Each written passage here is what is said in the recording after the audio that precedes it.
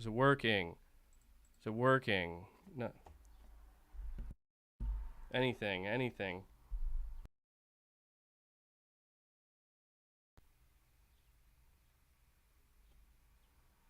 There's just no fucking audio. What? Is it working? Jesus. How? Okay. My lord. I was about to snap. I was about to snap, dude. Uh, how is the audio level? Is it is it good? Is everything good now? Some technical difficulties, man. All right, everything's good. Okay. I don't know. You know what? I think I know what happened. I think I know what happened. I rearranged my setup yesterday, which means I pretty much unplugged everything. And I think I forgot that anytime I do that, anytime I completely unplug everything and rearrange my entire setup, like I have to redo the settings for audio. And I think what really screwed me up is in my streaming software before I went live, the mic was testing perfect. The mic, audio signal was there. I just had it muted. And as soon as I unmuted it, for some reason, it like reset the settings. So I'm like, looking around like, what is muted right now? So sorry about that. Well, definitely wasn't expecting that. But yes, I have a new intro screen. I hope you guys liked it. I worked hard on it. um, uh, and just to be clear, the audio's good now, right, guys? Like, is there any echo or anything like that? Just want to make sure it's 100%, so I don't have to mess with it again.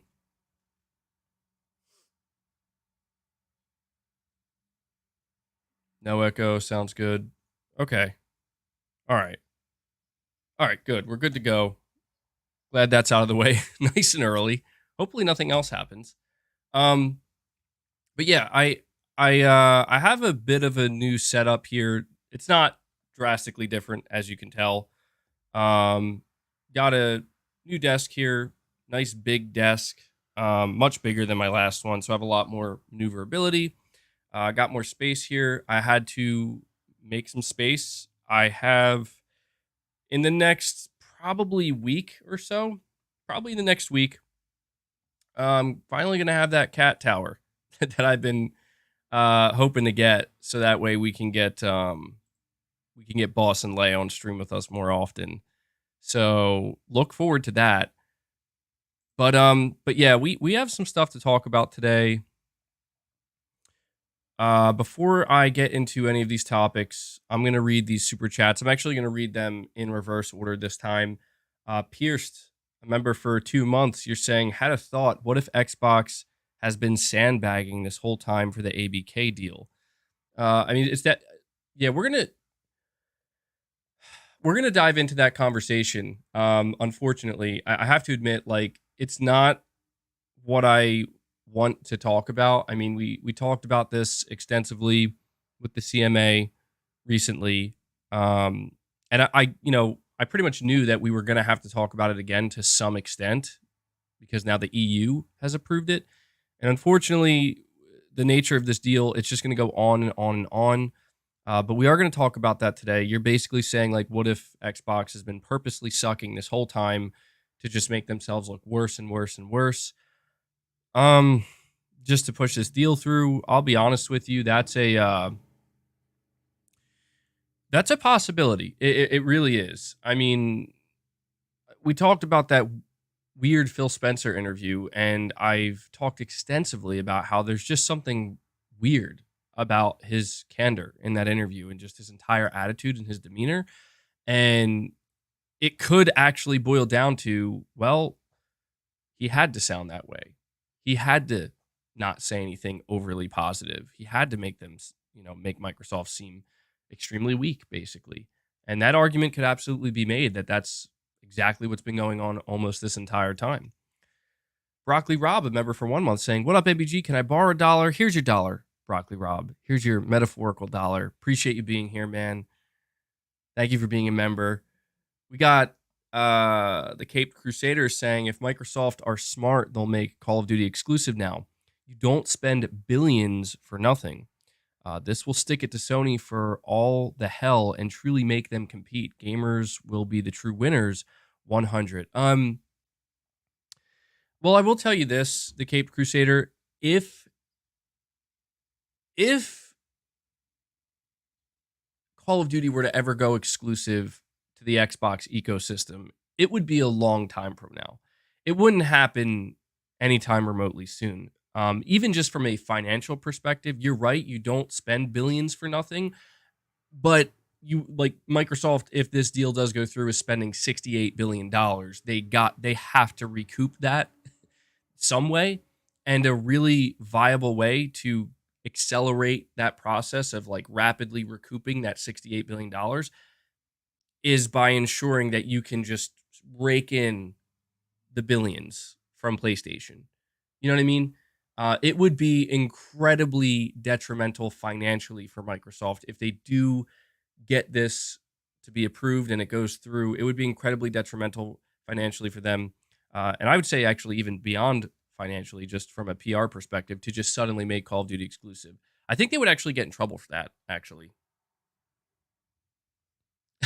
MBG, why does your intro music sound like some dodgy 80s porn flick? It's actually from Metal Gear Solid 2.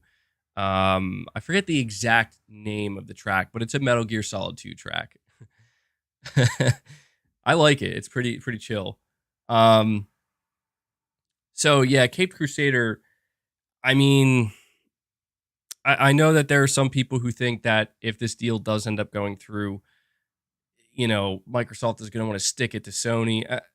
I'll be honest, I don't know, man. I think Microsoft is done with Sony.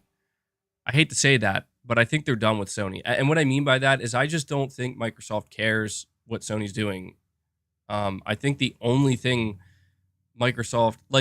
the only thing that Microsoft is doing or Sony is doing that I think Microsoft actually cares about is PS Plus.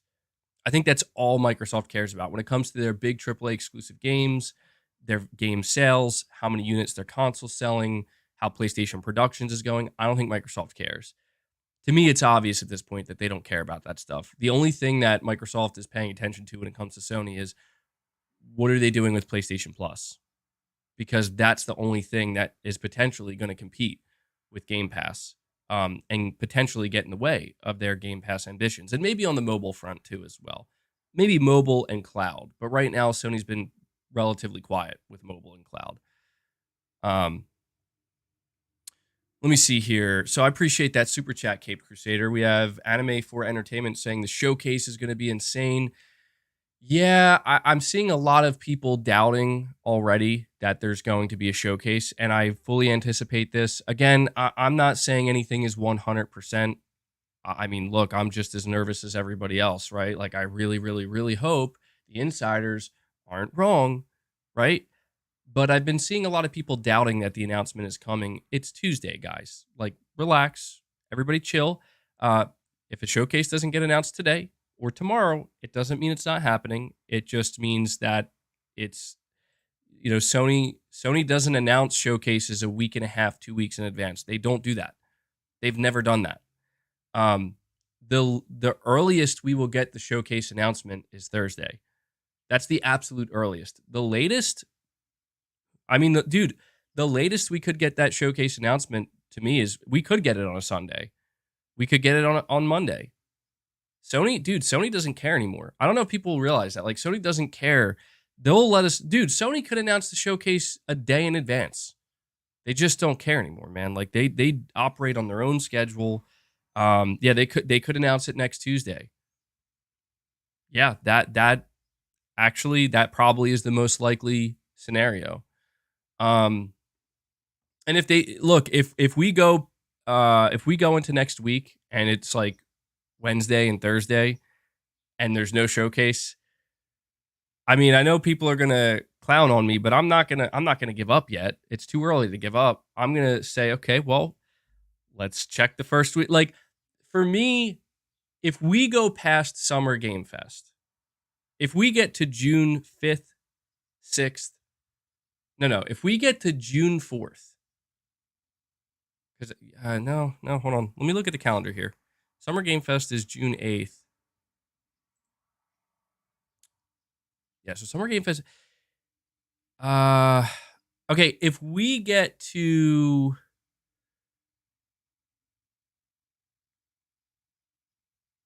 Friday, June 2nd, okay, if we get to Friday, June 2nd, and there's no showcase announcement, I give up.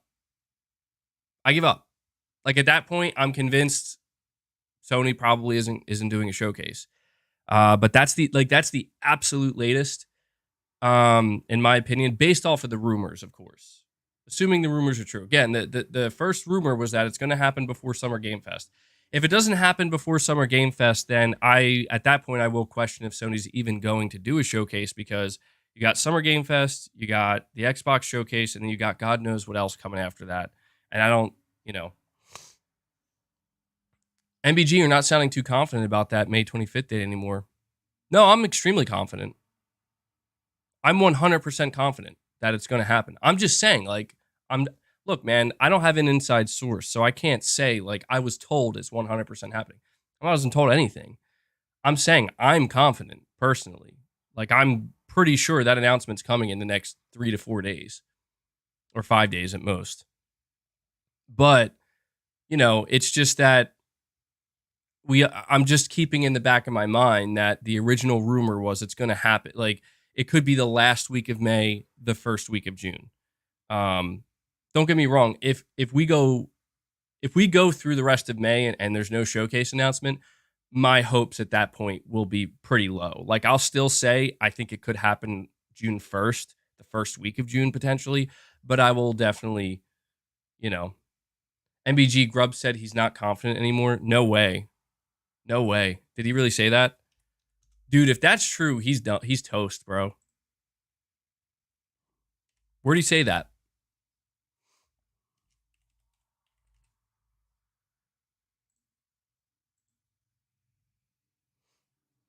Saying Grubb is a liar? He could be.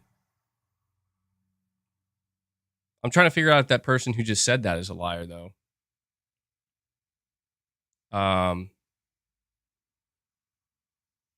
MBG about to go beat up Jeff Grubb.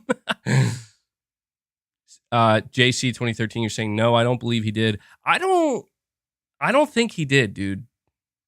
I say this only because Jeff Grubb, I don't think is a stupid person. He knows.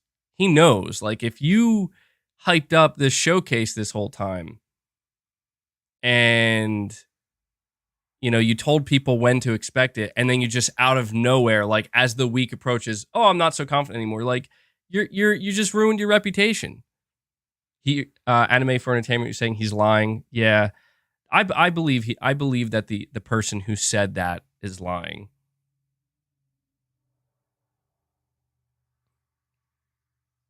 Look, maybe you're saying, nah, I'm just joking. Oh, thanks, man. Just joking with me. It's cool though. I mean, yeah, because that would crush my hopes, truthfully. If that was true, which it's not, but if one of these, if he was like, oh yeah, I don't know, I'm not confident, I'd be like, no way, dude. You got to be kidding me. I would never listen to a single word he said again.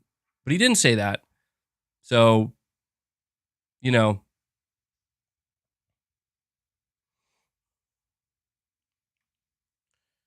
All right, let me see here. I'll get any of the super chats. I'm going in reverse order here, so I'm going to catch up to these super chats. Let me see. New Soul 9. All right, hold on. Outlaw 2120, you're saying it's going to happen. They just need to get it over. I'm assuming you're talking about the Activision Blizzard deal. You're saying it's going to happen. We'll talk about that. New Soul 9, dude, I'm considering saving your super chats because you have a couple here. I'm going to save them for when I really dive into the to the conversation, if you're okay with that, if you don't mind, because that's the first thing we're going to talk about. We're going to dive into the conversation about the EU approving. We got Corey Lindega with a 10 bomb. Corey showing up again, man. Thank you so much, dude. Thank you so much. We got Corey, legendary Lindega, bringing us up to 10 members on the day. Huge shout out to you, man. Let's get some W's in the chat. Let's get a little Arnold there. Hopefully these sounds... Guys, actually, do me a favor if you can. I don't know why that bumped up to 11. How are the sound bites working? Are the sound bites working? I need to know only because, again, I reconfigured my setup here, and I actually didn't test them yet. They are? Okay, good. Had to make sure because, you know, if my mic wasn't... Like, the sound bites will work perfectly, but my mic, definitely not. Well, thank you so much for the 10 bomb. 10 memberships gifted. Thanks to Corey. Guys, anybody who's in the chat right now, you know the deal. Let everybody know, and I'll let everybody know. If you want to be gifted a membership, if you haven't already been gifted a membership, make sure you click the icons up top. Click on Corey Lindega's icon, and now we have Hellbound 1981 gifting 5 memberships as well. Click on each of their icons and choose to opt in to be gifted memberships. We get new viewers here pretty much every single stream, and a lot of people still don't know that in order to receive a free membership gift from these very generous donations, you have to click on their icon and manually opt in to receive them. So everybody in the chat, when you continue to see these membership gifts, make sure you remind people to do that. Yeah, so there are definitely some changes on the channel that are occurring. No major changes. At least I don't think they're major changes. And I'm going to talk about them momentarily. We do have a couple more super chats to get to. So shout out to you guys. We are already at 15 members on the day, which is amazing to see. I really appreciate the continued support, guys. Anybody else, if you want to continue to gift memberships, by all means, continue to do so. The super chats, they all help tremendously. And make sure you hit that like button for me, guys. So New Soul 9, hang tight. I'm not ignoring your super chats. I just want to make sure I get to them when we're, deep into the EU conversation. So I'll come back to those momentarily. Jonathan Kane, you're saying, where is the Sony event announcement? I'm getting scared. It will instead be Sony. Trademark. Sony. I feel like that's been like a common thing that people have like said as a joke, like Sony instead of Sony. But like, I feel like this is the first time I'm actually saying it out loud. And we got Corey, legendary Lindega, coming in with another 10 bomb, bro. Another 10 bomb. Getting the membership train going.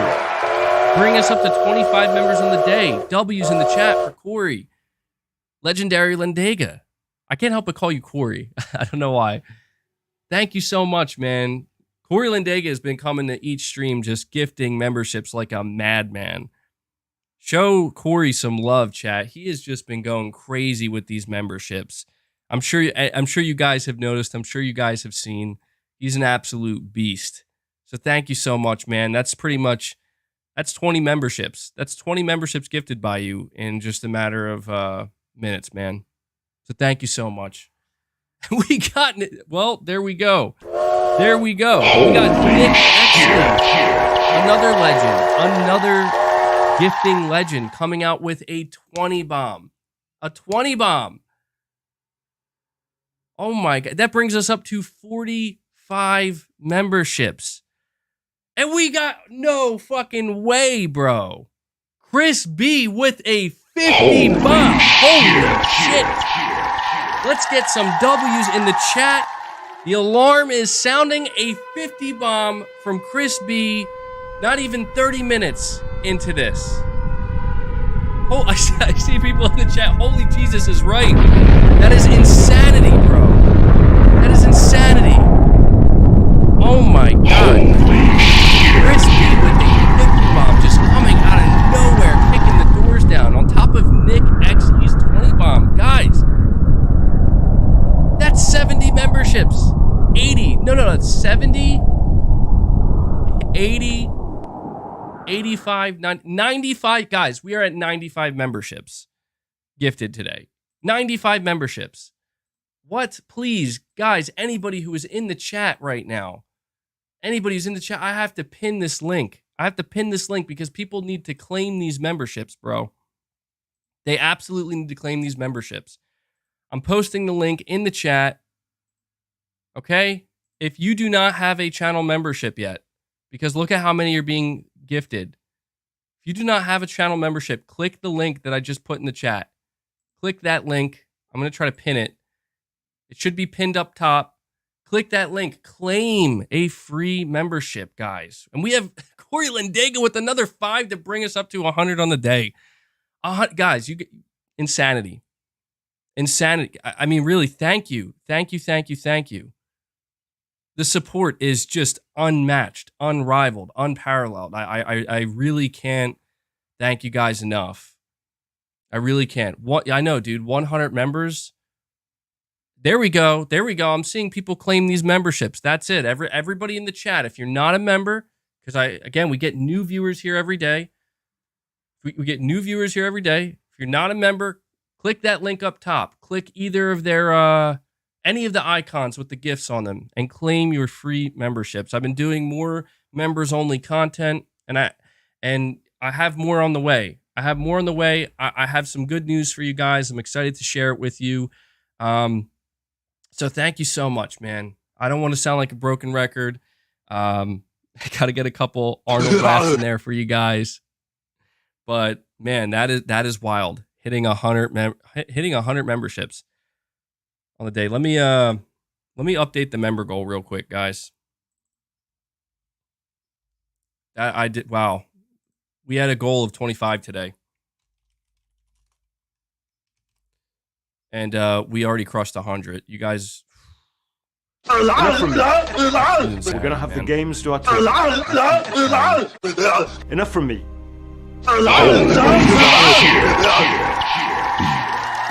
Apologies for the soundboard going crazy. I'm going to, at some point I'm going to get a dedicated soundboard. I don't know when that's going to be. I apologize. Right now, the sound bites are attached to my number key. So when I have to update the numbers, you just hear it going crazy. But I'm sure you guys are used to it at this point. So, man, what else is left to say other than you guys continue to blow me away with your support? It is truly something special, in my opinion. So, Nick Exley, Corey Lindega, Chris B with the 50 bomb today, bro. Chris B with a 50 bomb. Hellbound 1981. Thank you guys. I just also want to say, like, I don't know. I got to try to think of what I got to think of something. I'm not going to think of anything off the top of my head now because it's just too off the cuff. But I mean, I see so many of you guys, the same individuals, continually gifting memberships and continually pretty much every stream supporting me and supporting this community. I really at some point want to find something to do for you guys specifically. I don't know how to make that happen. YouTube doesn't really facilitate that. You know, it's not like YouTube tells me, like, here are the people who gift the most on the channel, but I see your names so often. And Corey Lindega with another 20 bomb, bro. Corey is just in. Corey, this is why his nickname is Legendary Lindega. With another 20 bomb, dude. Holy He's dropping bombs. He's dropping bombs. Give them exclusive merch. That's a great idea, actually. That's a great idea. Maybe we could do that. That would be really cool, actually. Exclusive merch for just you, the people here who are just supporting this channel, like crazy, like just absolute crazy. Corey, thank you, man. That where does that bring 120 on the day? 120 on the day, just like that. Guys, let's get some more. I know you guys are getting tired of using the W's in the chat, but let's get some W's in the chat. Let's get some exclamation points in the chat. And I'm gonna keep this conversation going. I promise. But you guys just got a member train going like it's nothing once again. So thank you. And we got Anime for Entertainment, a member for 1 month, saying, love this channel. Love to see it, man. Love to see it. Love to see it. Yeah, at this point, I don't know, man. I'm gonna start. You know, you guys who continually gift memberships, if you have any suggestions of things you would like to see, potentially, or things you would like me to do, whatever, let me know. Let me know, because I mean, you guys, it's insane. It's insane. You know, like I just can't believe the consistency of the support. It really means a lot. So thank you. In an effort to make sure I don't go too off the rails, though, I'm gonna make sure I get to these super chats so we can dive deep into the topics as well. And yeah, guys, just click that link up top, claim a gift. MBG, how many gifted subs for you to try Viva Pinata 2 Trouble in Paradise? I don't know, man. I don't know. I'm going to talk again in a minute here. I'm going to talk about some of the things I'm planning for the channel. So we'll get to that. Corey Lindegas says, LMAO, I'm just trying to increase our muscle-bound battalion while I got a few extra bucks. Well, hey, I very much appreciate it, man. I very much appreciate it. All right, let me see here. We got all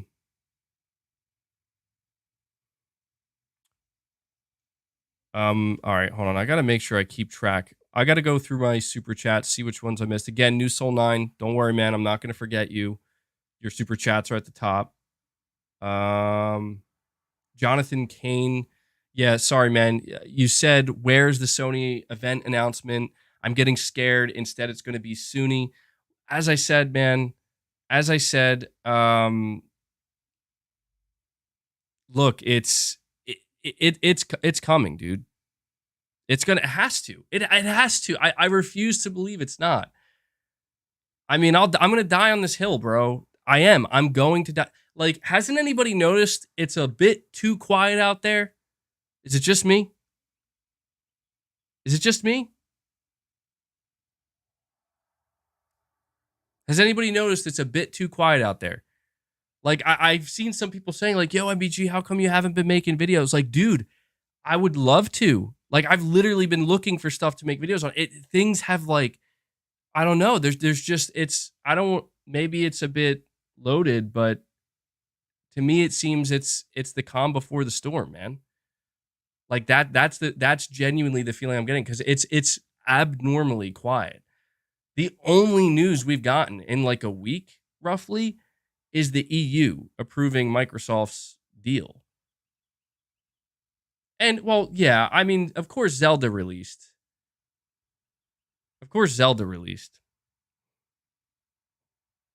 Dude, what is it with the people like this in the chat, man? Like imagine coming to my stream to encourage people to not support me. Like, what are you doing, man? Like, this is what you got to do with your time? Jesus.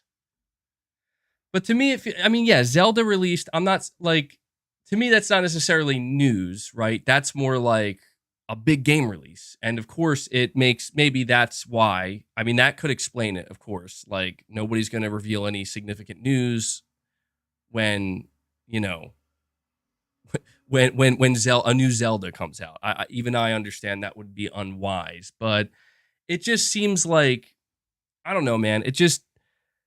The timing just feels right to me. The timing just feels right. It does.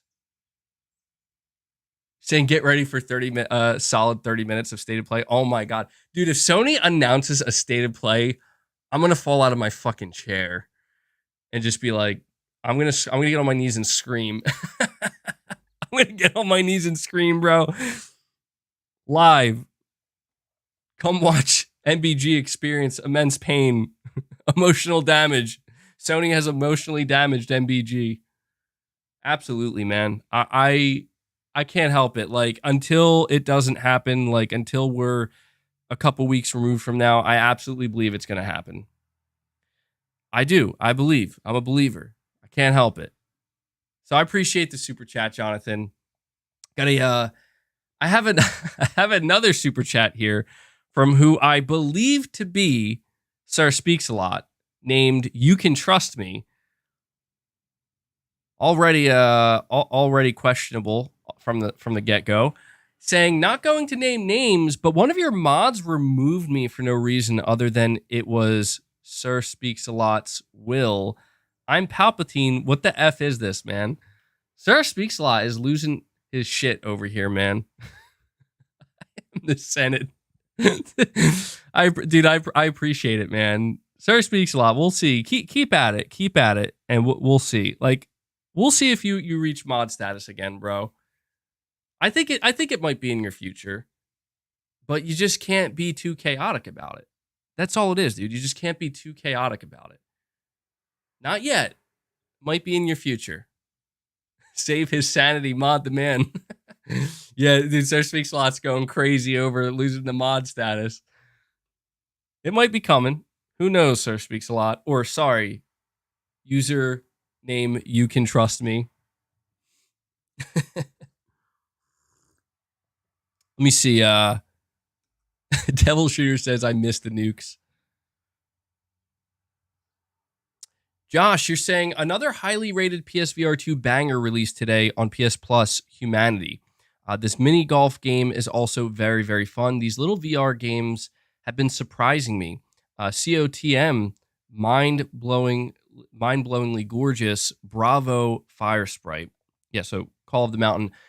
I mean, yeah, dude, I saw your comment, Josh, where you were saying like how I said multiple times that I'll get PSVR 2 when things slow down. Don't get me wrong, that's absolutely where I am. I'm going to get PSVR 2, like literally in probably. I need to wait for the showcase. That's what it is. Like, if I'll tell you right now, if there actually is no showcase, if the rumors were wrong and there isn't a showcase in the next couple of weeks, bro, I'm gonna be crying my way to the store to go to buy PSVR 2 because I'm gonna need a pick me up, and that's gonna be my shot in the arm, hopefully. But another reason I want to wait for the showcase is because I want to see if we're gonna get a release date for Firewall Ultra. Like, that's the game that I really have my eye on. And I also want to see like what else they might have for VR2. Like, is there actually going to be a Metal Gear VR experience of some kind? Because I assure you, if there is, I will literally order VR like that day it's announced, or very, very shortly after. Like, that's my plan. Shot in the arm for Massive Games, but I hear you, Josh. These other games you mentioned, yeah, that Humanity game. I didn't know that was a PSVR 2 game. That's interesting to me. Yeah, this game Humanity just released, and I think it's sitting at like an 86 on Metacritic. It's an indie game, but it's like a bigger indie game, I guess. At least that's the feeling I get with it. Apparently, it's really, really good, and this is where you can kind of see that Sony is finding their own way to have these launch titles in PlayStation Plus that stand out, where it's like it doesn't necessarily have to be a first-party title of theirs. It's a partner title, but something that's launching day and date into PS Plus, and it seems to be doing really well for them. So that's really cool, man. I think Sony has struck a really good balance with PS Plus, being a viable competitor to a certain extent to Game Pass by, going to these indie developers and finding these quality indie games that they can, basically strike a deal with. It's very cool to see. It's very cool to see. So I don't know if I'm going to play it personally. I don't know. I have to look into it. I don't fully understand like the gameplay loop of Humanity, but I've been hearing really good things about it. So I appreciate the super chat, Josh. Devil Shooter, member for 1 month, saying, hey guys, hate to use my first ever super chat like this, but I will no longer be doing my timestamps for these anymore. Sorry to all who liked them. Yeah, so this is actually going to be a great segue into me discussing like the future of the channel here a little bit, which I think is important to anybody who cares about any of my content, whether you have watched my videos, whether you tune into the streams now. So ever since, I'm sure many of you noticed, I basically am now a full-time streamer, or pretty close to a full-time streamer here on YouTube, and it's been going great. I've been loving it. you guys seemingly, or at least most of the people who enjoy streams have been loving it as well. Oh, my cat just came in. And so with this transition, there's a couple things. Nick Exley, no way. That's a joke, right? See, why you gotta be Nick? Why you gotta be trolling me like this when I'm trying to have a serious conversation about the future of my channel? Nick's trolling me, bro. What the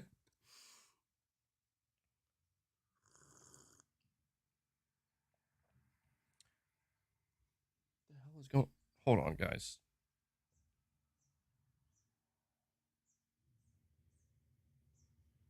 Grubb's tweet: I told Jim Ryan to cancel the showcase because you're all too thirsty. What? No, bro. No way. He's trolling now, man.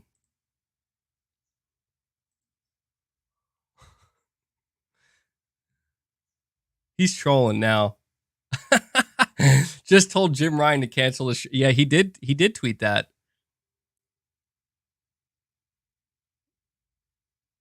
Man, that's not cool, Grub.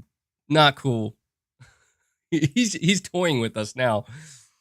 Oh my god. I mean, yeah. I'm taking that as it's a joke. Oscar the Homeless saying Grub was wrong. Dude, I will tell you, if this is Jeff Grubb's way of saying I may have been wrong, oh man. He better, dude, that dude better he better go into hiding, because that's gonna be bad, dude. I'm telling you, it's gonna be bad. It's gonna be bad. To be fair though, the reality is, like, I think one of the main reasons we hardly ever see insiders, like even people like Tom Henderson and stuff, like the reason why I feel like we hardly ever see insiders talk about event dates for Sony is because Sony clearly will like move shit around at the last second. You know, like I'm not saying they would do it purposely to slight leakers. I don't think that's why. I just think, like, for example, you look at what just happened with Microsoft's deal getting approved by the EU. I don't know what Sony was expecting. Like, I don't know if maybe, you know, I don't know if maybe Sony was like, hey, if this passes, we might move our showcase a little bit. I don't know. I don't know, man. But let me get back to what I was going to say about the channel real quick, just because I do think it's important. And I don't know, the reality is, I think anybody I'm speaking to here right now, this may or may not be applicable to you, but I'm a streamer now here on YouTube. That's what I do. That's like the bulk of my content now. But I have been getting some feedback. Like, for example, you know, are you still going to make videos? Some people may have noticed that I'm trying to put some shorts out there too. You know, to no avail. I'm just trying to, you know, do a couple things here. And there's a couple things with it. So something you guys have been telling me, because I mentioned it a couple times, is like, you know, be careful. Don't burn yourself out. Don't push too far, and you know, don't burn out, basically. And I've noticed that with this transition into doing full-time streaming, dude, Corey's like, bro, I ain't gonna let you finish. Corey's like, I ain't gonna let you finish because I'm dropping a 20. Holy shit. Bro, thank you, man. Let's get some W's in the chat for Corey. Corey's keeping it going here. Corey's keeping it going. Where are we even at this point? I think we're at 140. God damn, dude. 140 memberships. Staggering. Corey just keeps it going. Corey growing the muscle-bound army. Really appreciate it, man. Corey, I'm going to try not to spend too long going on and on about the memberships. Because at this point, it's just like, you just keep it going, bro. You keep it going. Thank you. And I think this is relevant for everybody. And then Nick Exley with another 10. Nick Exley with another 10. Dude. I'm telling you, they're like, dude, Nick Exley and Corey, they're like, dude, we don't want to hear about the future of the channel. Here are more membership gifts. Guys, click the icons at the top. Claim these gifts. We got a 20 bomb. We got a 10 bomb. We're at 150 members today, guys. That's wild. How does that happen? How does that, like, dude, I don't think we're even an hour into the show, dude. That's insanity. Thank you. But Nick Exley, Corey Lindega, you guys are going to want to hear this too. You're saying you can't claim it? I don't know why. What I've noticed since basically deciding to go full time with streaming is I did underestimate like how difficult it would be to maintain. I think it's mainly because I'm not fully adjusted to it yet. Like you have to understand, I basically went from, making 10 to 15-minute videos, almost daily to, doing what I would do once a week. I would do the podcast once a week, and that would be like a 3 to 4 hour show, but I only did it once a week. I went from doing that type of content once a week to now doing it I've had runs of doing it just like 10, 12 days in a row with no breaks. And a reason for that is because I enjoy it. Like I genuinely enjoy it, but I won't lie. Like it does take a bit of a toll. And I feel like I'm trying to build up to it, I guess. But on top of that, I'm sure as you guys have noticed, I have been trying my best. To continue video output because that's very important to me, because I feel like I have a large audience that has, basically been conditioned to expect video content. And the reality is, with doing the streams as often as I would like to do them, I'm simply not going to be able to put out the video content at the same rate that I used to. It's just not possible. And I understand that people have certain expectations, right? Like people are like, oh, I need, like, what about timestamps? I need timestamps for the streams. I need timestamps for the videos. I need you to make sure you're doing the videos. And I get that, like, there are quite a few people who just aren't into the streams. They don't get the membership thing, or they just don't like the membership thing. They don't like the scattered nature of the streams. And so I guess ultimately what I'm trying to say here is that I've made a couple decisions on what I'm going to do going forward. And I know that some people are going to be upset. And I understand that some people are going to be upset. And I'm not trying to necessarily upset anybody. I'm not trying to, make anybody feel discouraged. That's obviously the opposite of what I want to do. I don't want anybody to feel discouraged about watching my content. And we got Fred Vance joining in with a 5-bomb of his own, dude. You're Thank you, man. Thank you. I think that brings us up to 155. Huge shout out to Fred. Fred's been a heavy gifter as well. Really appreciate that, man. But I just basically what I'm asking my audience for and my viewers for is some understanding, in that, in my mind, the only thing that I'm focused on as like the number one priority is I want to be able to maintain my output of content consistently. And I don't want anything that isn't truly, I'm trying to think of the best way to explain this. There are other things that I have been trying to do with my content that in my mind, I feel like, yeah, it's not a bad thing to do this, right?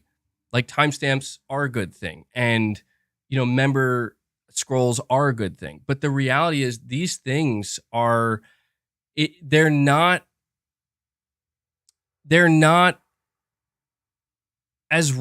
nearly as important to the output of the content or the content itself as some people might think, if that makes sense.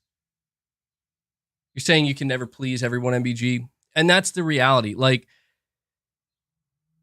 I've noticed ever since I decided to stream full time that there are absolutely some people who do not want me to stream like that often. And then, there are definitely people who would prefer I just go back to normal video content. And so here's what I'm going to say. All right. This is the easiest way I could put it. Here's what I'm going to do. I'm going to stream multiple times a week, probably 4 to 5, potentially up to 6 times a week. You're saying you could just record and I see what you guys are saying. You're like, you could just clip it, cut out the clips. I may end up doing that. Believe it or not, as ridiculous as it may sound, sometimes it is actually literally easier to record a dedicated video and edit that video and put that video out. Sometimes it is easier to do that than it is to actually comb through the streams to find the, certain clips that I would want to put out as videos. And that might be something I have to do. And keep in mind, I'm a one person operation here. And that's honestly the way I prefer to keep it. I'm not trying to grow this into like a sudden, we're going to have like I don't know, NBG is going to be like it's like a whole gaming studio of, or outlet or something like that. I mean, maybe in the long, the way in the distance, that maybe one day, as crazy as that sounds, but that's not necessarily how I'm viewing it. What I'm going to be doing is simply this. The streams are the priority. Okay, the streams are the priority for a couple of reasons. Number one, I have a core audience here that is unbelievably supportive. And that, regardless of what anybody thinks, is the single most important thing to the channel. That it's that simple. I understand that not everybody's going to see it that way, but that's just how it is. But there's another reason why it's the priority. There's another reason. It's not just because of that. That's a massive reason, obviously. But it's also because I actually thoroughly enjoy streaming a lot more. And I've discovered this about myself. I thoroughly enjoy streaming a lot more than I do making video content. That's not to say I don't enjoy video content. It's just, think of it like this. I like making video content. I love streaming. That's how it is. And so, and also we got another 5-bomb here from UK Gamer, who also became a member. So thank you so much for that, man. Shout out to UK Gamer becoming a member and then immediately after gifting 5 memberships of his own. Love to see it, dude. Thank you for the support. Let's get some W's in the chat for UK Gamer. Brings us up to 160. So the reality is, going forward, I'm going to be streaming 5 to 6 days a week. Ideally, obviously it might fluctuate. There might be a week where I only stream 3 or 4 days a week, depending.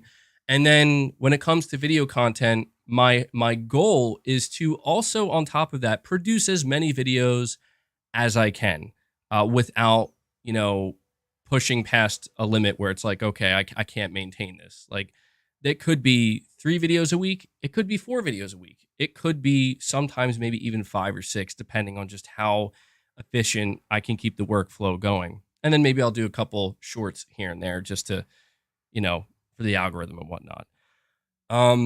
But with that, I've just realized that a couple of sacrifices are going to have to be made, and those sacrifices are, I'm sure you've noticed, there's no more member scroll, and I did remove that as a member perk, and I know again that some people might be disappointed in that. That's why I'm asking for your understanding that it's just simply unreasonable and unrealistic to continually maintain a member scroll. It has actually gotten to a point where it has become distracting for me and difficult to keep up with, and it's basically been reaching a point where it's like, I think this is going to start interfering with, like, it's going to start stressing me the hell out is what it's going to do.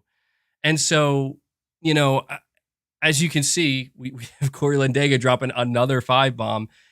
As you can see, like, it's just become unreasonable for me to keep up with the sheer volume of new members coming in and out. And so that's a sacrifice that had to be made. So, but in turn, I'm sure as you noticed my new intro video, it's like, I'm trying to spice it up a little bit, give you something a little bit new and fresh. And that's something that's honestly just had to go.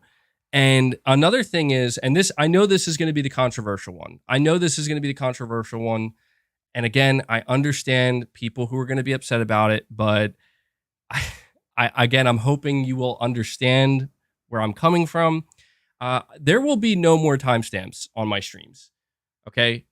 The number one reason for this, and I know people are going to disagree, but please trust me, I have the data, I have the analytics. The number one reason for this is they're not really used. Okay. And it doesn't make sense for my type of stream. The reality is, if you tune in to my streams, you have an understanding that there is no format. There is no structure, and the structure doesn't exist. I literally, for 1 second, am talking about memberships. The next second, I'm talking about Phil Spencer. The next second, I'm talking about a potential PlayStation showcase. And it's the reality of it is I looked into it, and considering how frequently I'm planning on streaming, I looked it over, and dude, I gotta say, man, like, I was quite shocked to discover that the timestamps are hardly used. You know, like I was shocked to discover that actually streams where I didn't incorporate timestamps did better. You know, like I had not only better engagement and better overall retention, but these streams brought more people in. And so I know and that's another thing as well. Frank, you're saying it's quite a lot of work to do timestamps, 5 streams a week. It's beyond 5 streams a week. Okay, I don't think people quite understand what goes into properly timestamping streams like this. It's not realistic. It's just not. And again, I know that some people are going to be upset, and I know that people are going to not be happy, but it's just the reality of the situation. And my hope is that people will obviously continue to watch my streams, but here's the good news, though. Here's the good news, okay? The reason why I've also made the decision to not timestamp streams anymore is because instead, what I'm going to do is the relevant topics that I'm discussing on any given stream, I'm going to make, like, as long as they're, again, relevant topics, and it's not just like nonsense, I'm going to make dedicated videos on those topics, and those videos will all be timestamped. So that is the solution. And I don't know if people realize that, but that's what, if you want just the supposed meat and potatoes of a stream where I just want to hear MBG talk about the topics and his thoughts on those topics, you're good. Then you should watch my videos that I'm going to make. They're going to be timestamped, and they're the complete opposite of the streams. The reality is that the streams are here for me to just be completely free-flowing, unconstrained, and it's just truly not reasonable or realistic to do proper timestamps for these streams. And that's just how it's got to be, man. And I do apologize to the few people who did use those timestamps, but I want to seriously encourage you to, well, hopefully still watch the streams. If you don't want to, I totally understand, but please look forward to my video content, because that's exactly what you're trying to, that's what you're trying to find in the timestamps. You're going to get that.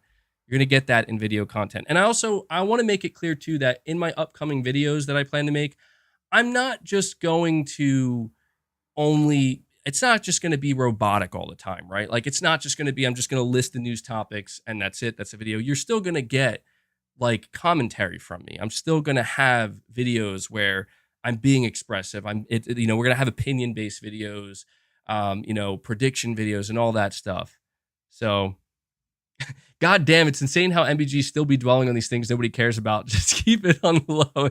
I know, man. I know. And that's what makes it tough. Is the reality is everything I just said, I brought way more attention to it than if I just never said anything. But I just want people to know what to expect, because I just, I get questions all the time, and I just feel like the least I could do is give people answers. So I'm not saying it.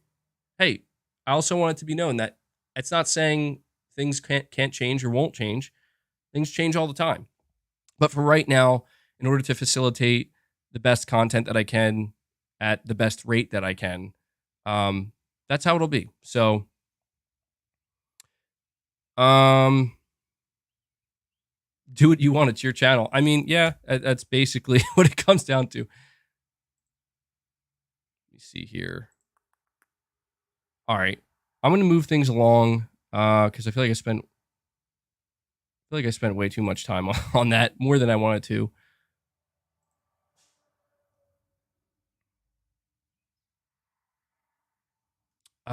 Did I miss? Wait, hold on. I think I missed a. Oh, here we go. Cam Slash gifting a membership as well. Thank you so much, man. That brings us up to 166 memberships on the day. Very much appreciate it, man. Very much appreciate it. MBG the mafia boss letting us know. It's how it's got to be, you know.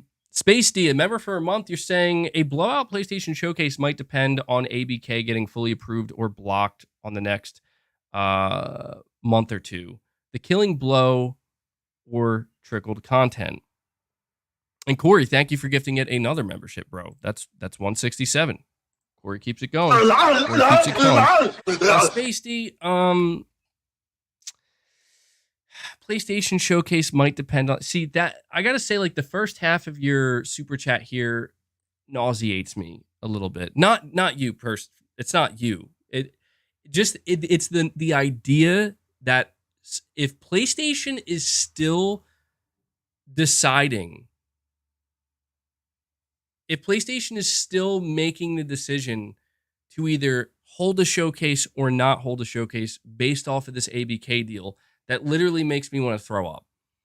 Because I understood, like, in the beginning when Sony maybe thought, like, we could do something here to stop this, and then whatever, like, okay, I guess we just got to wait.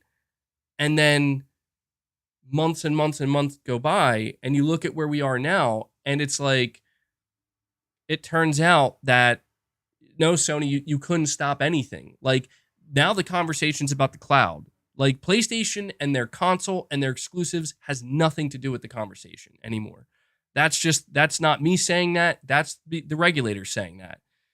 That's the regulator saying that. So it would literally nauseate me to think that Sony would actually potentially make any changes to a showcase that they may have coming up over this deal. Like, I don't want to believe that, man. Like, I just can't, because it doesn't make any sense. And we got Hellbound 1981 with another membership. There you go. There's your little Arnold soundbite. I love that Arnold soundbite, man. I got to get some more Arnold soundbites. Let's get some W's in the chat. You guys keep the train going. So Space D, I think it's a good super chat. And again, I'm not saying your super chat nauseates me. It's the idea that Sony, if that were to be true, that sucks, man. I don't want to see that. Nuh-uh. You're messing with me. Nick, come on, bro. Nick's messing with me. PlayStation didn't just tweet that out. Did they? Let me go check.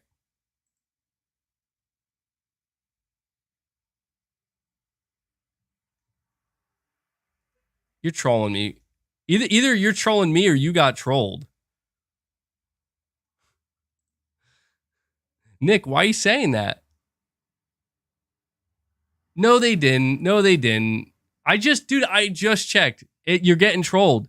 It's a fake account, bro. It's a fake account. Sony just tweeted hashtag bangers. You got trolled. Who? You're gonna see this shit, man. You gotta be careful, because I'm on PlayStation's Twitter right now. Their last tweet was 7 minutes ago, announcing, or advertising the new PlayStation Plus game catalog. I'm scrolling down. I'm looking at their replies. You're gonna see people make these fake accounts, bro, and they're gonna get they're gonna pay for the blue check marks or something. I don't know. So I don't know, man. You're saying you got trolled? Nick got trolled, and he's like, I'm gonna go troll MBG now, unknowingly. No, it happens, dude. Like, that shit does happen on Twitter, though. Like, do you know how many people I've seen quote tweeting PlayStation's tweet from 2020 for the 2020 showcase, and people, they see it and they just think, oh my god, that it happens. Like, dude, somebody's trolling you, man. You know, like that. It looked closely. It's from 2020. So it sucks, man. It sucks, but you got to be careful. There's trolls everywhere. All right. New Soul 9. Let me get to your super chats, man, because I made you wait long enough. I'm going to read them back to back. You're saying MBG in August, Microsoft will go to court with the FTC and they'll automatically lose to Microsoft because their argument is not strong. So it's just going to be the CMA left. Once it's just the CMA left, Microsoft can technically get this deal approved if they pull out of the UK market. Every other country supports this, plus the EU. And you say, and then you have a couple responses to Space Gambler or Space Gamer saying the FTC is automatically going to lose in court to Microsoft. This is this upcoming August. So technically it's just going to be the CMA left. It's obvious they're going to lose because they are not presenting anything new that wasn't already addressed. Plus Microsoft have the facts behind them. All right, New Soul 9. So I'm going to use this as an opportunity to make an important point here regarding this whole situation. So I put out a community post yesterday that I'm actually going to read to you. I put it for members only. I don't know why. Like, I guess it's just because I've been doing member only exclusive posts. But this one I think is relevant enough to discuss here. So let me bring it up. I put out this post. I put this out last night. I said, I see so many Xbox fans taking a victory lap because the EU approved the Activision Blizzard deal. Meanwhile, the CMA put out a statement saying they stand firm in the decision to block it. I wonder if these Xbox fans realize the EU approving the deal doesn't really change anything when it comes to Microsoft's fight against the CMA. Essentially, if Microsoft happens to win their appeal, it doesn't mean the deal automatically goes through. The CMA can still simply turn around and say, no, we are still choosing to block it. At least that's my understanding of it. And then I ended it by saying, but yeah, it's kind of sad that this is the only good news that Xbox fans get these days. And yeah, I just want to say that I think this is kind of sad. I think it's kind of sad to see Xbox fans so desperate to get a win that this is how they're choosing to take their victory lap, when in reality, this doesn't guarantee anything. The only thing the EU approving this deal has done is make it so that the deal isn't fully dead. If the EU blocked this, it would 100% be dead and buried. But this keeps it alive. But if you were to ask, what are the chances? Like, okay, so the EU approved it. That means the chances that this is going to go through just went through the roof, right? No. Here's the reality, New Soul 9, okay? Regardless of what I say, regardless of what you say, regardless of what any expert says, regardless of what any Xbox enthusiast, any PlayStation enthusiast, any lawyer, regardless of what anybody says, no one knows how this is going to play out. Even Microsoft's CEO, Satya Nadella, has no clue how this is going to play out. Satya Nadella, the CEO of Microsoft, was just asked in an interview. I think it was today, actually. He was literally just asked in an interview, would Microsoft consider pulling out of the UK market and continue to sell Activision, pretty much their products in the US and the EU, but not the UK? And you know what his answer was? Let's just wait and see how it plays out. He doesn't know. He doesn't know if they're going to end up doing that or not. So what you are correct about, New Soul 9, is that the way this may end, and it's looking likely this is how it's going to end. And keep in mind, when I say end, I'm not saying we know the end result with Activision, but I'm saying in terms of the regulation and the approval and the disapprovals. It seems likely this is going to end with every market approving this Activision Blizzard deal for Microsoft except the UK, except the CMA. And Microsoft will have to make a decision. Microsoft will either turn and say, okay, we took this as far as we can. We are upset and furious that this deal is not going to go through because of a single country, but we cannot pull out of that country, and we have to kill the deal. That's option one. Option two is Microsoft decides we are pulling our business out of the UK market, and we are no longer going to do business with the UK. I want to remind everybody, the UK is the Xbox brand's second strongest market next to the US. Okay? Now, the FTC, I mean, well, I'll be honest with you. When it comes to the FTC, it's important that we don't approach the conversation regarding the FTC. You're saying ridiculous take, MBG. Don't let blind fanboyism do this to your judgment. Dude, what I just said is literally what's probably going to happen. I don't know where's the fanboy in what I just said. Like, dude, even ask Xbox fans. Like, if you were to ask an Xbox fan right now, do you think this deal is going to pass? And they say yes, you need to ask them why. And if they say anything other than, well, Microsoft's going to force the deal through and probably pull out of the UK. Now, there's a lot of confusion, and I admit this is where things get very murky for me. There are people who are claiming, and this is where it's like it kind of is above my head, where it's like maybe they're right. They're claiming. So what's basically happening right now is Microsoft is appealing the CMA and their decision to block it, and it's going to go to CAT. I don't even know what that is, but apparently it's basically like, a group separate from the CMA where they have to decide if Microsoft is correct. Like, yeah, okay, like Microsoft appealed this. Here's the reasoning, and it's good reasoning. So now what CAT's going to have to do is take it back to the CMA and tell them, okay, you guys are going to need to reevaluate this and let us know what your conclusion is. Now, the part that I don't fully understand, and maybe this is just due to, my lack of due diligence. Well, because honestly, I don't know that I care this much. Like, the part that I don't understand is some people have said, and they have told me, that the CMA can be overruled by CAT. And then other people have said that can't happen. Other people have said that the reason why the deal is actually dead is because the CMA cannot be overruled or overturned. They ultimately are going to make the decision when it comes to this. Maybe the aspect to this that I might be missing is that again, this is I cannot fully confirm this. It seems like if I had to use logic here, like to assume, okay, well, like what would cause hold on.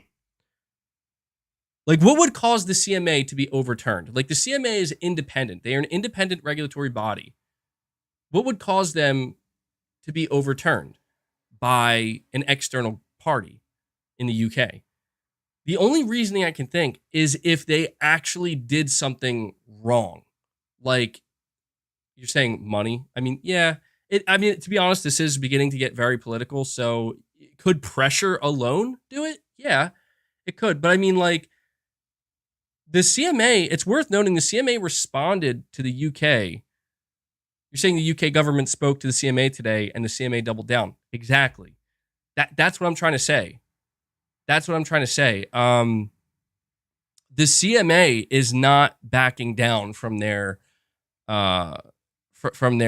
position. And to me, it seems unlikely that anything is that some kind of like out of left field play is going to occur where suddenly the CMA, they're overturned or their decisions reversed. That seems unlikely. No matter, like, I understand it's easy to get lost in the conversation online where, like, you see Xbox fans, and not even just Xbox fans, but a lot of people pointing out that, the CMA are a bunch of idiots and their reasoning doesn't make sense, and what the EU is doing and what they're saying makes a lot more sense. And it's worth noting that the EU, I just want to point out, the EU agreed with the CMA. Like, Like, to me, that's the funniest shit about this entire thing, is that the European Commission came to the exact same conclusion that the CMA did, which is they determined that, yeah, Microsoft could create a monopoly in the cloud space. However, the difference between the European Commission and the CMA is the European Commission decided that a remedy that would be acceptable for them is if Microsoft allows pretty much every service to be able to freely license Activision Blizzard games. In fact, I do have an article up here from WCCF Tech. It says cloud gaming providers globally would get a 10-year Activision Blizzard license if Microsoft deal is approved. And so that's what the EU decided. I'll read it right here. It says the European Union decided to approve the deal earlier today while forcing Microsoft to employ specific remedies that would benefit customers and other players in the cloud gaming market. Here are the remedies.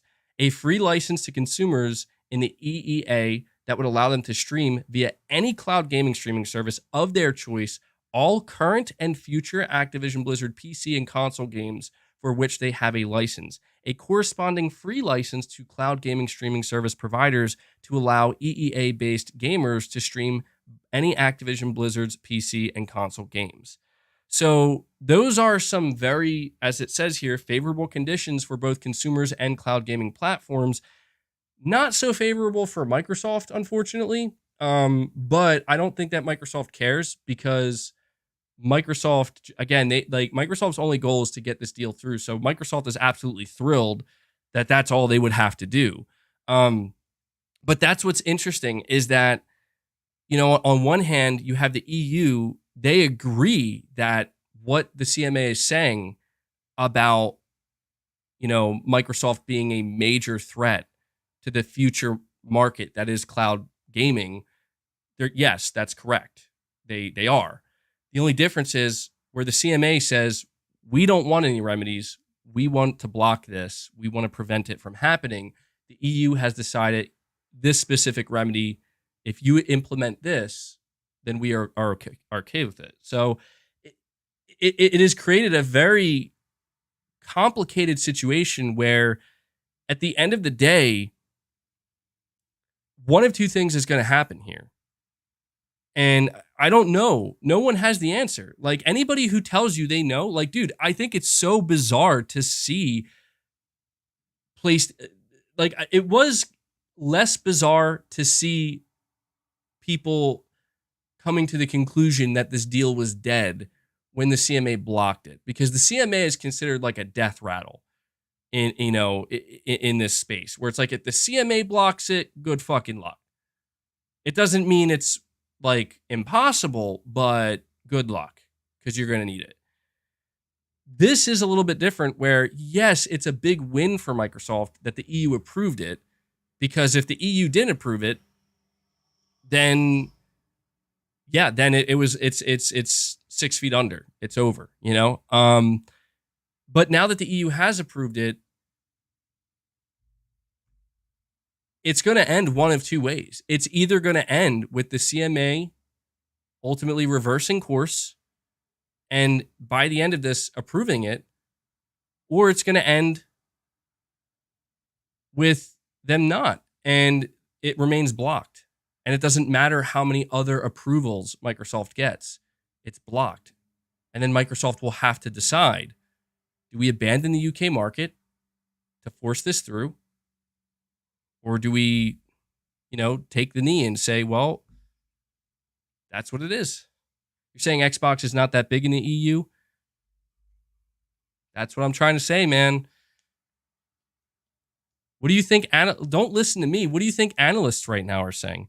An analyst from Bloomberg recently, they just came out yesterday and said that this gives Microsoft a glimmer of hope, but it doesn't really change much when it comes to the legal battle that Microsoft is about to endure against not just the CMA, but with the FTC coming up. Like News Soul 9, you're saying that the FTC is guaranteed to lose. Like, dude, that's not a guarantee.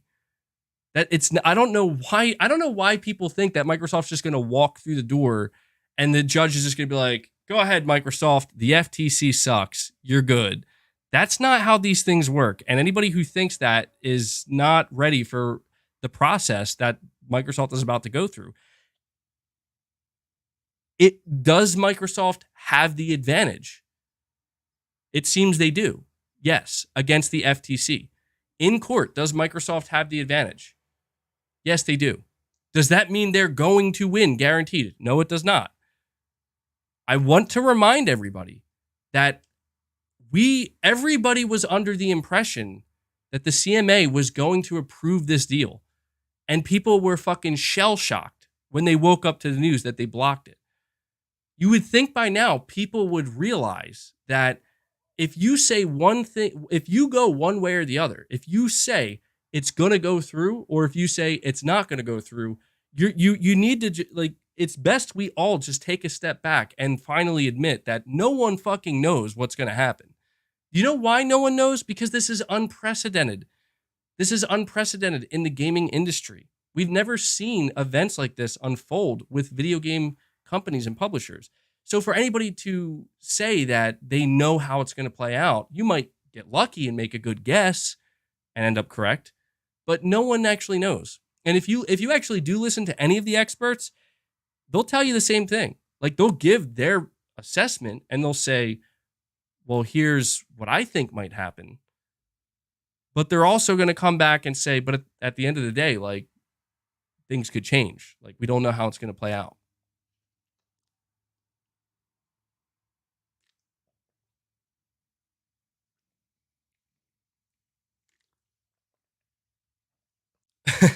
MVG, if Sony starts making desperate statements, then we'll know.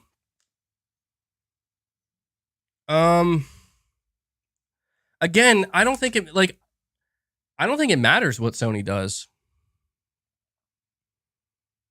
I really don't think it matters what Sony does. I say this because, again, like, even the CMA literally said, like, we don't agree with Sony.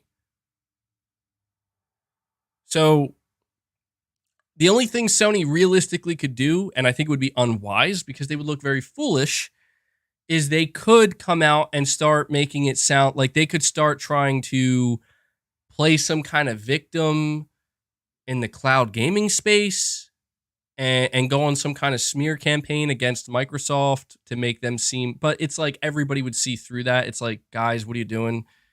You know what I mean? Like, Sony, you tried and it didn't work. You know, and that's that. Guys, give me 1 second.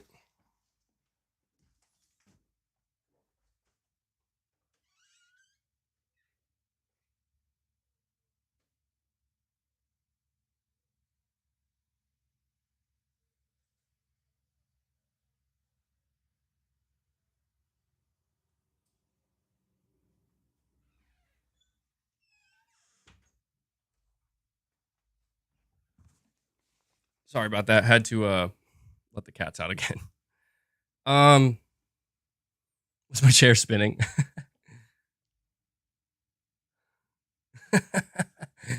MVG left to cry. Dude, I went over to the corner to punch air, bro. Dude, that shit's so funny though. No, but you know, I'll be honest with you, and this is the truth, guys. All right, I mean, I think it's obvious to everybody, at least. I don't know. I think it should be. I understand why, like, there are certain people that are gonna be like, you know, oh man, like, Sony ponies and shit. But it's like, listen, man. This is clearly a situation where if you choose to pick a side, right? Like, if you chose to support this and say, yes, I want it to happen and I think it's going to go through, you've taken L's. If you are on the side where you've decided that you don't want it to happen and you're pretty sure it's not going to happen and you hope it gets blocked, you're probably going to take some L's as well. And that's because this whole situation has basically been a seesaw. It's been going back and forth. And, you know, I know that it doesn't matter what I say. It doesn't matter what anybody says because people have come to their own conclusions. You know, like if I sat here and said, this is not in Microsoft's favor. If I sat here and said, the truth is, Microsoft is still going to have just as hard of a time getting this approved, and the chances are still very, very low, like 20% or less. There are large groups of people who will tell me, no, you are wrong. This is, and I think that New Soul 9 super chats are a good example of that. No offense, New Soul 9. I mean, you know, everybody's free to have their own opinions, of course, but that's all this is at this point, is what I'm trying to say. Like, it's people with their opinions and what they want to believe. But if you want just the facts, well, as it stands right now, the facts are Microsoft is trying to get Activision Blizzard, and they're trying desperately to get this deal approved. And they live to fight another day, thanks to the EU approving this. And because of that, they're going to continue to fight for it. And the CMA put out a statement saying that they're standing by their decision to block it. Those are the facts. Those are the only, like, cold, hard facts right now. Anything else is basically just conjecture. If New Soul 9, you say, oh, Microsoft will just pull out of the UK market, somebody's going to say they would never even dream of doing that. The reality is, neither of us know the answer to that. Neither of us know. Somebody might say the CMA is going to get overturned. Guaranteed. Somebody else will say there's no way the CMA doesn't get overturned. No one knows. No one knows. That's just the fact that, like, that is, in a sense, a fact that no one knows. We have no choice, unfortunately, but to just sit back and watch. And I'm being so fucking honest right now when I tell you, like, dude, I am depressed, just straight up depressed that I have to sit here on May 16th during a week where we're all hoping for a PlayStation Showcase announcement to be talking about this again. The reality is, I wasn't even planning on talking about this, but I saw how, like, intense people were getting about it, and I was just very confused because on Sunday on my stream, I literally talked about this. Like, I literally said, it's in my title. It's in the fucking title of my stream. And what did I say? I said, well, the EU is going to come out tomorrow and they're going to approve the deal, and it's going to be good for Microsoft, and Microsoft's going to celebrate it, and Activision's going to celebrate it, and then nothing's going to change. And that's it. Nothing's going to change. It's not going to help them that much. It's going to keep the deal alive, and it's going to give them a chance. And then we're just going to have to continue to wait and see what happens. That, like, I already gave my take on it. I already gave my opinion on it. Not even my opinion, but just my thoughts on it. Right? And then the next day, the news, and maybe it is because there is no news. Maybe that's why people ran with it so hard. I'm seeing people fucking, again, like, running, taking victory laps, screaming it from the rooftops, like what? I get it. I guess, like, if you're somebody who really wants the deal to go through, I guess it is worth celebrating to a degree, because it's like, well, at least it's not dead and buried. You know? Like, at least you could say it lives to fight another day, and I guess that's good enough. But I genuinely meant what I said when I'm like, dude, this is kind of sad. Like, I know that it's going to offend some Xbox fans, but it is just bizarre to me to see that, like, you know, Xbox fans have had to eat shit for a long time, man. And this month they've had to eat a large amount of shit, like much larger than normal. And it's just like, this is this is the big good news that you guys rally around? Like, okay, I guess whatever floats your boat. Hey, but it is what it is, man. It is what it is. I have more super chats I have to get to. Let me update the member goal first before I do that.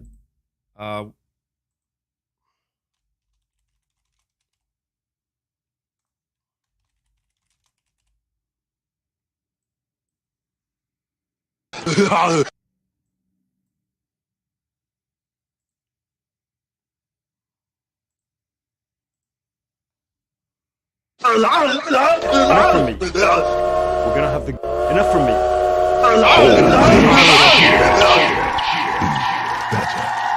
That's where we were at, right? I think we're at 165.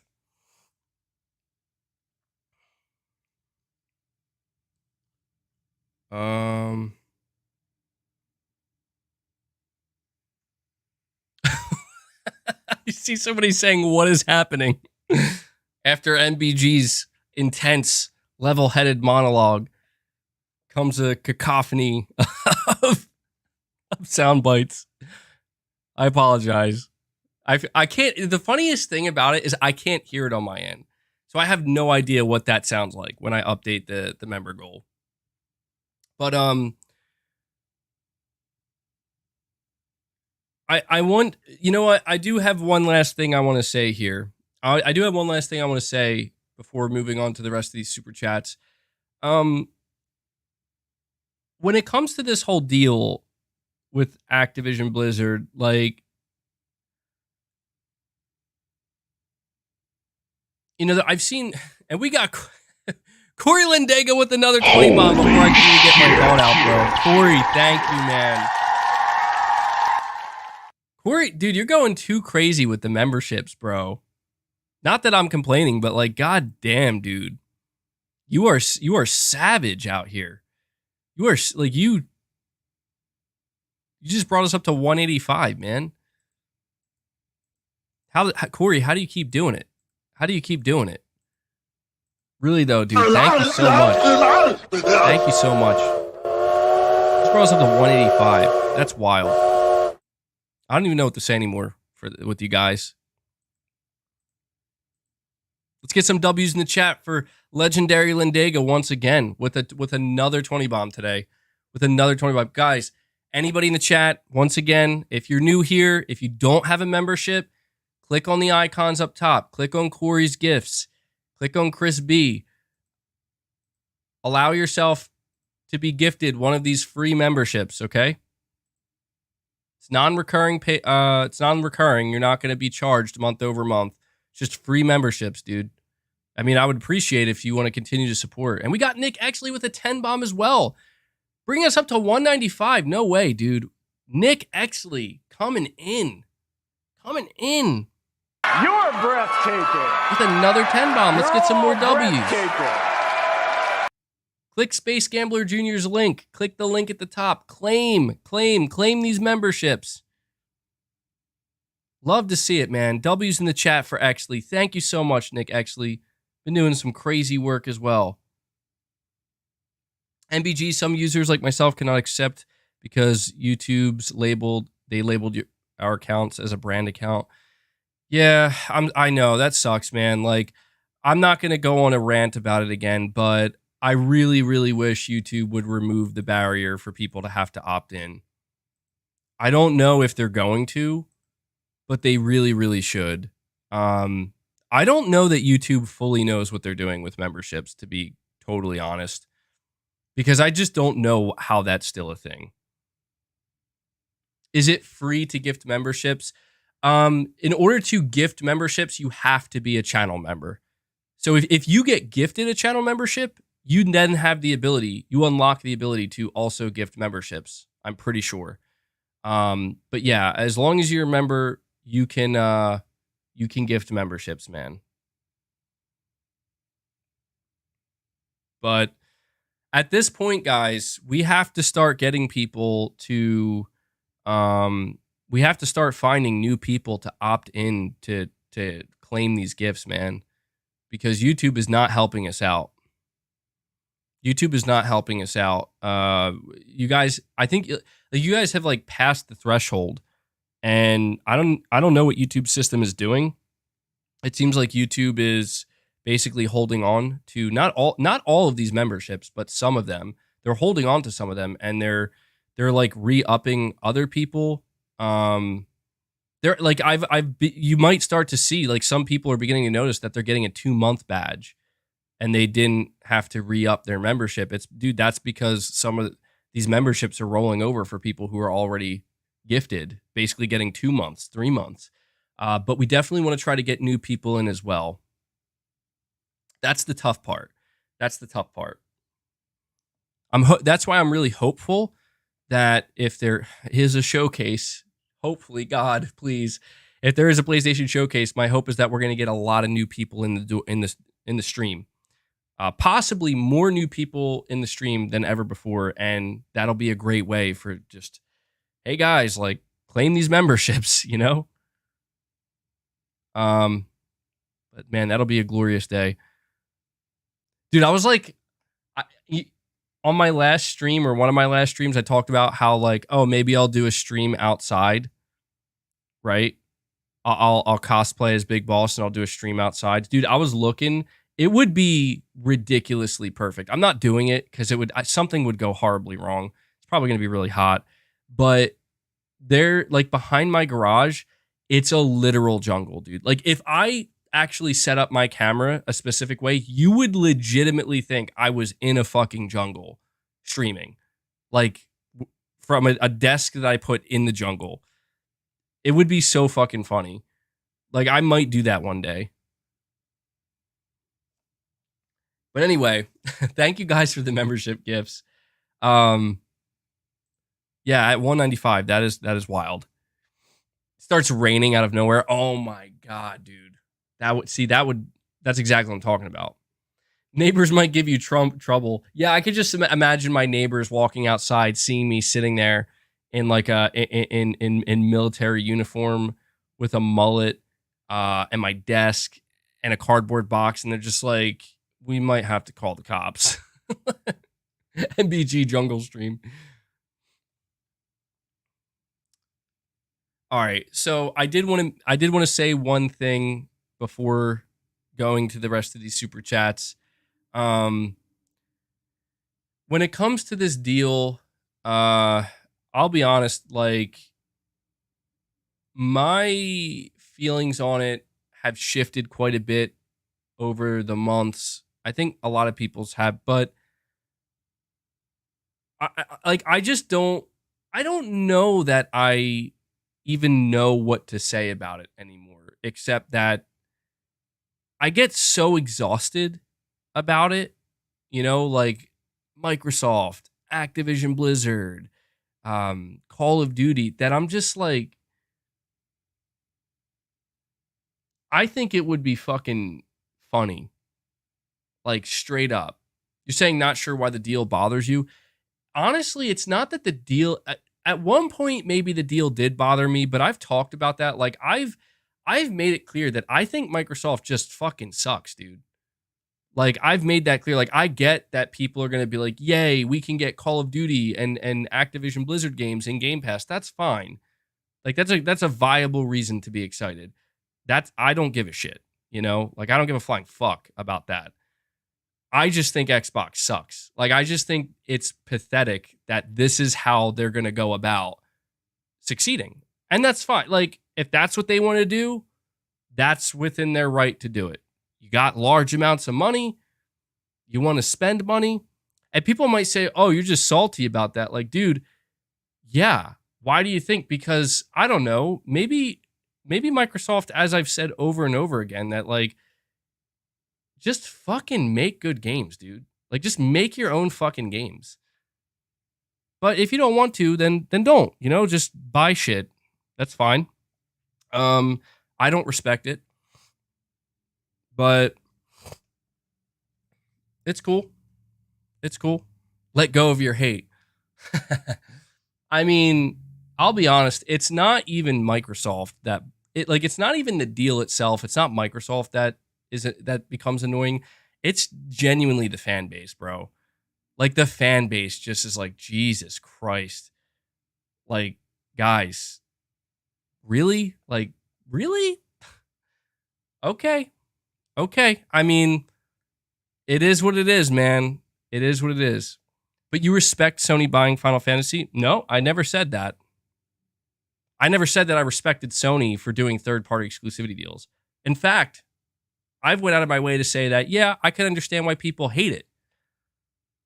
The only thing I've ever said is that I respect Sony for making great fucking games. That's what I said.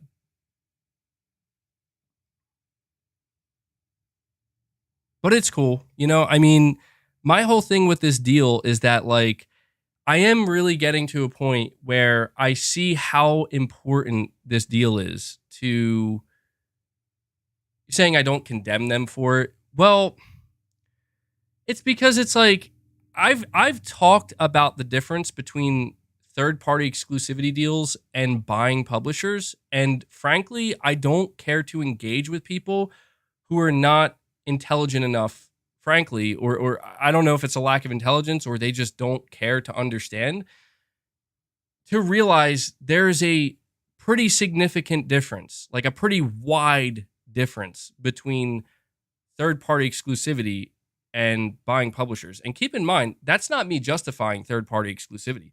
Like, I think, truthfully, Sony would hurt.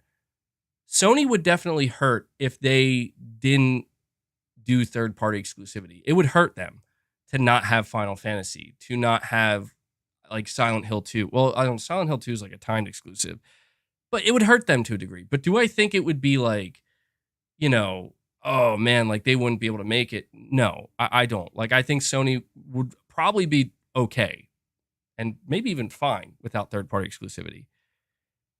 My whole thing with it is that third-party exclusivity has always kind of been like a thing that video game platform holders have partaken in.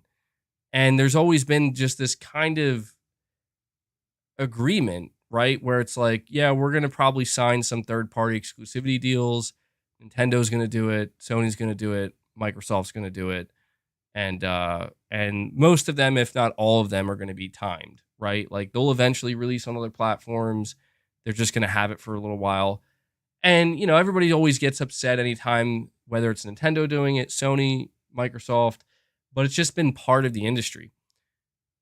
That is just inherently very different than we are going to buy a publisher and all of their IP and all of their studios and potentially make it exclusive and take it away from other platforms. Now, granted, supposedly that's not what Microsoft wants to do with Activision Blizzard, but that's certainly what they did with Bethesda.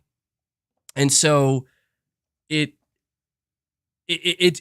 like, again, if I have to explain to an individual the difference between Sony paying a sum of money to lock down a game exclusively for a year, maybe 2 years, and in very rare instance, permanently. That's pretty rare. That doesn't happen very often. If I have to explain the difference between Sony striking a deal with a publisher for a single game or a couple of games through different publishers versus buying a publisher and eating everything up that they own, then I don't know what to tell a person at that point. You know? Like, I see somebody in the chat saying, but I said it's the same thing the other week. No. I said from a consumer point of view, the end result is pretty much the same. It's not, there's variability here. Like, think about it this way. If Sony paid to make Ghostwire Tokyo exclusive for a year, right? From the consumer perspective, if you were on Xbox when that game came out, it didn't make a difference to you that it was a timed exclusive because you're not playing it. If you bought an Xbox, Ghostwire Tokyo is not on your console, you're not playing it. Okay? So initially, it's the same. However, again, I just find it shocking. I find it shocking that I have to explain this to people. If you are somebody who wanted to play Ghostwire Tokyo on Xbox, you knew that within a year, you'll be able to do so.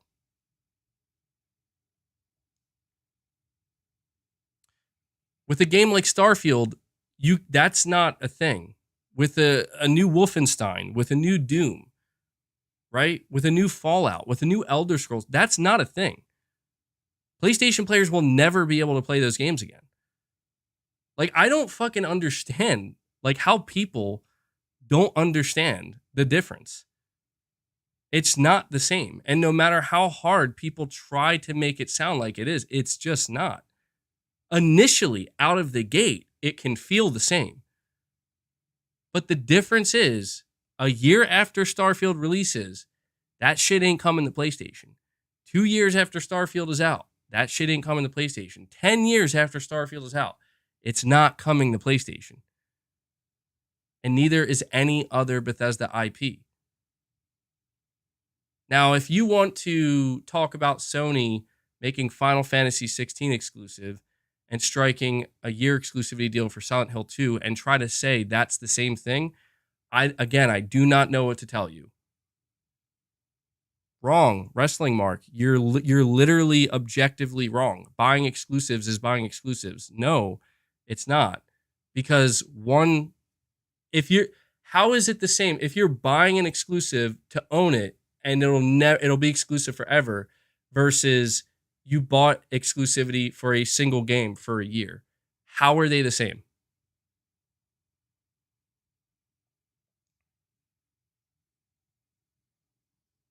They're not.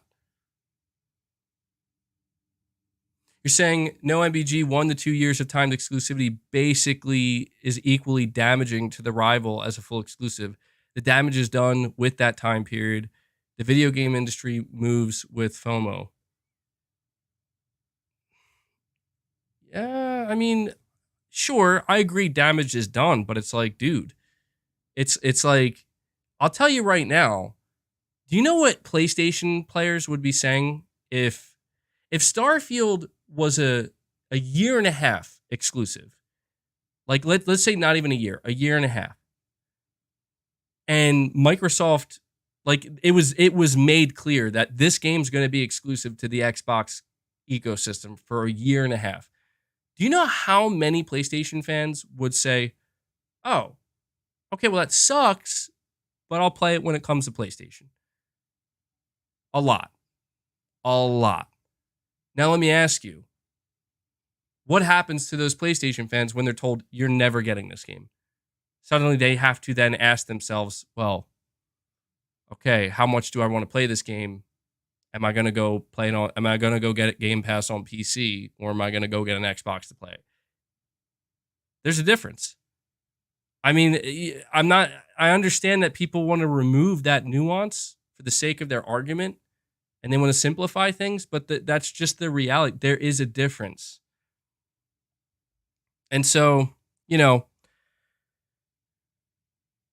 I just ultimately with this whole deal with Activision Blizzard, I'm pretty close to a point where I do kind of just I almost just want Microsoft to get it, because it's clear that they need this, like that the Xbox fan base needs this, and the Xbox fan base went from having an absolute meltdown over Redfall and, losing their minds because they're like, what the fuck is this shit? To having to dissect and defend a damage controlling interview from Phil Spencer to now running victory laps because the EU passed this deal. Do you see what I'm saying? Like, it is sad, man. Like, they need this. They need this more than anything. There's been less conversation about the announced Xbox showcase than there has been compared to, there's been less conversation about that compared to this deal. It's fucking insanity, dude. Like, I don't get it. And it's like, look, I think Activision Blizzard, sure, they make some good games, and I get Call of Duty's big, and future Activision Blizzard games, and you're excited that you don't have to pay for them anymore, but it's like, damn. You're saying, to be fair, MBG, you woke up at 9 when the deal got blocked. Yeah, I mean, I won't deny that. Like, that's obvious. I have my bias. Like, I was originally going to say, like, do I want to see this deal get blocked? Hell yeah. That'd be the funniest shit ever, dude. Oh my God. The Lord would have to have mercy on these Xbox fan souls if this deal gets blocked in the end. That's going to be, oh my, I don't even want to think about that. Because that's going to be the single most devastating blow delivered to the Xbox fan base. Like, that's like the Xbox One reveal times fucking 10 if this deal gets blocked. That's why I said, like, they need this, man. And that's why I'm like, you know what? Sure. Like, I don't know what to say. I don't know. I'm literally out here. I'm literally out here trying to be the voice of the people that don't want me to be their voice. And I get it, where it's like, I tried to tell people, like, rather than, hyping up and doing victory laps about a multi-trillion-dollar company spending $68 billion, on one of the biggest video game publishers in the world, like, maybe question why Phil Spencer's saying it's not as simple as if we just make great games. Just saying, but they don't want to do that. They'll do it if they feel like they have no choice. And I've noticed that. And that's why this whole thing is weird. That's why I was very perplexed yesterday. Like, I was literally looking around. I'm like, dude, why are these guys, like, why are they flexing out here, bro? Like, they have nothing to fucking flex about, and they're out here doing it anyway. It's like, okay, I guess you just got that confidence, Saying that's so cool. MBG supports the ABK deal. No, like, I don't actually support it. That's the truth. I don't support, like, I know I just said, like, maybe just let them have it. That's more out of, like, I just don't know what Xbox fans are going to fucking do. Like, seriously, if this deal doesn't go through, I don't know what they're going to do. Because it's so clear that they're just as desperate as Microsoft is. But I still stand by, ultimately, that I think what Microsoft is doing is just pretty pathetic. Like, again, they could just take $1 billion of that $68 billion and go do whatever, go make your own games, go fund new studios, go buy some talent, go try to court some talent. And I just want to say, like, I have noticed some people in my chat, but not just in my chat, again, the past, like, 24 hours. I want to remind people that literally a week ago, some of the most prominent Xbox influencers were out here on their hands and knees begging Microsoft to let go of this deal and start buying third-party exclusivity. So I think you guys might want to, like, keep that in mind before you come talking to me about whether or not third-party exclusivity deals are good or bad. Like, dude, go ask those dudes why they were begging Microsoft to start buying third-party exclusivity. Please. Get off my ass.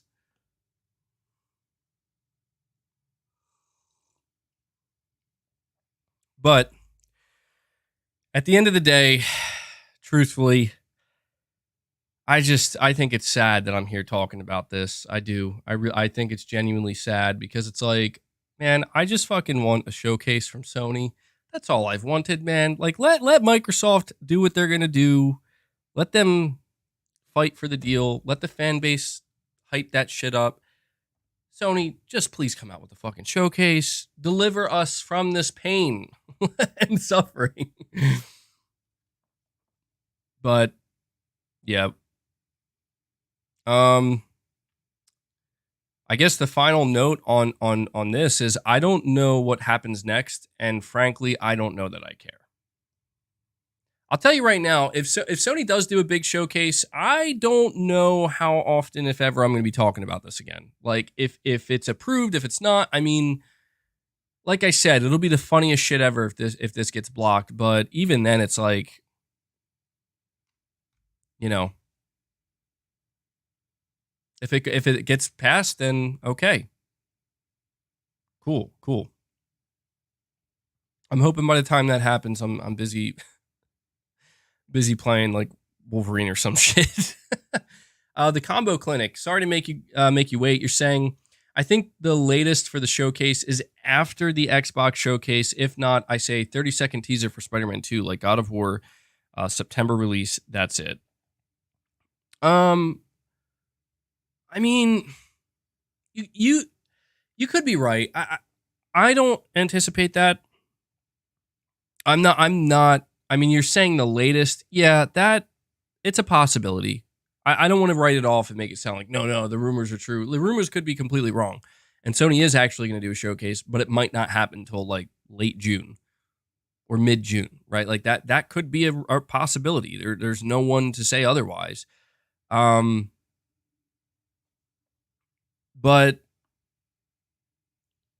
I don't know, man. I guess I just feel like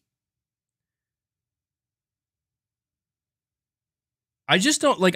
The thing is, Sony's been very quiet. Like even this month, Sony's been pretty quiet. There hasn't been a whole lot going on. They haven't talked much about. They haven't talked about Spider-Man pretty much at all. So I don't know. Like I don't know if would Sony be this quiet and choose not to do anything in terms of a show.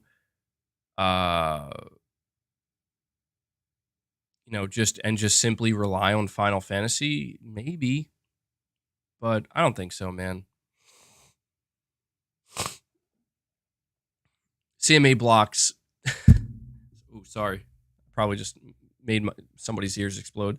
CMA blocks 9 a.m. stream. EU approves. I don't care. Yeah, but 18 May, like, don't you? This is what I mean. Like, did people really expect me to have the same reaction to the news that the EU approved? Like, what the fuck? This is what I don't like. We're really gonna sit here and pretend. I just need to know. Like, I need to know how delusional people are. We're just gonna sit here and pretend that people were not fully anticipating, like 100%, that day that the news was gonna come out that it was approved. We're just gonna pretend that wasn't like big, breaking, shocking news. We're just gonna pretend. That's what we're gonna do now. We're just gonna play pretend.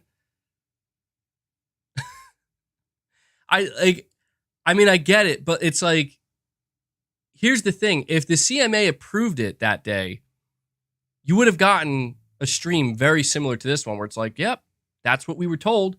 That's what everybody was expecting. And that's what happened. And the deal's going to go through. It probably wouldn't have been a 9 a.m. stream because it wasn't it wouldn't have been breaking news.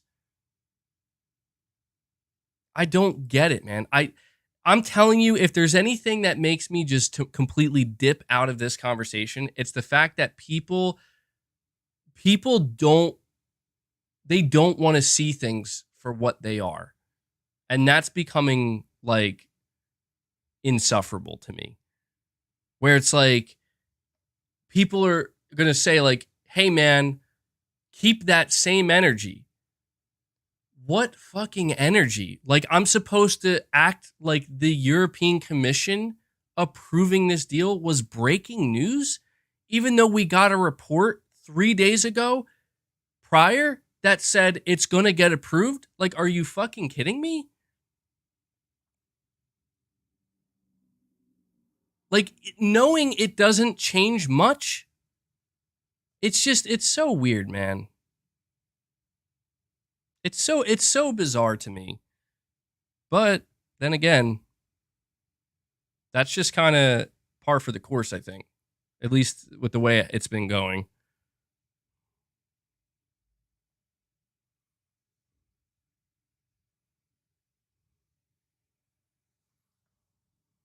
If it was denied, you would have made it breaking news. Let me ask you, why do you think that is? Because I know what you're going to say. Go ahead, say it. I'll wait. It would have been breaking news if the EU rejected it. Go ahead, tell me why. Tell me why it would have been breaking news.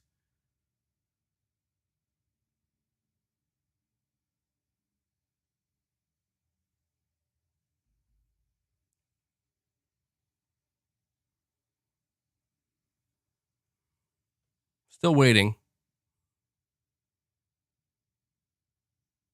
I'm giving it a minute. They might take a minute.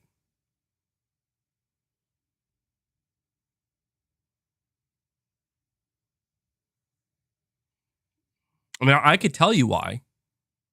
I'm just curious to see if people, not people, but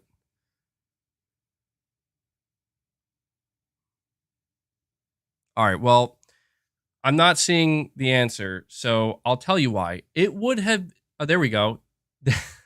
Of course, there you go. Just the answer I thought I would get, because I would enjoy it. I mean, I gotta be honest with you. I was expecting a little bit more than that. But all right, let me tell you why it would have been breaking news if the EU rejected it. It would have been breaking news not just for me on my channel, but for literally everybody, including every Xbox fan and every Xbox fan channel, even more so for them than me. Because number one, we were told literally 2 or 3 days before that it's passed. It's going to go through. So it would have just been completely flipped upside down.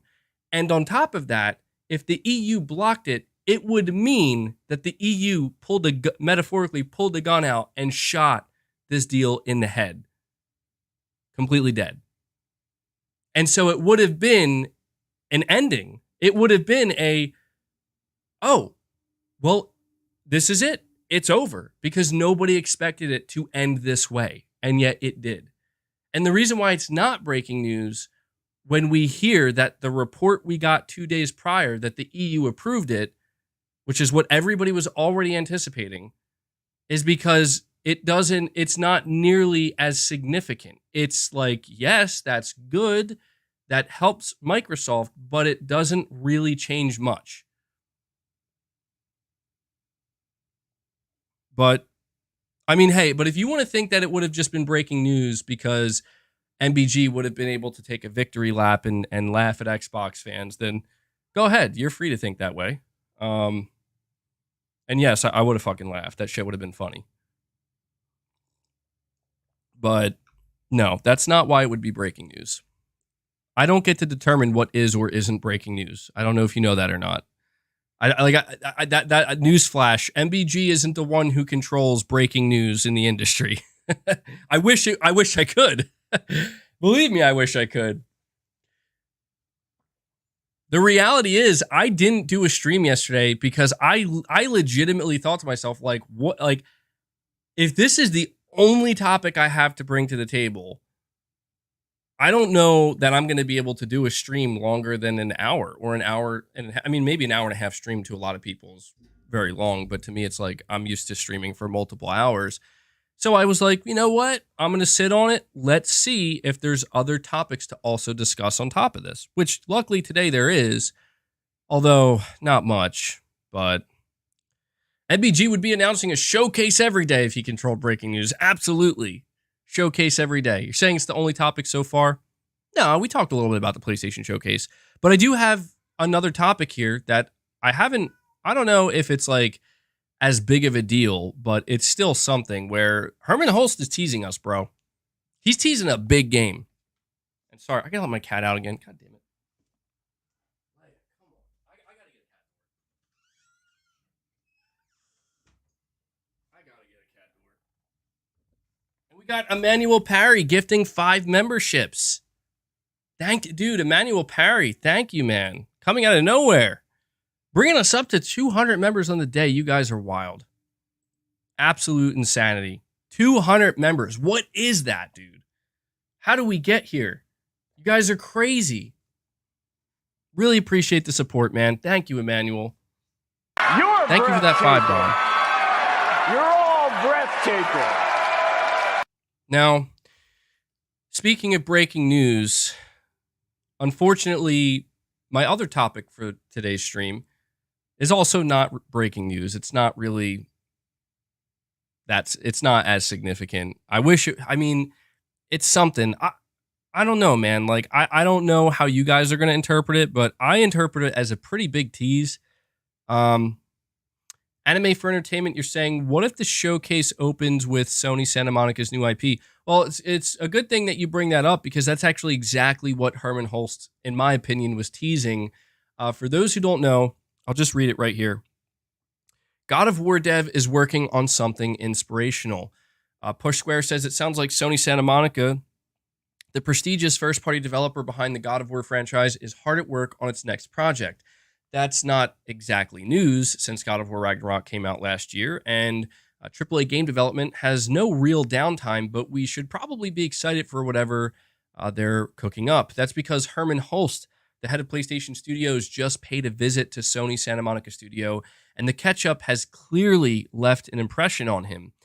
Thanks for having me at Sony Santa Monica. Totally inspired by everything I saw today. This is what Hermen Hulst wrote on Twitter, seemingly beaming with pride. So, what Sony Santa Monica got in development anyway? Well, it previously stated that there were no DLC plans for God of War Ragnarok, so we can probably rule that out. But what about a smaller God of War title set after the events of Ragnarok? It's possible, but we do wonder whether the bulk of Santa Monica Studios' workforce would have simply moved on to the next big God of War project, assuming there is one. The only thing we actually know for sure is that creative director Cory Barlog is working on something, and that something was potentially in development alongside Ragnarok. And so, yes, that is the big tease here.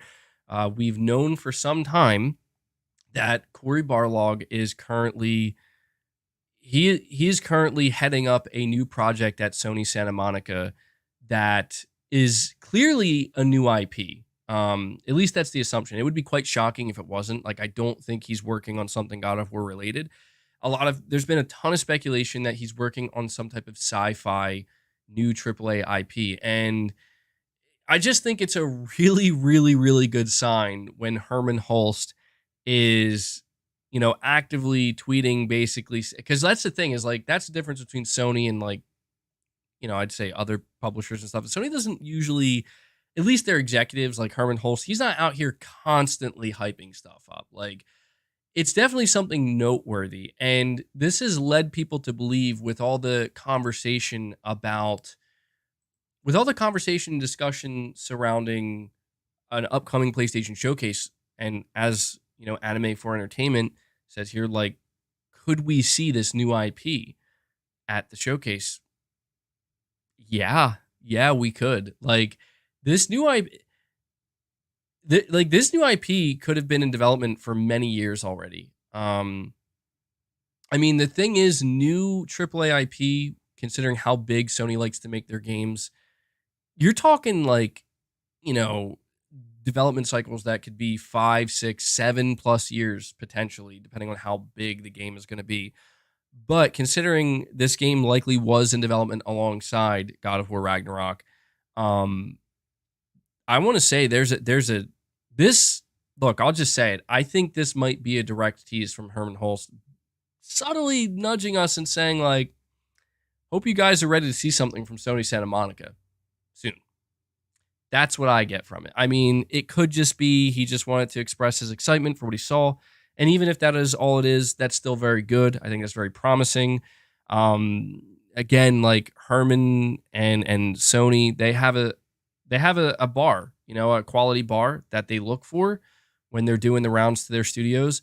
But even the fact that, he's been going around making the rounds to all these PlayStation studios, it seems like they might be getting ready for something. Maybe. I have Oh, I actually have a few more super chats I didn't get to. Illegal Monkey says, just beat Returnal went from being a frustrating slog to an addictive shooter. If people felt turned off by it, I recommend giving it a good college try. I hated it at first and didn't play for months. I will say I had a similar experience with Returnal where I sucked really, really badly at Returnal for like the first, I don't know how many hours. I think it was like the first 3 levels of the game. Like I really, really, really, really struggled. I was getting nervous that like, am I not gonna like this game? And I paid $70 for it. Then out of nowhere, just like that, something clicked and I suddenly got good. And as soon as it clicked, it's just like all the pieces fell into place perfectly. And I just got it. I just understood the game, and from that point forward, like the game became immensely more enjoyable and I annihilated everything and I went on to get the platinum. So I absolutely agree, man. If you are somebody who tried to play Returnal and it just wasn't working, maybe give it a second chance if you feel up to it. Because as Illegal Monkey says here, he hated it at first and didn't play it for months. So I'm happy to hear you went back to it, man, because I think that's a similar experience. I think that a lot of people had that type of experience potentially with Returnal at first, because it's just like, it's not an easy game, but once you figure it out, it becomes easy, in my opinion. Just once you fully understand the mechanics and you understand the weapons and just the flow, it becomes a lot easier and a lot more enjoyable, I think. So I appreciate that super chat, man.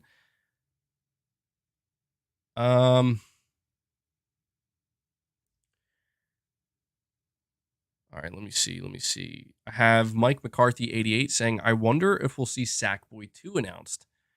I don't know if we're going to get another Sackboy game. I mean, I feel like we might, but you know what I think we will see announced at a PlayStation showcase?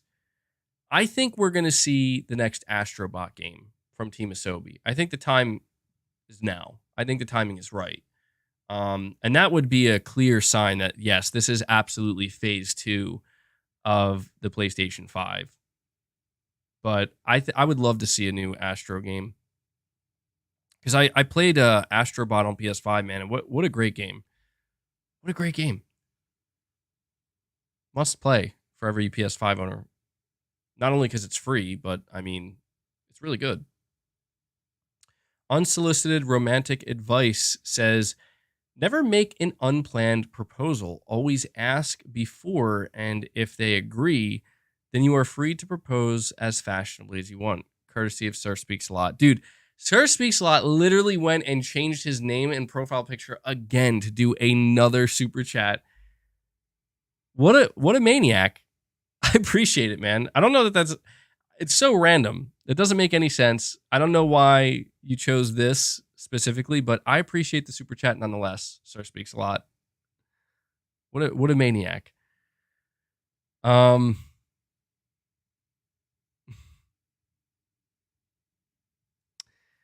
Devil Shooter says, MBG, some people want us mods to nuke the chat in honor of Sir Speaks a Lot. Permission to push the red button. No, you do not push the red button. Don't do it unless you guys want to make sure he doesn't get modded. If you do it, he's not going to get modded. So let that sink in. Yeah, that's right. That's right. You can do it if you want, but you guys are gonna at the same time nuke his chance at getting modship back. So, Sir Speaks a Lot. It's in their hands now, man. It's in their hands. He already isn't a mod. He has nothing to lose. No, he does, because I'm saying he might become a mod again.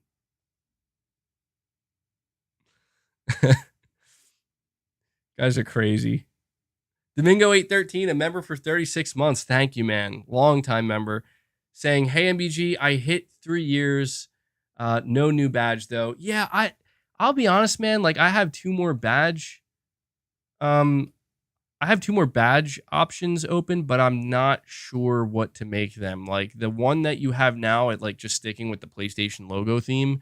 And I gotta say, I'm afraid to change that. Like, I feel like I've had the PlayStation logo badges for so long that if I just change them to something else, people might get pretty upset. I don't know though. Like, I don't know how to get feedback on that because I feel like maybe some people won't care, some people will care. But when it comes to sticking with that theme and not changing it, saying a platinum, yeah, I could do that maybe. I don't know. Maybe I could try to fill in those 2 spots at some point. But I appreciate it, Domingo. It's a long time membership. It's a long time, man. 3 years. Really appreciate that support, dude.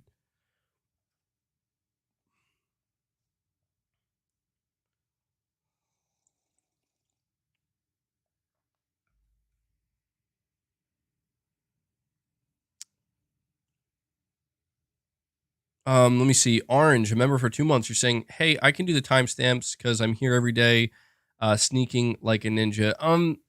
I appreciate the offer, man. And the reason why I'm not gonna do that is because I don't like. I know that there are people who would do timestamps for free. Like, look, if there's anybody who wants to do timestamps and just like publish them under streams, I'm not gonna tell you not to do that.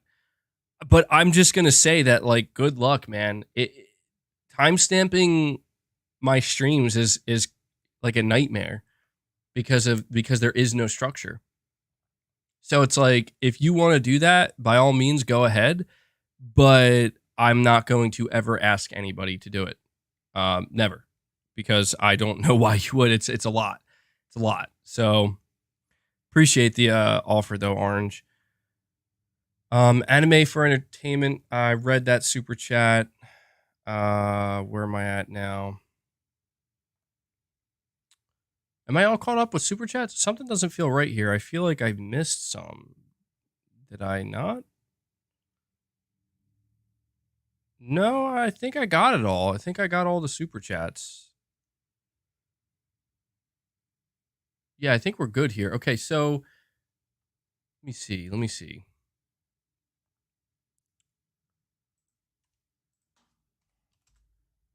Is there any update on the PlayStation Showcase? Here we go. 6 hours ago, Eurogamer. UK MPs have grilled the CMA over its decision to block Microsoft's Activision Blizzard buyout. Okay.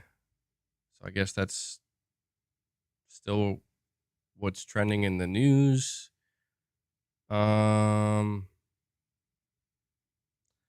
God, dude, there's like nothing.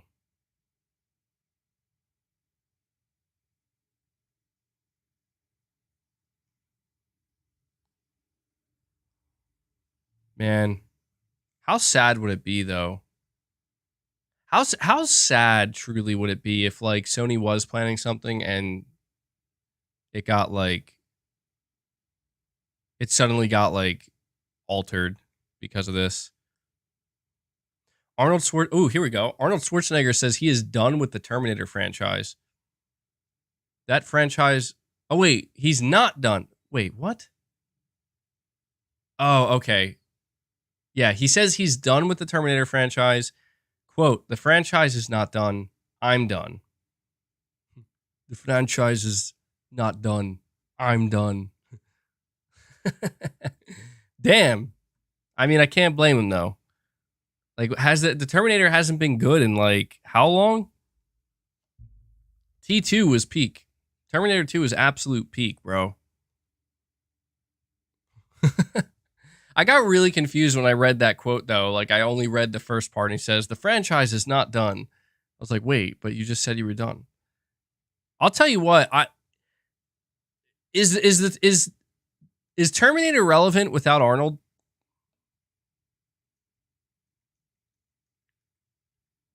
Guys, tell me, is Terminator relevant without Arnold? Surely not, right?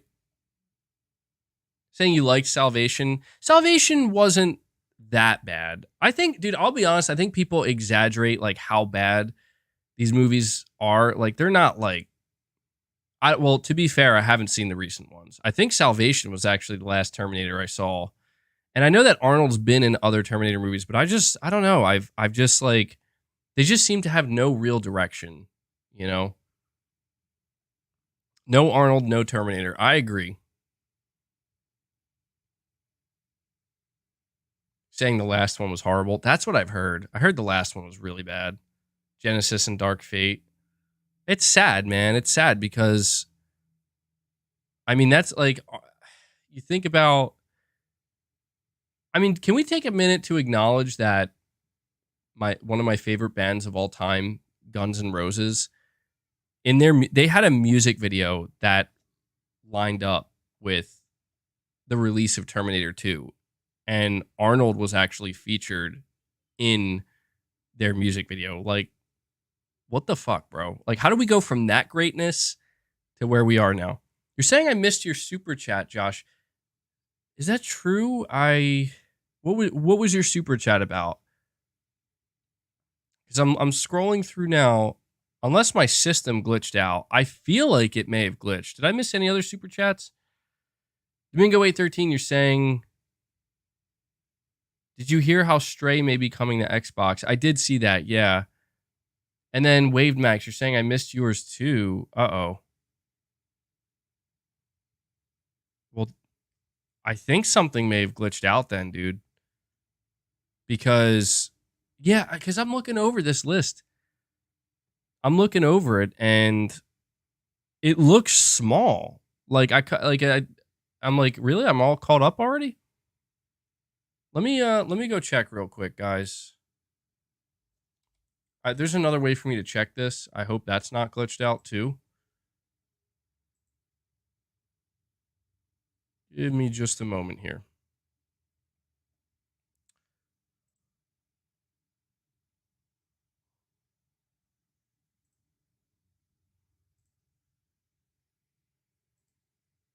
Oh yeah, dude, there's a bunch missing.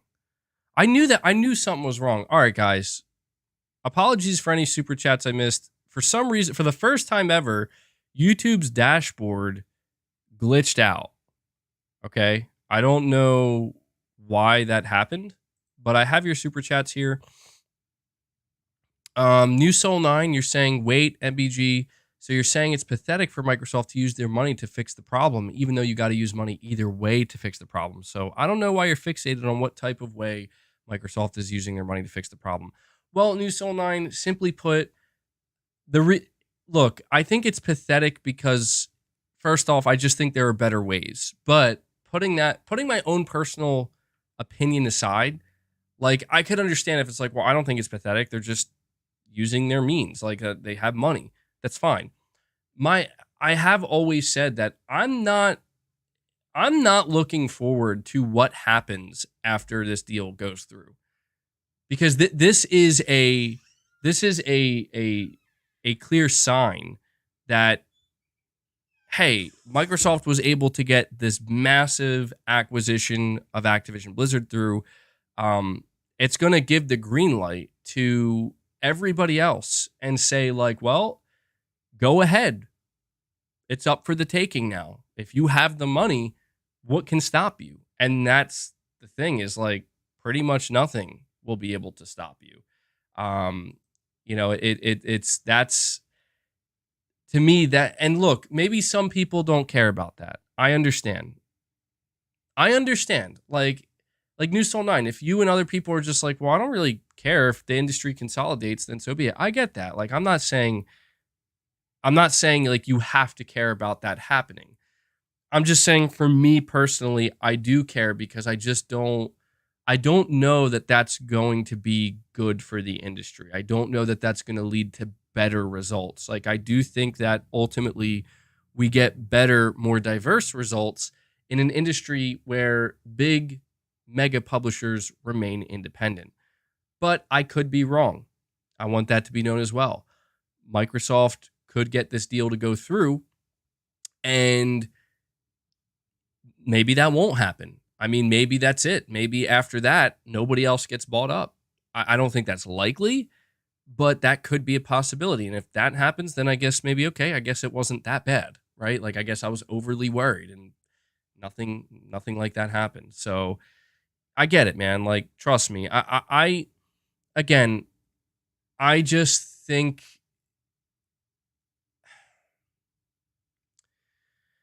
if there's one thing that I've learned recently, it's that Xbox fans are very tolerant of the decisions and the things that Microsoft, does and the things that they say. Much more tolerant than I am, and I'm getting. I don't really plan to continue to like, turn and say to like, for example, like Xbox Series X owners, like I don't want to sit there and tell them like, hey, you shouldn't be okay with Redfall. You shouldn't be okay with Phil Spencer's interview. You shouldn't be cheering on Phil Spencer for his interview. You shouldn't be cheering on industry consolidation. But it's like they are okay with it. And even if they're not, like they're only willing to go so far to make it known that they're not until they just stop, And so it's just, it is what it is, dude. Like I really, really, really, really, really, really hope, sincerely, like I really fucking hope that if Sony does a showcase, that's what kills this conversation. Okay. I think the ideal outcome for everybody, check this out. I'm gonna spin this in a way. I'm gonna take this in a direction that I don't think anybody was expected it to go in. I think the ideal outcome is Sony puts on a showcase before the end of this month, and that showcase is so fucking good, so mind-bogglingly good, that it makes me and almost everybody else turn and go, you know what, Microsoft? Maybe we are okay with you getting Activision Blizzard because you're going to need them, clearly. And then that would mean that if everybody was in agreement, like if we could just get to a place where everybody can be in agreement, right? Where like PlayStation puts on one of the best shows ever, where it's clear that, oh shit, they really don't have competition. And Microsoft is going to need my Activision Blizzard. Then everybody can basically come into an agreement, and hopefully at that same time, Microsoft puts on a decent showcase of their own where, but that's kind of, that's kind of where I am with this, where I just hope that the showcase can end this conversation, because there's just no winning, man. Like that's the thing. There's no winning, in my opinion. If it goes through, if Microsoft gets them, of course, some people will feel like they've won, but in reality, it's like, okay, well, I guess the biggest win for those people is, okay, you get these games in Game Pass, and that's great, that's fine, but not much changes ultimately. You know what I mean? Like I don't know that Microsoft buying Activision Blizzard means like we're not going to make Redfall type games anymore. Do you get what I'm saying? Like I don't know that it's going to fix the problem. I don't know that it's going to solve the problem, and that's why News Till 9, you're saying like Microsoft is using their money to fix the problem. Like it's because money isn't really the problem here. You know what I'm saying? Like everybody. Even again, like I don't mean to keep bringing it up, but just because it's brought up in the super chat here, just not even a couple of weeks ago, dude, the past 3 weeks, I've seen the biggest meltdowns in the Xbox community that I've ever seen, ever. And I was there for Crackdown 3. Okay, like I've never seen meltdowns this big, and I actually was finally happy, because I'm like, I think they get it now, man. Like they're finally rallying out and outcrying and saying to the leadership at Xbox that like, this is unfucking acceptable. This is fucking bullshit. Change it now, not next year, not next E3, not next showcase, now. And I was happy to see that, because I'm like, finally, this is how we're going to get competition. And then Phil comes out and basically kills that by saying we're not doing that. And then all it took for the conversation to just go right back to where it was, as if nothing happened, as if the past 3 weeks didn't occur, is this news about the fucking EU approving this deal. And it's like, fuck, man. If it's that easy, if that's all it takes to get people to just pretend like that shit show didn't just happen, then maybe Microsoft is right in saying that buying Activision Blizzard is going to solve our problems. And that's the shit that's just crazy to me, man. Is it's like, I don't know, dude. It saying the moment of clarity quickly wore off. It seems like it did. Like, don't get me wrong. I'm not expecting people to, like, Xbox fans and stuff, to literally rage for weeks on end and months on end and like keep going and going and going. No, I certainly expect it to calm down a lot and almost become quiet. But I guess I'm just saying, like, I was quite surprised that this is all it took for the vocal Xbox community to just suddenly be like, yup, everything's good again. It's like, oh, okay. Well, I mean, Redfall was still the last game that, whatever. But then again, it's like, hey, what can I say? Sony still hasn't announced a showcase. You know what I mean? So it's like, okay, that's what it is, man. It is what it is. But I appreciate the super chats, New Soul 9. And we got Easy E saying, a conspiracy theory. I don't believe there's a showcase. Insiders made up the rumors to troll Sony fans. Think about who's spreading these rumors. I thought about that, but that's that's I don't see how that would be a thing. The reason why I'm saying is because you got to think about, like, because you're saying think about who's spreading the rumors. Well, let's think about it. The rumor started with Jeff Grubb. He was the only one. And then as we got into May, then Andy Robinson of VGC chimed in. And as far as I'm aware, these are the only two outlets that have come out and concretely said that this is when it's happening. And they've been told that.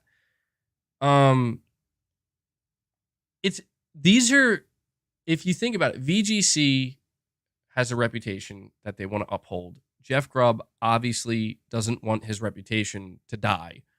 He doesn't want, you know what I mean? He knows he's viewed as an insider, and even though not everybody loves him, like, people still do report about him, and he doesn't want that to stop. Why would he? You know, like, that's arguably how he's made his name in the gaming industry.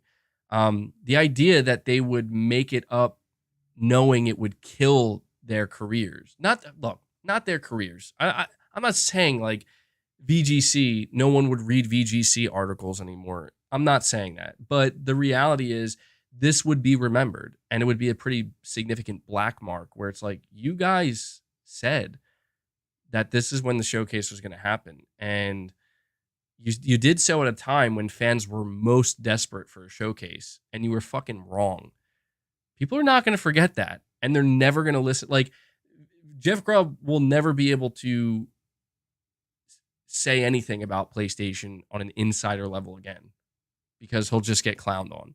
Same thing with VGC. So it's an interesting conspiracy theory, but it's not one that I believe because it just it doesn't make sense to tank your own reputation for the sake of a troll. You know, if anything, in my opinion. MBG, did you read Grubb's tweet today? Yeah, I think he's trolling a bit there. I don't want to read into it too much, but dude, like, maybe, I don't know, dude, maybe Jeff's starting to sweat. You know, maybe he's starting to feel like, God damn it, I said the thing about the showcase and now I'm unsure if it's going to happen, and he's feeling the heat.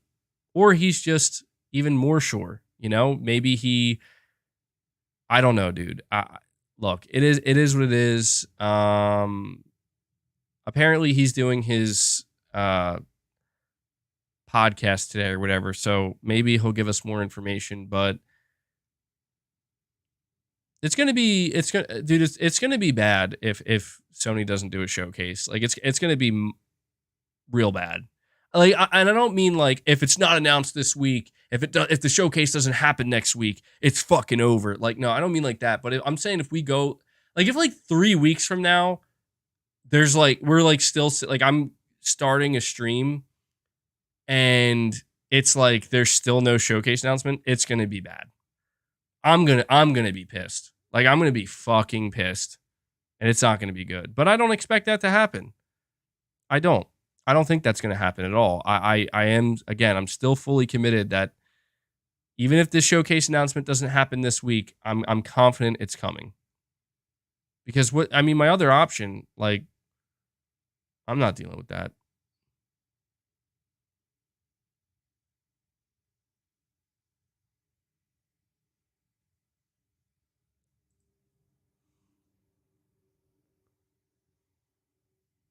Wait, what?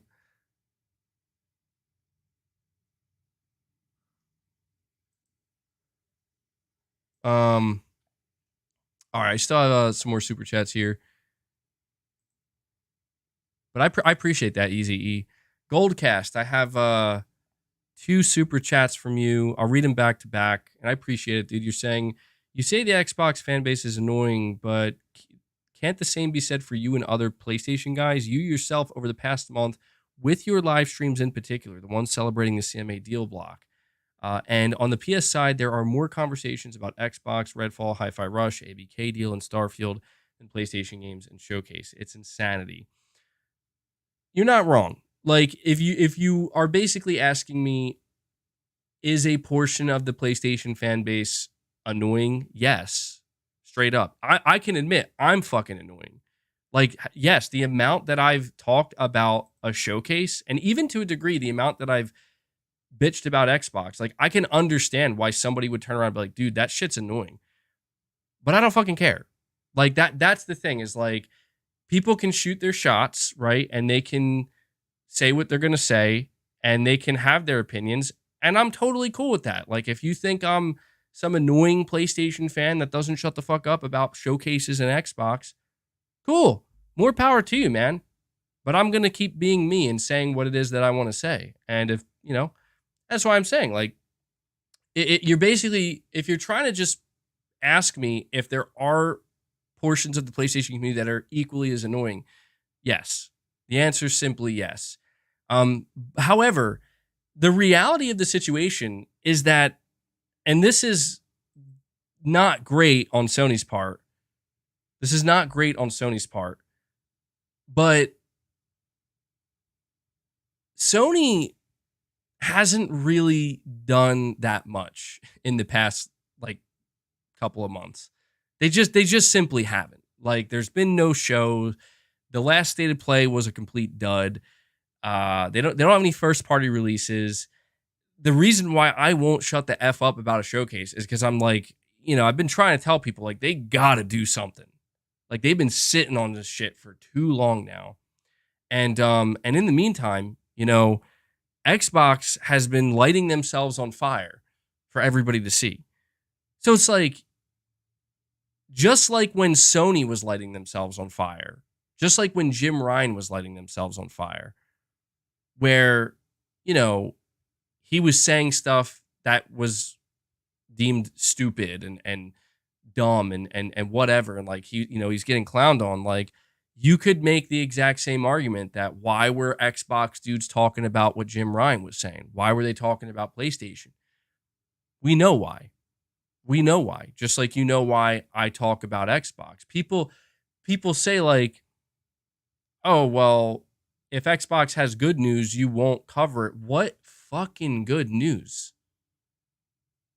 Like, I'm literally covering the good news here. Look at, like, my title says Xbox gets a win. Xbox gets a win. That's my title, bro. Like, I could have said anything, and that's what I said. So I still have my opinions, but I can still objectively say Xbox got a win.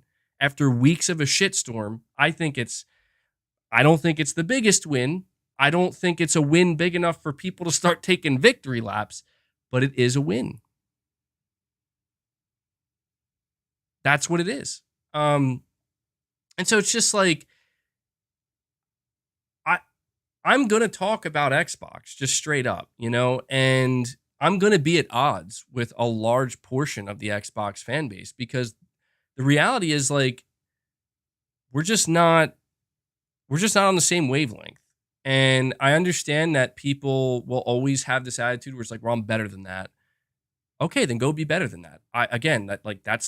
That's your life to live, bro. Like, if you don't want to engage in these types of conversations and you don't want to listen to the things I have to say, then don't. Like, that's the thing that I don't understand. Like, dude, I saw somebody in the chat, they mentioned like, oh, you care.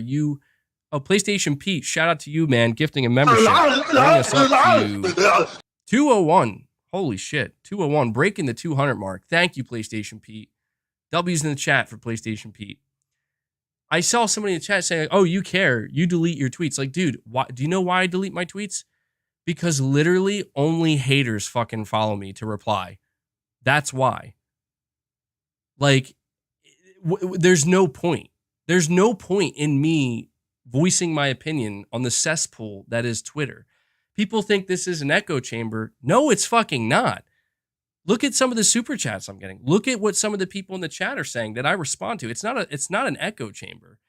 It's just the difference is there are actually people here who enjoy my content and appreciate me. The people on fucking Twitter, Jesus Christ, dude. What a fucking nightmare that place is. It's gotten so much worse. I hate to say that, but it really has gotten worse. Also, it's not as technically sound as it once was. Saying deleting tweets is always no. You know what the fucking L is? Me tweeting is the L. Me being on Twitter is the L, bro. And I fucking take that L every day. But I think that's going to change soon. But, you know, it's crazy to me that I'm going to stop saying shit like that because it's not crazy. Like, it's not, maybe at one point in time it seemed crazy, but it's not crazy. It's just the way it is. People need to understand and accept that you're not going to always be in agreement with me. And I'm not worried about being in constant agreement with an audience or specific people. I'm not. Like, I'm going to say how I feel. And if that bothers somebody, then so be it. And if somebody, you know, with their own audience or whatever, has something they want to say, whether it's they want to actually give input or they just want to make fun, then they're free to do that. But I'm going to say what I'm going to say. I'm going to be who I am. And I'm just honestly thankful more than anything that YouTube here has allowed me to do this in a way where there are people here who actually appreciate me. You know, and like that means something to me. I don't give a fuck like what anybody has to say in terms of trash talk and they want to hate and they want to troll. It's like, dude, go for it, man. But my focus is here because that's honestly what that's what you guys deserve. And I'm getting a bit off track here, but it's true, man. Like you're not wrong. There are annoying people in the PlayStation community. There are annoying people in the Xbox community. And I think oftentimes people try to run from certain things, certain labels that people place on them. And it's understandable why they do that. I have people who love me. I have people who absolutely hate me.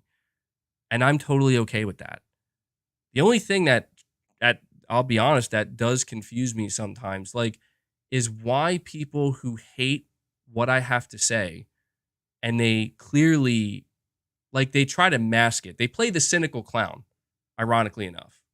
They play the role of the cynical clown where they're like, well, if I just make fun of it, then it shows I don't care. And it's like, well, that doesn't line up that way. The reality is, you're spending more time engaging with this thing and this person or this identity or this whatever it might be. You're spending more time with that than literally anybody else. The argument could be made, you potentially are their biggest supporter. You potentially are their biggest fan. And that's what I don't get about it, is it's like, well, I mean, hey, if that's what you enjoy, then enjoy what you enjoy, you know? It doesn't fully make sense to me. But then again, you know, people will say the same thing to me, like, hey, why do you talk about Xbox? Isn't that how you feel about Xbox? I'm pretty fucking close to it, I gotta admit. Pretty close to it. Not fully there yet. But no, the reality is all I want from Xbox is to just make good games. That's literally all I want.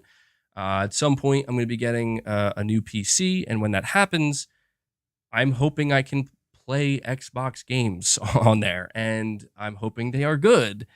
That's all I want. Like, I mean, don't get me wrong. It is enjoyable at times when Xbox to see themselves shoot themselves in the foot. But it's a situation where I've played on Xbox for many, many years, and they've produced experiences that I have enjoyed thoroughly. And people think that everything I say about Xbox is in bad faith. Maybe some of it, but believe me, like, MBG coward member only posts, bro. Are you serious? You're calling me a coward because I do member only posts? No fucking way. There's no way that you are trolling, right? Like, you have to be. Right? Like, that's a troll. That's not serious. It has to. I mean, I have to assume it's a troll. Cuz it's like, dude, oh my God. I literally have a fucking perk. You know what? I'm not even gonna go there.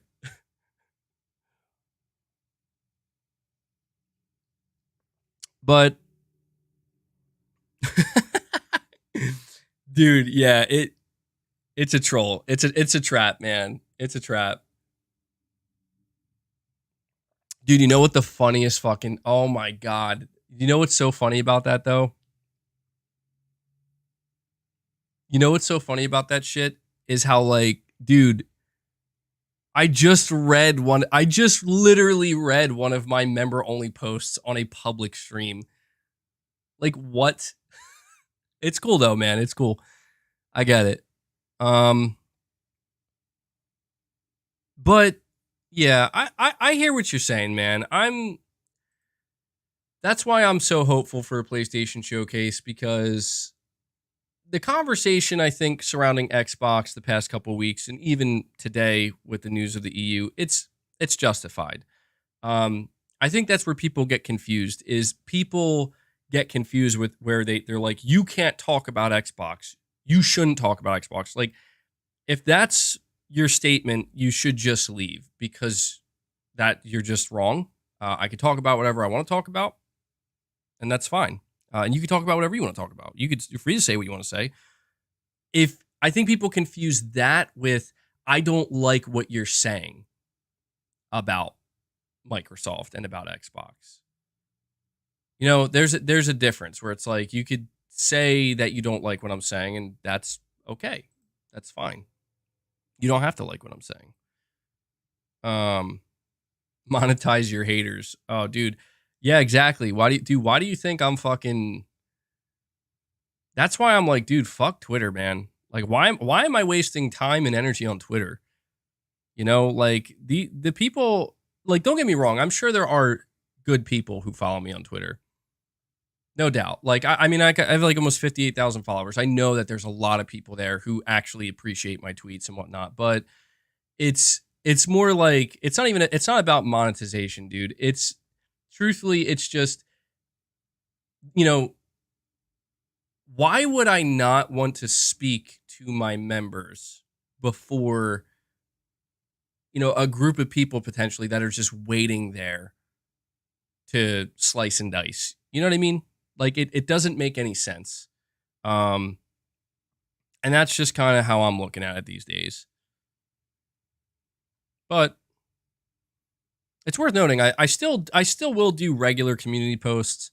I actually put out a poll for everybody. Ghetto God, you're saying, MBG, I tagged you on Sunday in a tweet. It doesn't let me super chat you. It might not let you super chat me because I don't know if I don't know if you can super chat on an Apple device, maybe. I don't know why. I know that super chat isn't available in some territories, but I'm not exactly sure why, man.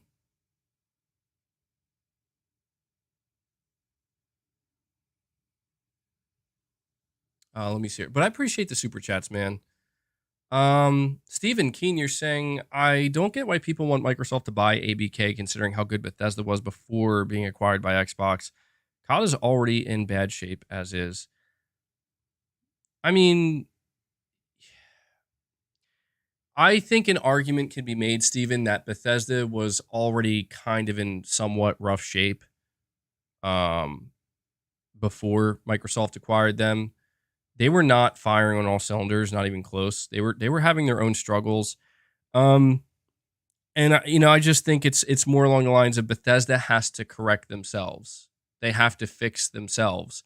They have to fix their games. They have to make the right type of games. And I don't think Xbox is going to have anything to do with that.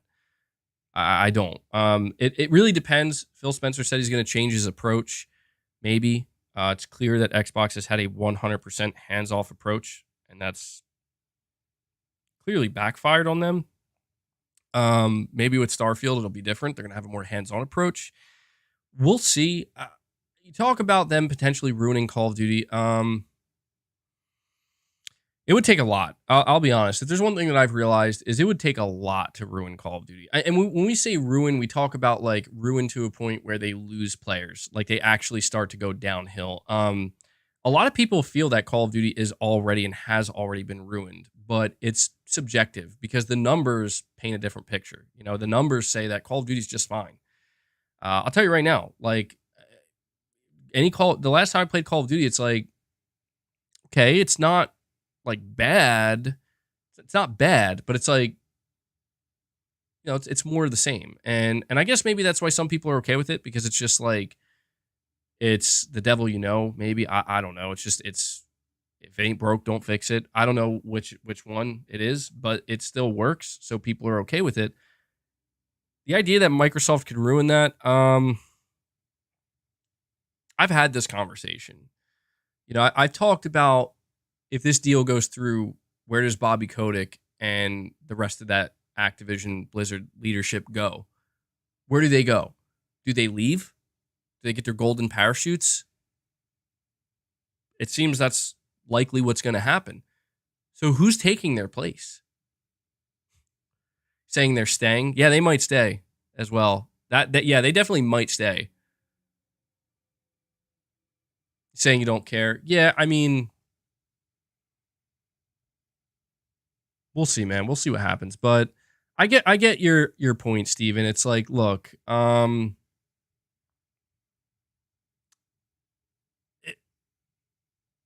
maybe Microsoft will be the ultimate demise of Activision Blizzard. Maybe not. We don't know. All I do know is Microsoft has not done a good job managing their own studios. That's what I know. That is a fact. So take that and make of it what you will. Michael Lynch, you're saying, for us haters of the membership trains, I found a workaround.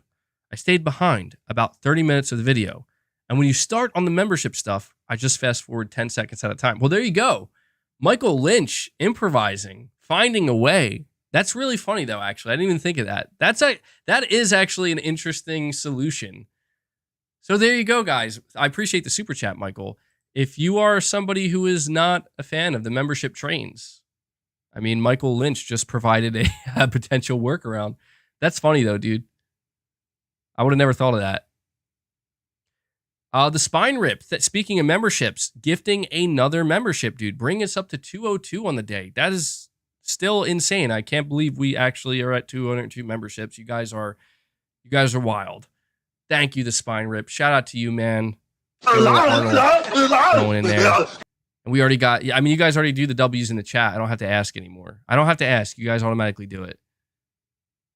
The Spine Rip, probably very excited for that Mortal Kombat reveal. As many people are. Josh, I got 2 super chats from you saying, only reasoning needed for a PlayStation showcase is we have zero roadmap. It's borderline not okay that we haven't seen a glimpse of Spider-Man 2 since it was announced. What's the attack plan when we squad up in Firewall Ultra MBG? I'll grab their ankles and you shine the flashlight in their eyes. Click, boom, mission success. Yeah, dude. Is that a mechanic in that game? I think it is. I think they talked about that, where you can actually blind people with a flashlight since you're in VR. That's really cool. Like, that is such a clever and interesting mechanic that really makes the most sense to use in VR. And that sounds like a pretty good plan, Josh. Sounds like a pretty good plan. But I'm in complete agreement with what you're saying here. You're saying the only reasoning for a PlayStation Showcase is we have zero roadmap. That's what I've been trying to say that too, man. I've been trying to like let people know that I understand that it's maybe difficult to believe rumors and whatnot. Like, I get that, but I've tried to explain to people, like, Sony has to literally do something. And right now, a showcase makes the most sense. Sony doesn't reveal first-party stuff in stated plays. They just don't. And so Sony has first-party stuff they have to show. It's right there in front of us. You know what I mean? Like, they have to do it. If it would be very problematic. You say it's borderline not okay that we haven't seen a glimpse of Spider-Man 2. I agree, dude. That is like, I'm not saying we should have gotten like 3 or 4 trailers, but Jesus, like, seeing literally nothing. Like, this game is a secret. At this point, like, this game is a complete secret. I kind of like it. I am not gonna lie. Like, I kind of like that because it's like, ooh, like, well, this is different.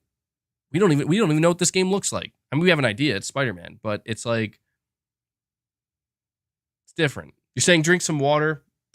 Good idea. Good idea. I should drink some water.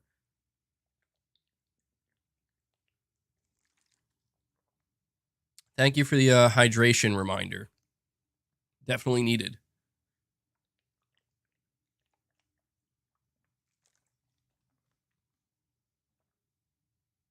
I might as well just finish up this water bottle.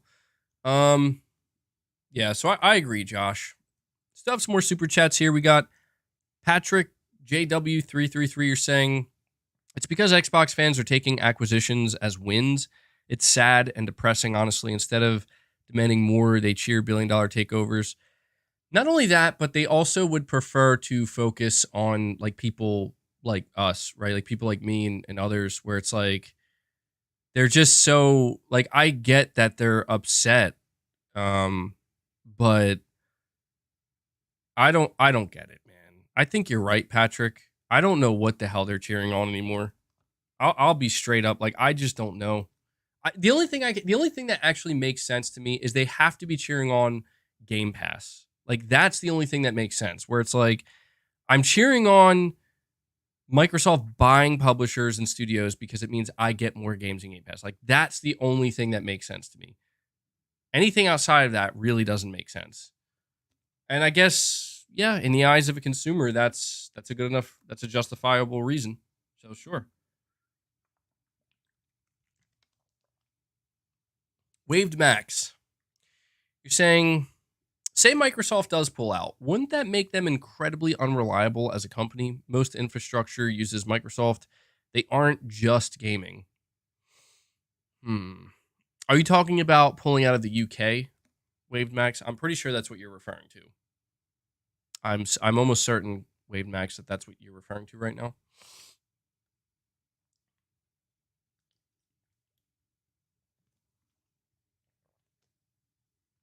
Okay, yeah, you're saying pulling out of the UK. It would be, dude. The reason why I say it's, I did say over and over again, nobody knows what's going to happen. But I will say it would be unprecedented. Truly it would shake not just the gaming foundation, it would shake the entire landscape of all big tech if Microsoft pulled out of the UK. Like, I'll tell you right now, I think there's less than a 1% chance that they do that. I know Microsoft is absolutely desperate to get this deal to go through, but if it comes down to that, like, the only way you get this deal through is you pull out of the UK, I think that's less than 1% because that's I don't know, man. That would be that. Then again, you know what? Maybe it's not less than 1% because if you think about it, like that could be a power play on Microsoft's part, where it's like, but you have to think, where is it? What does it come down to? Like it comes down to money, dude. Like these tech companies, like Microsoft can get as mad as they want if if by the end of this thing the CMA still is like, yeah, we're blocking it. The reality is, Mike Brown, I don't think so. You're saying CEO Satya Nadella said they would. No, he said, let's see what happens. Basically, he said, we'll talk about it when we get there. He didn't say, he can't say that. He can't say that yet. Because that's the thing, dude. Like, who's going to call whose bluff here? I think the UK is going to call Microsoft's bluff. You're saying, what do you think that means? I think it means he has to be ambiguous to make, he has to make it sound like we might. But he didn't say we will. I think he's doing, to me, it's obvious that Satya Nadella is doing that because he wants to, he wants to apply pressure and make the UK government and everybody there, they'll be like, oh my God, are they actually going to do it? But I don't know, man. I think he's bluffing because it would be unbelievably like people say, like, oh, it would hurt the UK. Yeah, it would really hurt the UK if it would really hurt the UK if Microsoft pulled out and didn't do business anymore. But you know who would hurt, I think, even more? Microsoft, the company that relies on money, that says that the only thing that matters to them at the end of the day are their earnings reports and their shareholders. Like, let me ask you, do you think their shareholders are going to be okay with that?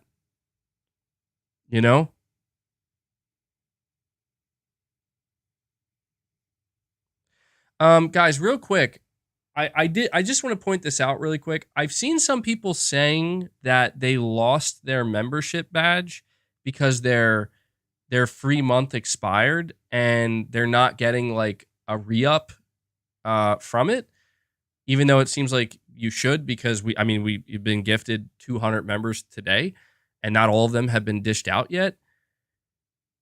And some people are asking me if you have to re-opt in to get another membership.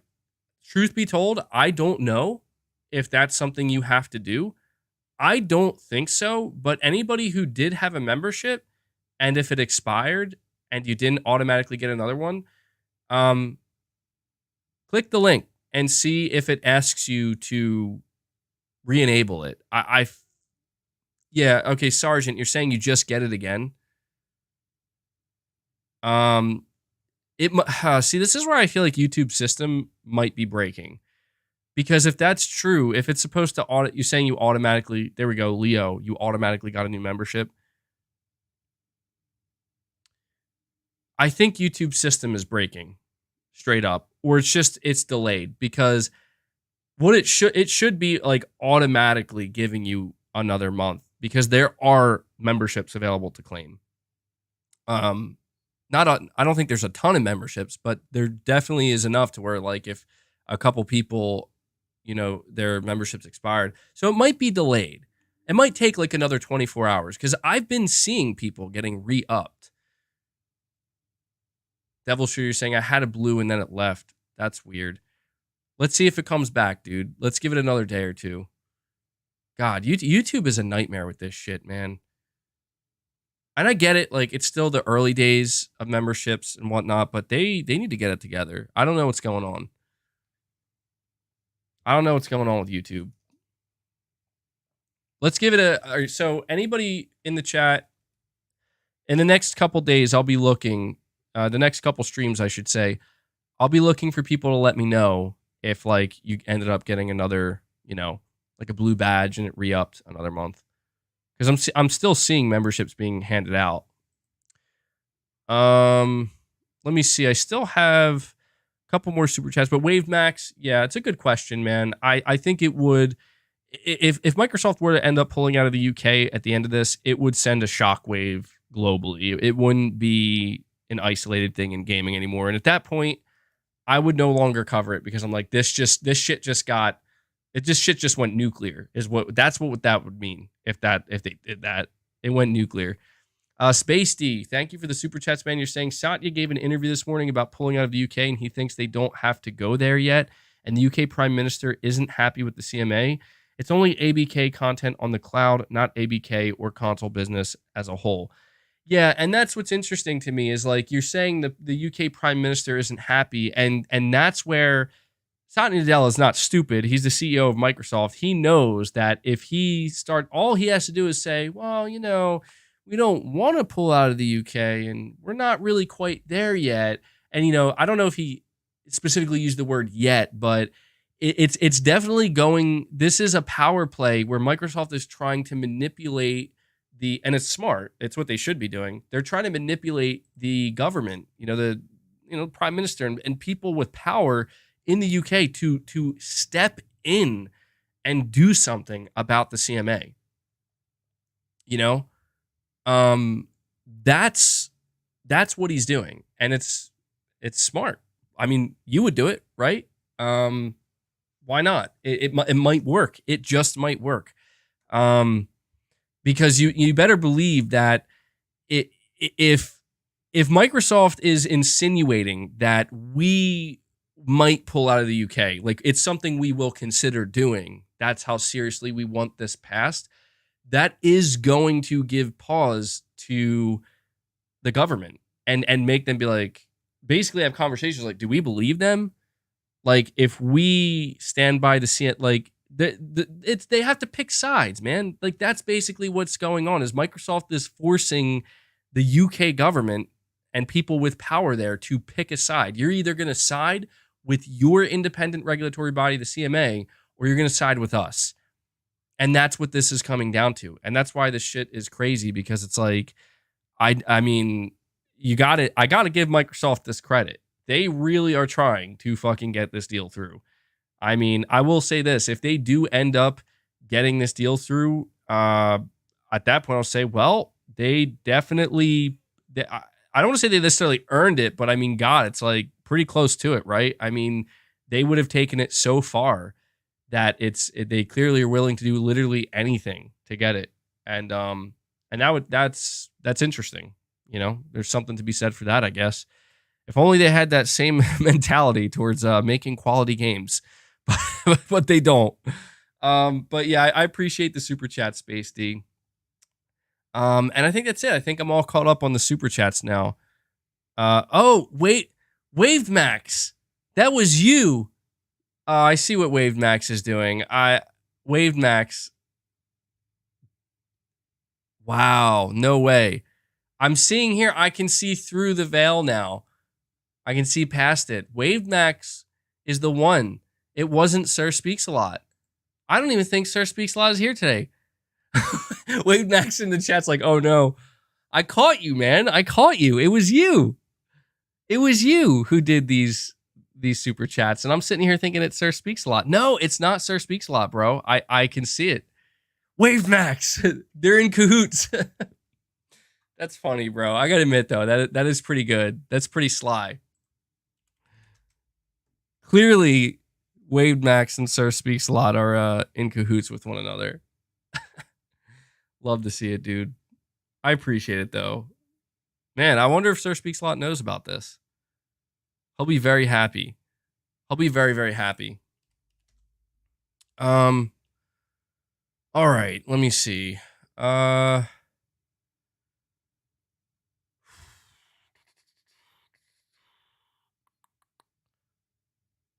all caught up on super chats. We've talked about our topics. I'm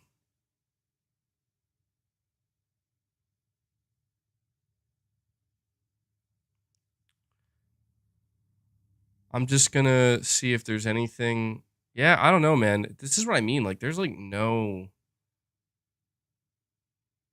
Very little news, gaming news right now. Is it the calm before the storm, guys? I don't know.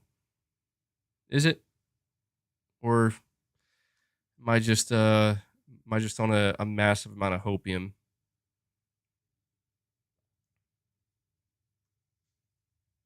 Just on a massive amount of hope.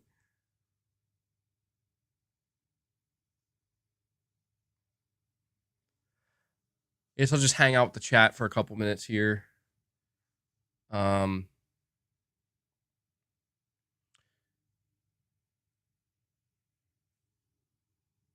Wait, PSP viewer 100, you're saying I missed your super chat. Let PSP reviewer or PlayStation previewer, I never know what it is. Can you let me know, was your super chat like a paid super chat, or was it a member, like a milestone super chat? Because if it was a milestone super chat, unfortunately it seemed to have been lost in the abyss. If it was paid, okay, hold on, let me go double check then. Now I'm really starting to get concerned that YouTube's glitching out to an extent that I've never seen, because I just looked out. Let me comb through it again real quick, dude.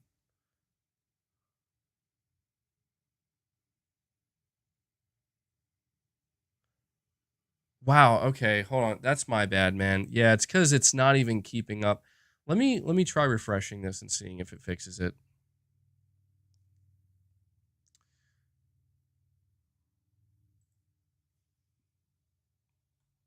There we go. Okay, it's updated now. It's updated now. All right, let me see. We got PlayStation Pete, man. I missed your super chat as well. You're saying top 5 YouTubers. Number 1, MBG. God damn, dude. I really appreciate that. That's awesome. Dan says, thanks for getting me through my day. Listen to 2 podcasts today. Oh, no problem, man. I really appreciate that. I really appreciate that, dude. Saying number 2 is Mystic. Number 3, PlayStation Access. Number 4, Push Square. Number 5, Dreamcast Guy. Well, I appreciate that, man. That's very, very kind of you. Very kind. Huge shout out to you, PlayStation Pete. And PSP Reviewer 100, you're saying, anyone else hope to see a new Bionic Commando? Man, that would be pretty random, I would say. Like, I've seen a lot of people saying that they would like to see a specific game shown off soon. But I don't know that I've seen anybody say that they would like to see a new Bionic Commando. Oh. Bionic Commando, man, I haven't heard about that game in a long time. We'll see if it ends up happening, man. We'll see if it ends up happening or not. I appreciate the super chat, man. KH, you're saying, as long as Microsoft stays away from Capcom and Konami, I'm happy. Yeah, truthfully, I don't think Microsoft could ever get their hands on a Japanese publisher. I don't think that would happen. I don't think it could happen. Everything I've heard when it comes to speculation about, like, who Microsoft could potentially get, apparently, like, Japanese publishers are not a thing. Crucifixion, thank you, man. Becoming a channel member, play has no limits. I appreciate that. It looks like you upgraded your membership. I really appreciate that, man. Yeah, I do have higher membership tiers right now. I don't have any specific perks incorporated. It's just for anybody who wants to, go the extra mile to show some extra support. In the future, though, I hope to do something. I'm always thinking about new things I can do for my members. Speaking of which, we're going to have to do a members-only stream soon. And that should be fun. It'll be another members-only hangout stream. I do have a video I want to watch with you guys. I'm hoping you guys will enjoy it. If you don't, we don't have to watch it. We don't have to watch the whole thing. But I came across this really interesting video of, I told you it was like this guy who not documented, it's like a retrospective on Metal Gear Online, and I want to show it to you because I have a feeling like most people here have never even heard of Metal Gear Online, but certainly most people here have not played it, and I think that you guys might be kind of surprised to see like what Metal Gear Online was doing, like well before a lot of other games. or just to show you what it was like. But, you know, we can watch some other crazy stuff too, some funny stuff. I'm looking forward to it. I got to say, I really enjoyed our last members only stream. It was a good time. I had fun. And it's worth noting that, like, at the time, pretty much almost all our members watched it, which was great. So we'll keep those member only streams coming, and member only videos as well at some point. Watch more Steven Seagal. Yeah, we definitely will, dude. Waved Max, you're saying the chat is going berserk because I have imposters. Waved Max with a blue badge says Waved Max is a liar. What? All right, now you guys are getting crazy up in here with these super chats. I literally got a super chat from Waved Max, and then another from Waved Max with a blue badge. Waved Max, dude, I feel like this is like that Arnold video we watched together about the clones. That's what this is. It's stressing me out. The Spine Rip, you're saying, what do you think the probability of a showcase announcement happening on Thursday is? Honestly, probability. I'll give you a percentage. All right. Let me think. I'm trying to be realistic here.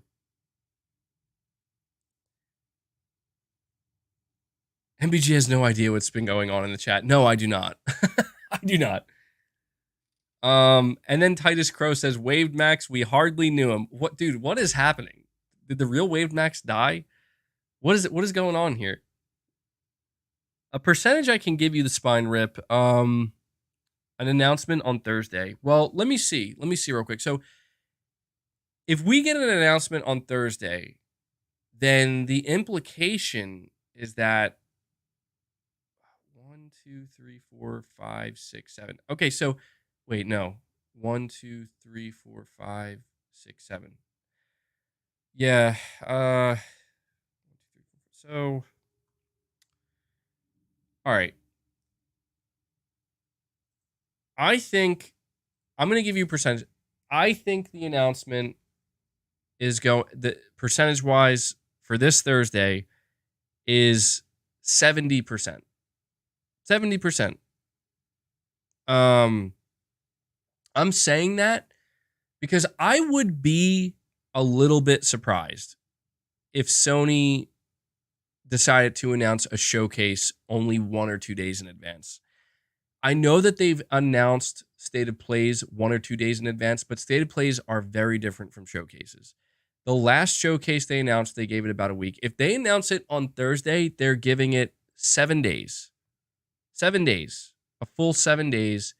Although they could announce it on Thursday and do it for Tuesday, which would give it 5 days. But I'm going to be honest, like, my expectation is pretty high, man. Like I said, if we don't get the announcement this week, I'm not going to fret. I'm not going to be like, well, I guess it's not happening. I see somebody asking, did you see Jeff Grubb's new tweet? I did. I'm assuming he's just trolling. He has to be just trolling. Like, honestly, you know what I think? I think he talked to his inside source and basically said, like, hey, did anything change? Like, is Sony's showcase still planned for, for the week of the 25th? And they were like, yeah. He's like, all right, I'm just going to, and then after that, he's like, all right, I'm just going to troll then. Because I'll tell you right now, dude, like, if Jeff Grubb, if he talked to his source, he would get out ahead of it. It would be like, if he talked to his source and his source was like, yeah, they're moving it, dude, he would definitely let everybody know about that because it would be in his best interest. Because you have to understand, the only thing that matters in Jeff Grubb's case is being right.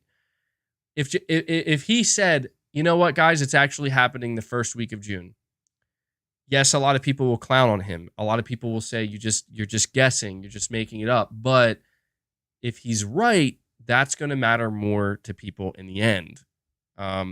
Saying he knows nothing, dude. What the hell is it with people who legitimately think that people like Jeff Grubb have made the names that they've made for themselves in this industry by guessing? They'd have to be the luckiest people in the world, bro. He's doing educated guesses with market trends. Well, even if he is, dude, he's getting a lot of shit right. So he's doing some great guesswork. Better guesswork than I ever could. So Waved Max, you're saying it's the revenge of Waved Max. Help me, MBG. I cannot help you, man. You clearly started something. Waved Max has started something, and I can't help you, bro. Like, what? I have no power here. The power lies within the chat. I'm sorry, dude. I'm sorry. Himanshu Yadav, you're saying, MBG, is Returnal supposed to be difficult? I was playing on PC and completed the game in 10 to 15 hours and only died like 2 or 3 times. Is it because of M and K? I mean, it could be. Is it supposed to be difficult? I think it is. Yeah, like, I'll be honest, man. If you blitz through Returnal, like, with no issues, you're pretty skilled.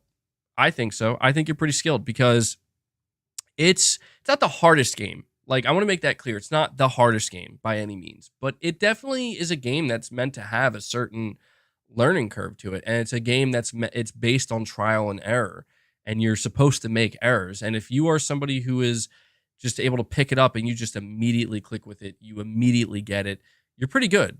You're pretty good. So you're pretty good. I got to get that as a soundbite.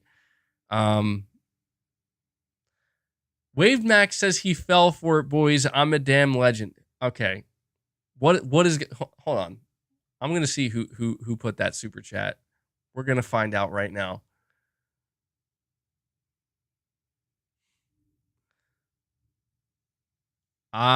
Wait. Okay, so the person who said Waved Max is a liar is actually named Maved Wax. And then Waved Max was the one who said it's the revenge of Waved Max. Bro, I don't know what's happening. I can't keep up with this shit. Maybe I did fall for it. You can't hide. Waved Max is Sir Speaks a Lot. Wait. Gasp. I feel like, wait, I truly have been bamboozled. It doesn't show me the badges here. Wait, what's going on? This can't be happening. Waved Max says, no, I am not. Now I don't know, bro. Now I really don't know. Sir Speaks a Lot says, when will you make me a mod again, bro? I have to nuke. Man, now I'm super confused. I don't know what the hell is happening. But getting back to your super chat, Himanshu, yeah, I think you're pretty good. If you were able to beat the game in 10 to 15 hours and only died 2 or 3 times, like, that's really good, dude. I think that's pretty good. Certainly. A lot better than me. So, congratulations, man. Imposter Nation out here. Absolutely. Yeah, I don't know. I don't know what's going on. I am here for you whenever you need my powers. You're saying this chat today is gold. It's gotten out of... Dude, yeah, it's crazy. I don't know what's happening anymore. Oh, man. We continue to wait.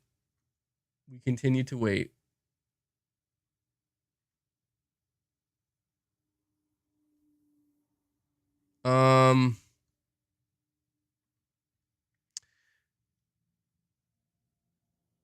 I do not expect an announcement tomorrow. I mean, I just want to ask you guys before, because we're getting obviously to the end of the stream here. I want to ask you guys, well, actually first, the Genius 200, thank you for the super chat, man. You're saying, had to mute a few people out of annoyance who tout the Microsoft news with the notion that it's good for all gamers and say it with a straight face.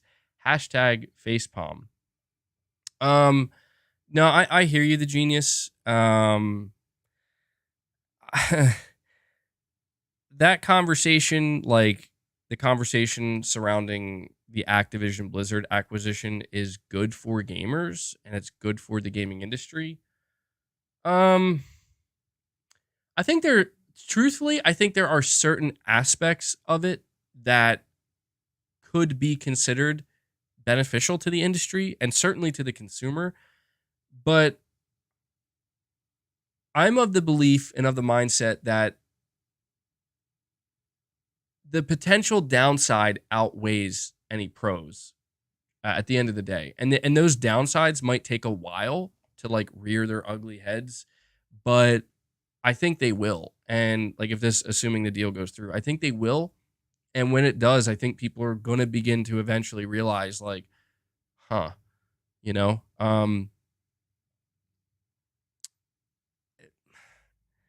I get it. You know, like Microsoft is using a viable tactic here. I just think that it's concerning where it might lead. And I'm not saying that I know for sure it's going to look, I've said it before and I'll say it again.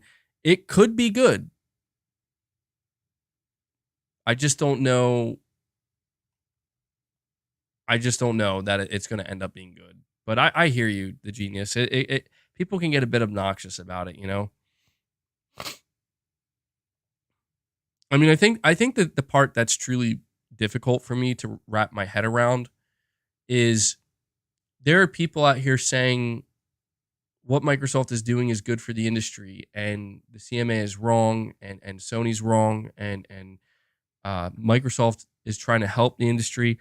What I can't wrap my head around is that like they're saying this immediately after Microsoft shit out Redfall and put out the most piss poor reactionary whatever damage control interview with Phil Spencer with his all the quotes we can take from him talking about how it's just not about making great games.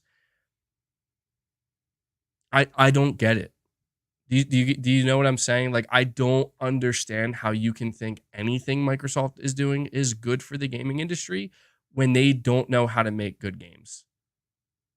You know what I mean? Like, and they just did what they did with Redfall. Like, if you want to say they might be able to do something good for the industry, that's fine.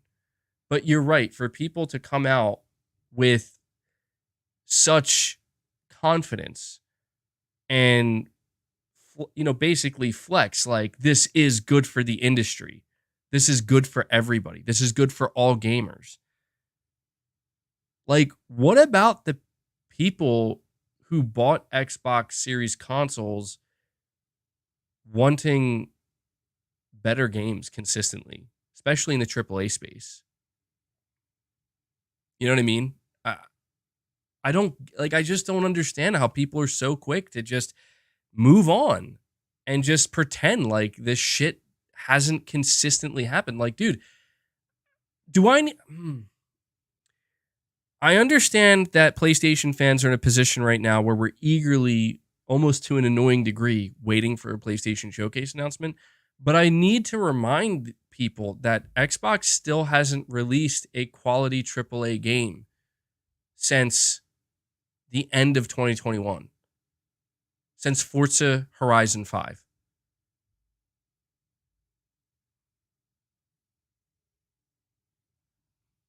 You know, and that's the whole thing is like they think, oh, look at all these ponies getting salty and angry in the tears. It's like, dude, what the fuck are you talking about?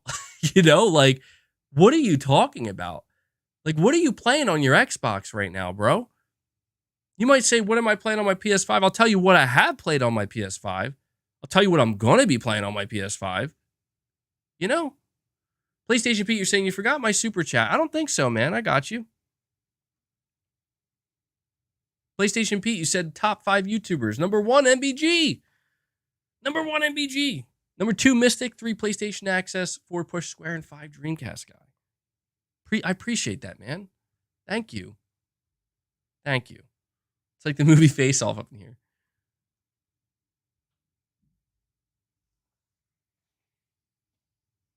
And I'm just tired of reducing the conversations and the arguments down to just like petty nonsense, man.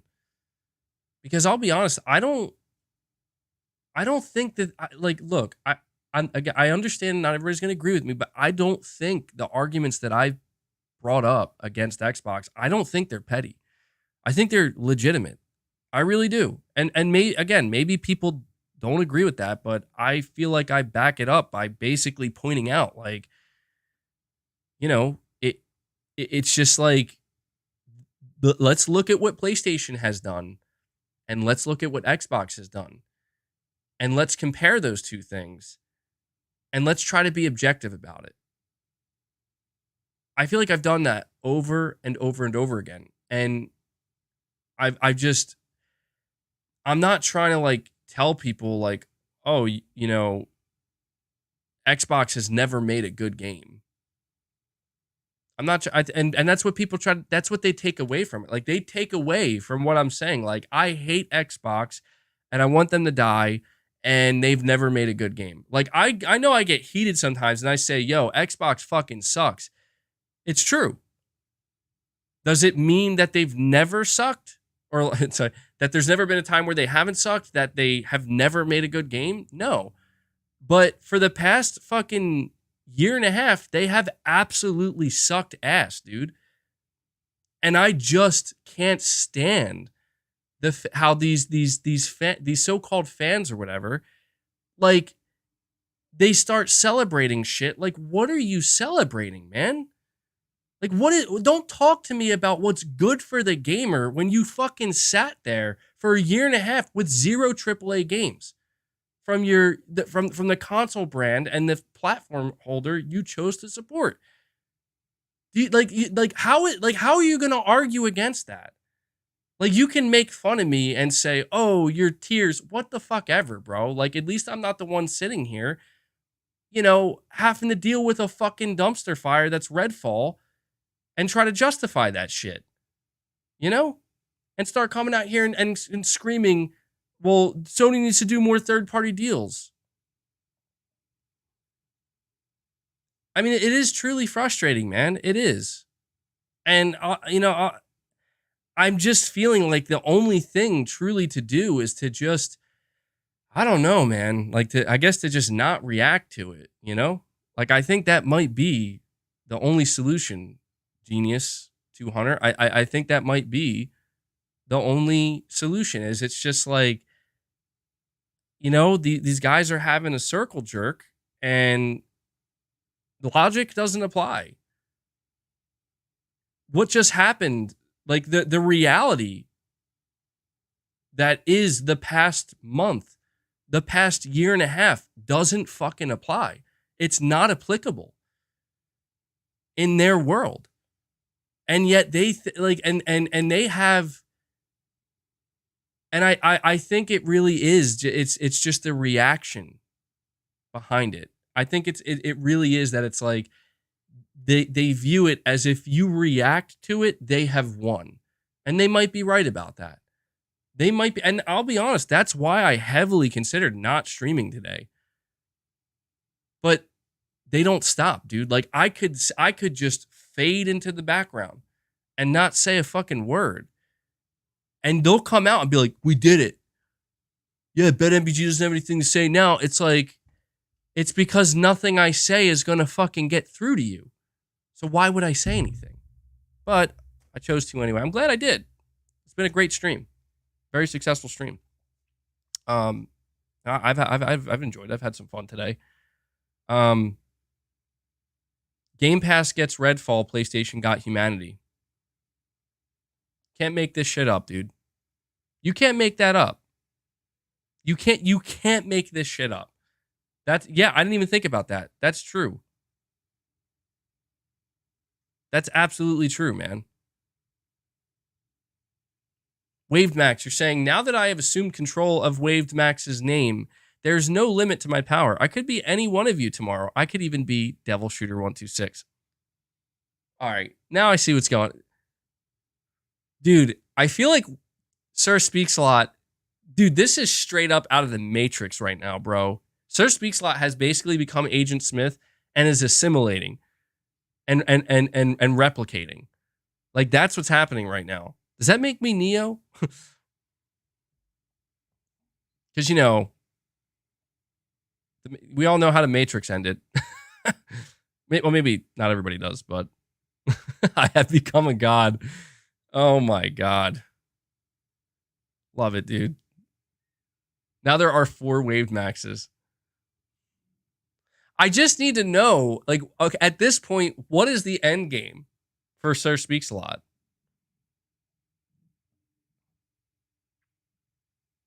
Pushing polygons. Yeah, I saw your post, man. Basically, just to let you know, I'll reply to you now. What my needs, I'm pretty sure I found what I'm looking for, but my needs basically are a PC that is capable of doing gaming, but it doesn't have to be cutting edge for gaming because I'm not going to game on it very often.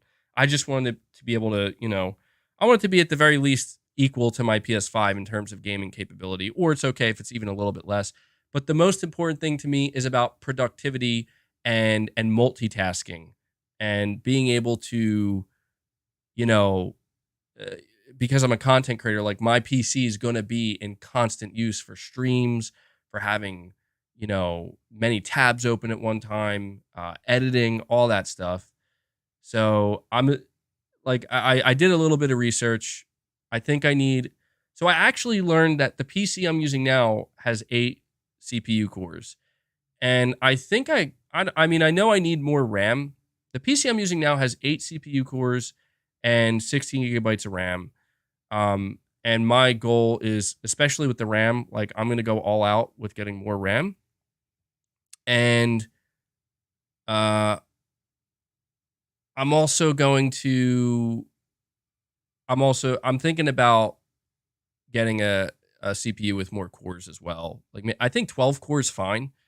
Like I think having a 12 core CPU is more than enough. I don't think like I mean, I want a PC that's capable of productivity, but I don't think I need 16 cores. I think that's way overkill. Um, and then, like the GPU, I don't need anything crazy. I'm not planning on doing a ton of gaming. I will game on it at some point, um, but I'm sorry I can't keep the conversation going. I still have some super chats I want to make sure I get to here. Um, you're saying 12 core. I see people saying 12 cores is overkill too. Well, yeah, you might be right about that, but it's just that in the future, I do think like I could see myself needing to up the productivity, and I could see a scenario where I am going to have even more like power hungry and just intensive programs running. And if that day comes, um, I want to just have a PC that can handle it no problem. You know what I mean? Um, Because the thing is, I will say this: the PC I'm using now has 8 cores, and it seemingly has handled the productivity side of things okay. But I have noticed like it does freeze up, it does slow down, and it does chug. And it's just clear that the laptop that I bought, it's a solid piece of kit, and it gets the job done. But it's not ideal. So let me see here though. Domingo 813, you're saying, do you have other color hats? Add some spice, lol. I have many hats actually, but this is my favorite hat. I like it because of how simple it is. It's just a black hat. It's just a black hat. That's all it is. But maybe I will buy some other colors. It's a nice hat though, man. It's served me well. It continues to serve me well.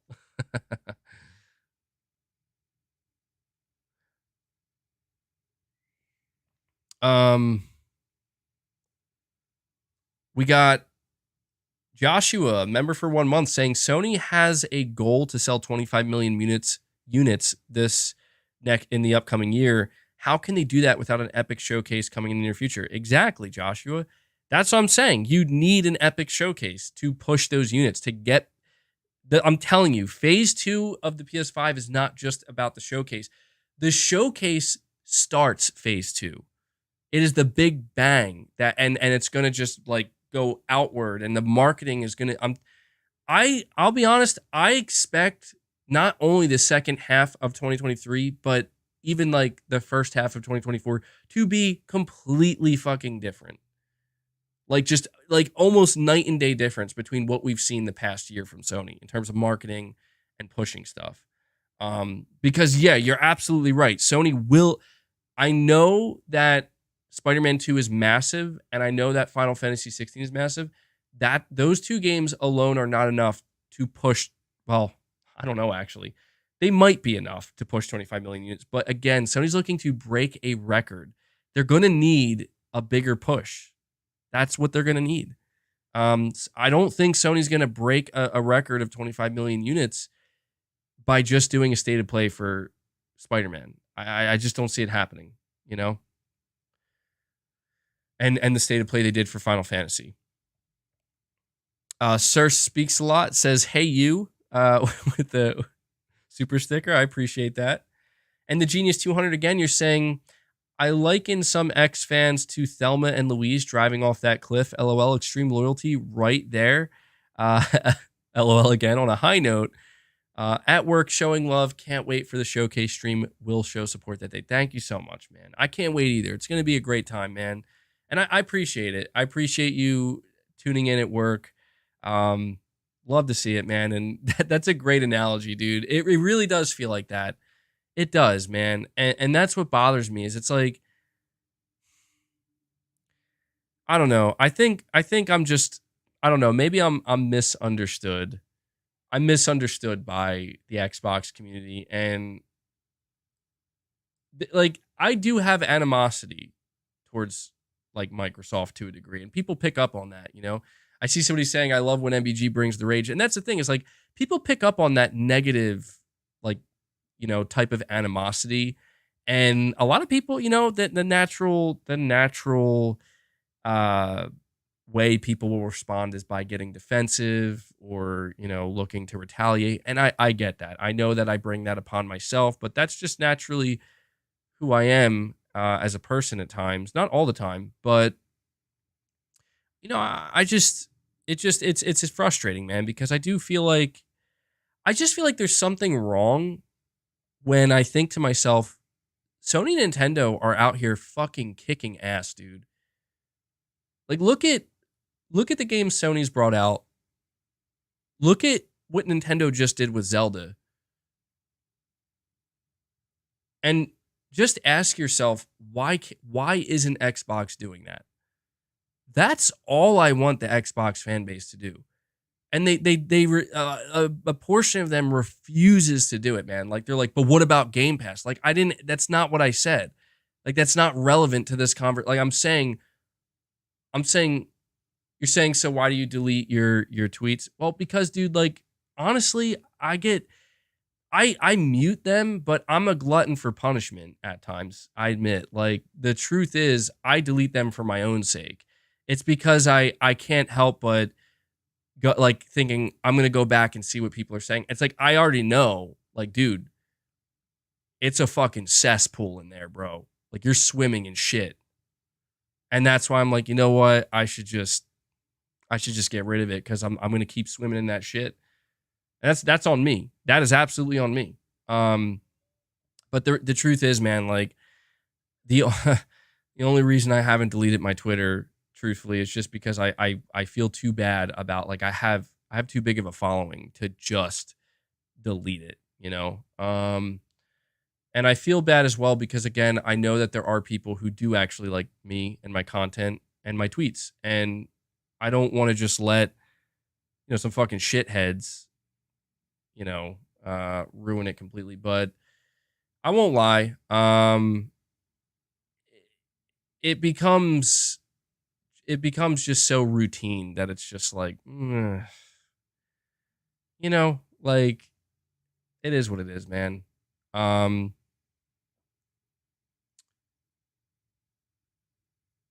Let me see. We got, so again, I appreciate that, Genius 200. JD Gamer, you're saying Xbox got Redfall, PlayStation got Forspoken.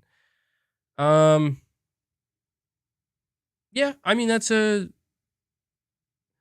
think that the reason why somebody brought up, Humanity is to make the comparison of, like, day one, you know, launches into their service. But yeah, I agree with that. I think it's kind of I'll be honest, I know Forspoken was not good, but I think it's safe to say Redfall was worse, dude. Like, I think Forspoken had a lot of problems and was far from being, like, a fully realized AAA, let alone $70 game in a lot of ways. And it was pretty cringe. But I don't know, man. I think it's safe to say if it's like if it's a competition of mid, like who's the better mid? I think Forspoken's probably the better mid, if I had to guess. But that's just that's just a guess. That's just based off of what I've seen. Dominic Wong, you're saying, I would suggest watching Gamer Nexus videos. Also, please read other people's builds on Build a PC subreddit. PC Part Picker is very useful too. Yeah, I'll probably look into that, man. Once whenever I'm not getting a new PC immediately. I still have some time. When I do, though, I'll let you guys know, what I end up getting. Hopefully I won't forget, but yeah, it'll be pretty cool. I'm looking forward to it. I'm looking forward to reinvesting in my setup entirely, not just the PC, but now that I'm streaming pretty much full time, I want to get a more efficient. I want to optimize my setup, basically. It's pretty good right now, but it could definitely be better. And I know a lot of you guys want me to stream games in the future. That's another thing I'm planning on doing. I'm hoping to not only optimize the setup just for the regular streams, but also so I can make it easier to start streaming games as well. I think that's going to be fun. Like, I can't imagine, I talk about Metal Gear Solid 3 Remake all this time and then not streaming that game for you guys. You know what I mean? But other games too, like even Spider-Man 2, probably be a great game to stream. Maybe, I know people probably want to see what the hell I'm thinking about Final Fantasy. So yeah, I'm looking to optimize. And that's the thing. I went on this whole spiel earlier about things I have to do to facilitate the content flow on the channel. And that's really all it comes down to. It just comes down to pure optimization to allow the meat and potatoes to be at the forefront. I like using that analogy, meat and potatoes. I'm hungry. And then you say here, GPU is important for streaming and video editing because not all cards support all the codecs. It depends which one you really use. Yeah, and that's where it's like, dude, I don't need like a 4070 or 4090, whatever the hell the latest, GTX or RTX. I don't know. I can't even keep track. I don't need like the latest and greatest. I probably need like a 3070. I think that's more than enough for me. So. Saying, I guess I do need a 40. I don't know, bro. Gaming in 4K, native 4K, 60 FPS. You need RTX 4070. Why do you think I need that, though? UE5 games coming, MBG. Be better.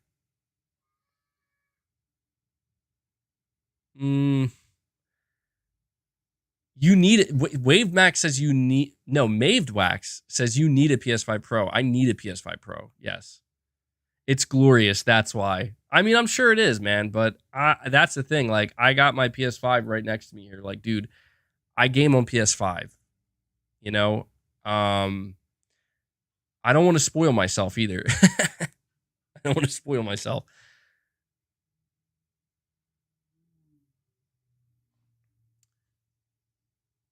Let me see. We got. So I appreciate the super chats, Dominic. Definitely helpful. Perfect Image, you're saying, why are people angry about Sony censoring? I never knew. I don't know. There hasn't been conversation about Sony censoring. There hasn't been conversation about Sony censoring stuff in a long time. I think that they definitely, made some mistakes, but I think they've eased up on it since. I could be wrong, but I haven't heard anything. So thank you for that. Jordan, you're saying, to me, Microsoft and Sony represent the two, pathways the world is moving in. Globalism versus individuals and enterprise. One is right, one is wrong. That's definitely a bird's eye view, I think, for sure, of looking at this. And I can see why you view it that way. I mean, yeah, it's tough. It's tough. You say one is right, one is wrong. That's where sometimes it does become difficult, because maybe this is where my frustration lies, is that I do think one is wrong. I do. Genuinely, I think one is absolutely wrong. But I think that sometimes it feels like it doesn't matter whether I think it's right or wrong. What matters is it like what's happening, what is happening, and what can I do about it? And that's where it's like, well, I know that a lot of people would really prefer that I just don't talk about Xbox ever again. Um, and that's a possibility. But the reason why, listen, if I felt and thought that Xbox could do everything they're doing in the industry and it would have no impact on Sony's decision making, then there would be no reason for me to talk about uh, Microsoft at all. But the reality is, especially something as big as this acquisition, this is going to have a massive impact on Sony and potentially their decision making going forward. So no matter how much I would want to say to myself, like, I don't care, I don't want to pay attention to it, like I have to, because it's going to impact Sony in a very significant way, either in either direction, whether it gets blocked or approved, but especially if it gets approved. And that's the reality, man. Like I know that Phil Spencer really tried to downplay PlayStation and the console and make it seem like, yeah, we're not really competing with them. Like, no, you definitely are, because your form of competition is, again, you're trying to transform the game. You're trying to get Sony to accept, and not just Sony, but like everybody else to accept that like you guys are pushing towards the future and Sony is going backwards. And it's like, no, just straight up no, So both can, both things. The question is, can both exist in harmony with one another? That's a question we don't have an answer to, and I do not know the answer to that. My gut instinct tells me probably not. Truthfully, like my gut instinct tells me in an ideal world they could, but I think one's going to come at the expense of the other. But I would love to be wrong about that. I would love to be wrong about that. And that's where I don't. I'll be honest, like that's kind of where I don't trust Microsoft. Where it's like, if you listen to Phil Spencer's interview and you listen to what Microsoft says, they try to paint a picture where it's like, well, Nintendo does their own thing, and Sony does their own thing, and we're gonna do our own thing. And it's like, that sounds great, but the difference is, like, Microsoft, who are you fooling, man? Like, you're not just about doing your own thing on a small scale. That's not how Microsoft operates. Microsoft operates to be the biggest, just straight up, like the biggest in anything they're doing. And that's going to come at the expense of something, dude. Like, you know what I mean? Like, they're not. We'll see. We'll see what happens. We'll see what happens. But I appreciate the super chat, Jordan. Crap Gamer reviews. That's not actually Crap Gamer, though. You guys are going fucking... All right, you guys are getting too crazy with this shit now. Saying, now I may be slightly a moron, but Xbox has been doing great things recently. I am for companies buying out publishers so they can compete fairly. Dude, I'm sorry. That actually did make me laugh a little bit. So they can compete fairly. That shit, oh my God. That shit is scary. That's all I'm going to say about that. Maximilian Pegasus 88. Thank you, man. You're saying Elden Ring update. I'm stuck on Renala, the boss of the Mage Academy. She keeps kicking my butt. Please send help. Oh, dude. Well, you've made it. I don't want to say that if you can't make it past Renala that you're screwed. You're definitely not, because you made it pretty far. But yeah, you're probably, honestly, my suggestion, and I know that not everybody's going to agree, my suggestion is, if you're having a hard time, dude, just summon some people in to help you out. Summon some people in to help you out. That's what I had to do. Not for every boss fight, but quite a few of them. I don't remember if I had to summon and help for that one. Maybe I did. I don't know. I forget. But yeah, man, utilize the game's mechanics. Don't let these people get in your head and make it seem like you got to get good and beat it on your own. Like, no, dude. Come on. The summon mechanics are there to be used, and it's fine. There's no shame in using them. There's no shame in utilizing them. Well, guys, I think that might be it for the stream. The question is, am I going to stream tomorrow? The question is, am I going to stream tomorrow? I don't know. I might not be able to, truthfully. Maybe, I don't know. Maybe I'll do a members only stream tomorrow. Maybe I'll take the day. I don't know. I'm saying all this because, and like, that's the thing. I don't even know if I'm going to make a video, truthfully. Like, there's no news, bro. Is it just me? I don't think it's just me. I mean, PlayStation news. There's like no PlayStation news. I mean, what I talked about with Herman Holst here, I feel like is the only thing. Like, maybe I can make a really short video on that. I don't know, man. I feel like it has to be the calm before the storm, right? It has to be the calm before the storm. I love how Gaming Survivor is like, Arnold has a new TV show. I know, dude. I'm gonna watch it. Yeah, you're saying it's a ghost town. It is, dude. It is a ghost town. Well, I want to say this is why I want to say this before you guys go and you head out. This is why I love the fact that we have such an awesome community here and why I love streaming, because that's how I feel. I feel like it's kind of been a ghost town, like the past couple days with gaming news. This is not my ideal topic. Like, I really didn't want to spend the majority of the stream talking about this topic again. And I'm sure there are going to be people who have a field day with this one. But hey, you know, all press is good press, right? But I just think it's really incredible that there can be a stream like this that happens on a Tuesday where there's nothing much going on, and yet it's an incredibly successful stream in all regards, with engagement, with support, and it's it's about to hit the 4-hour mark. So, you're saying MBG making Arnold's TV show reaction. I don't know if I could do that. I've seen people who do that. Can you do stuff like that with newer shows? Because, like, if you get a copyright, the only thing I'm afraid of happening is getting a copyright strike. Like, I don't care about claims. I'm not trying to monetize my member only streams.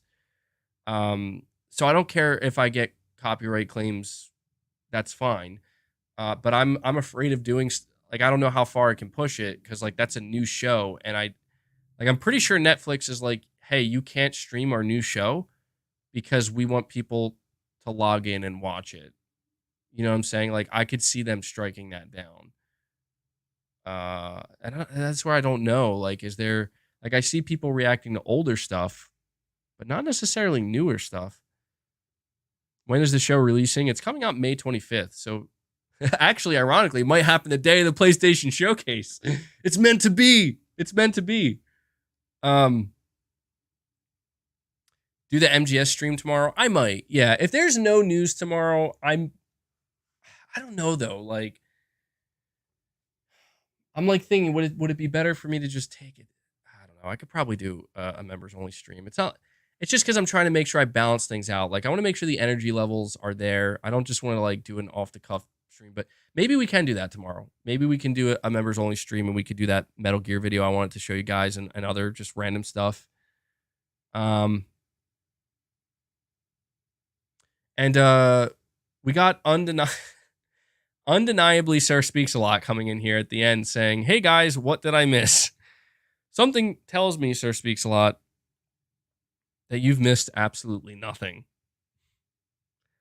And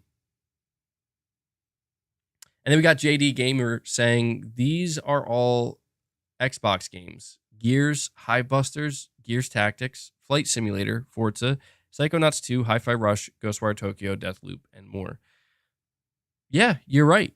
You're right. It is pretty funny to think that both Deathloop and Ghostwire Tokyo launched first on PS5 for a year. Because Sony, they squeezed in those exclusivity deals before it finished. Gears, you got Gears twice, Flight Simulator, okay, Forza, Psychonauts 2, Hi-Fi Rush. Well, we'll see, man. Again, like, I'm not. I'm not saying that there's anything wrong where if those games you just listed, if you enjoyed most of them or even all of them, and to you, those are great must play games. That's cool, man. Like, I don't have any problem with that. I guess it's just like, in my opinion, when I look at that list of games, um, there's not a whole lot there that makes me kind of feel like yes, like just banger after banger after banger. It's not to say that they're like bad or they're low quality. I actually quite enjoyed Ghostwire Tokyo. People loved Hi-Fi Rush. Psychonauts 2 is considered a very good game.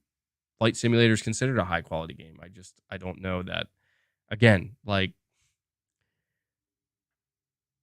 you know what I mean? So it is what it is, man. Like, I appreciate the super chat. I'll be honest with you, JD Gamer. I'm not entirely sure like what you're trying to say with the super chat. You listed some Xbox games. And before I can even end the stream, dude, Corey Lendega, he pops back in. Legendary Lendega with another 10 bomb, bro. You're breathtaking. Another 10 bomb. Another 10 bomb. God damn. Huge shout out to you, Corey. Where does that bring us up to? That brings us up to 214 on the day. What a crazy stream. What an awesome stream. Thank you, Corey. Corey, you've just been going berserk, man. Just constant Spartan rage with these membership gifts. And I'll say it one last time, just in case there happens to be anybody here. Guys, click Corey's icon at the top. Click his 10 bomb, and opt in to become a channel member. That's something we're gonna have to start pushing. I gotta admit, I'm becoming a little bit confused because it doesn't make me feel great that there are people saying that their membership probably should have renewed for a second month for free because of the amount of memberships, and they're not, because as I said, man, like, YouTube's not handing them all out, so I don't know what the hell they're waiting for. Maybe it has to take time to update. I will admit, guys, I really do think I don't think I'm breaking YouTube system, but there's something going on where even on my like creator studio and with the analytics, like, there's just weird shit going on that I'm like looking at this. I'm like, this can't be right. Like, it's not giving me even fully accurate numbers. Like, I know for a fact they're not correct. And so I'm just basically like sitting back and just like, well, let's just see if it updates. Like, I'll be honest. Maybe I'm throwing YouTube under the bus here, but I'm going to fucking do it. I went to contact YouTube and I got, somebody on chat support, and I told them I'm a content creator and I'm just looking for some clarification on some things and for some answers, basically about memberships and what's going on. And, they were nice enough. And I did this 4 separate fucking times with YouTube chat or support, where I'm like, I'm just trying to get some answers about memberships. And I'm explaining to them like my situation, what's going on. And they're like, yeah. And then they just are like, yeah, can you hold for like 5 or 10 minutes while I try to figure this out? And they're literally probably doing what I did, which is, let me go look at what YouTube and their guidelines and their, what they're actually saying about it. And then they come back and they're like, yeah, we don't know. And then the last person I got, they asked me for my email because they said they would email me back within 24 hours with an answer. Did they ever email me, guys? Did YouTube ever email me back? You already know the answer to that. They did not. You saying YouTube got to be better? This isn't an issue on Twitch. Yeah, look, I'm not saying I'm like the most important content creator here for YouTube. Absolutely not. Not at all. But it's just like, dude, you got like, I just don't understand why it's this difficult to. So here's an example I'll give you guys.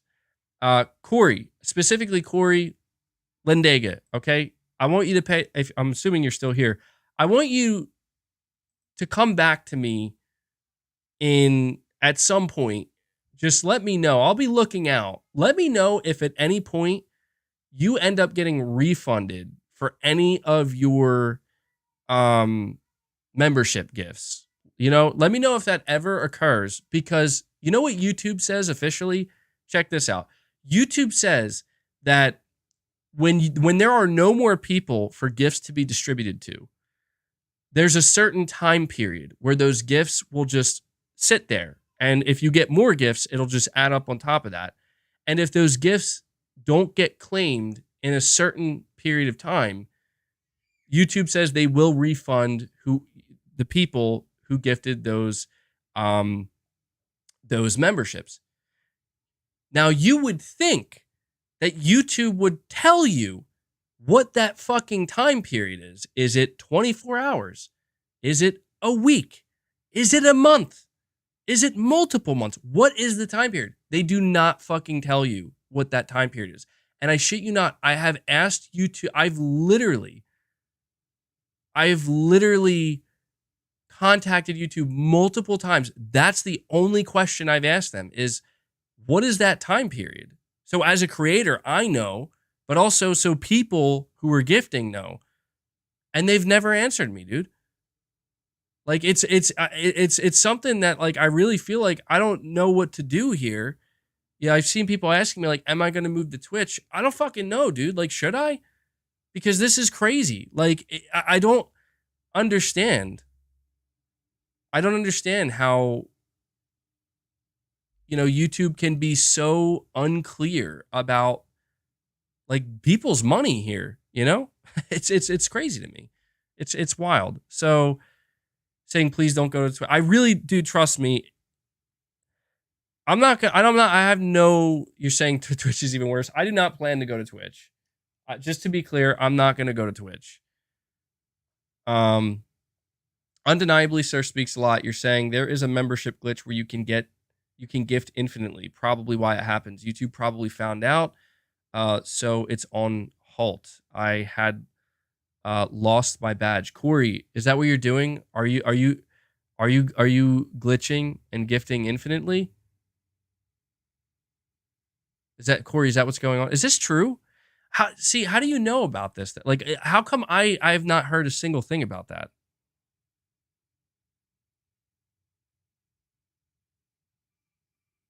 You're saying you heard about those gift refunds from another YouTuber, but it was for another scenario. Like that, see that's scary shit right there. Like, I don't know when that happened. Undeniably, Sir Speaks a Lot. Like, I don't know. Yeah, you're saying you found the gifting limit. Well, yeah, true, yeah. You did, didn't you?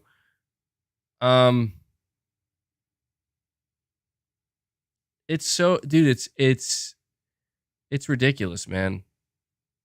I just wish that YouTube would be more clear, and that, I think the thing that I'm most frustrated about, to be honest, is the fact that I've actually reached out to YouTube and they straight up told me they would get back to me, and they just never did, where it's like, like, what the hell? So I'm going to, I'm going to keep tabs on it. I'm actually going to check something right now before I go. Let me see.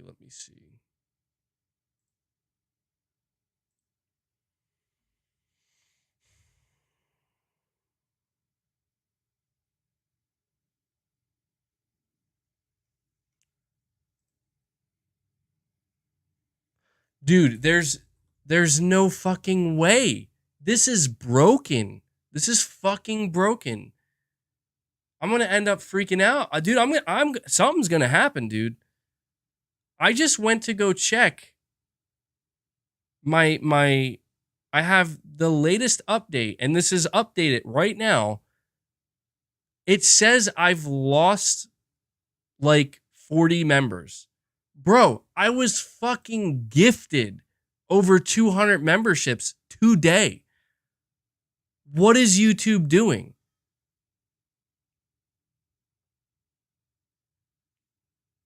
How is that even a possibility? I'm starting to get pissed because it's like, again, there's no explanation. They just don't tell me anything. And I have people over here that are like, dude, I want to support you. I want to support your channel. Just focus on content. I mean, I want to. Corey says, who knows? Maybe it was the bank that issued a limit the other day.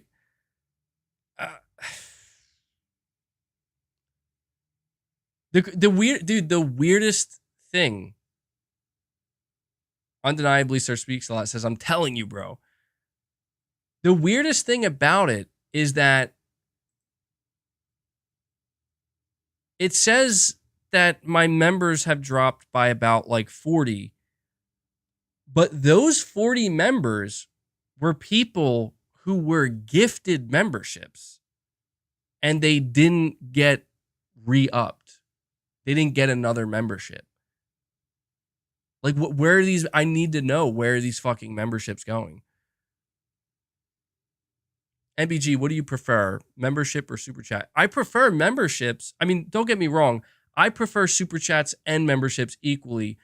I mean, I honestly, I don't know what I would do without super chats. I appreciate them just as much because you guys keep the conversation going.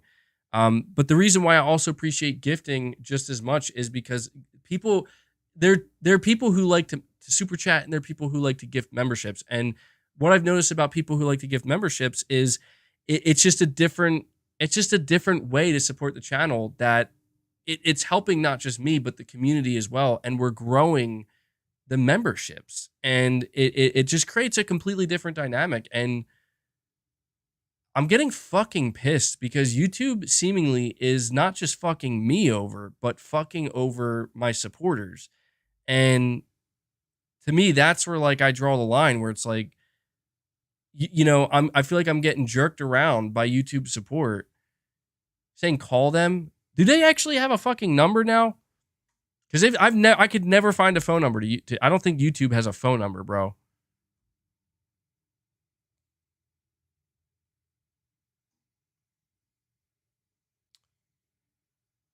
Saying, no, dude, they're canceled.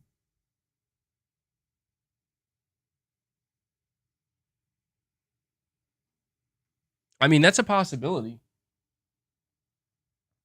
That could be a possibility. I mean, I'm waiting for the day that, like YouTube basically comes to me and says, hey man, like, like those hundreds of memberships that were gifted, yeah, they were canceled, bro. Like it could be a broken system. Might be too lazy to... No way.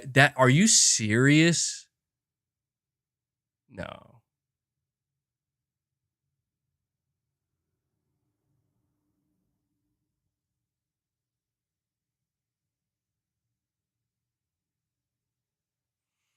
If you run out of people to give memberships, start giving people. Yeah, that's what I don't get, man. Like, I don't understand like why that isn't a thing already. Where it's like, if you run out of people to give memberships to, why don't those memberships just begin to stack for people who are already members? Like, it literally makes no fucking sense, dude. And I think that's why I get so pissed off about it. So undeniably, Sir Speaks Out. You're saying it's the infinite glitch. That's why it happens. No.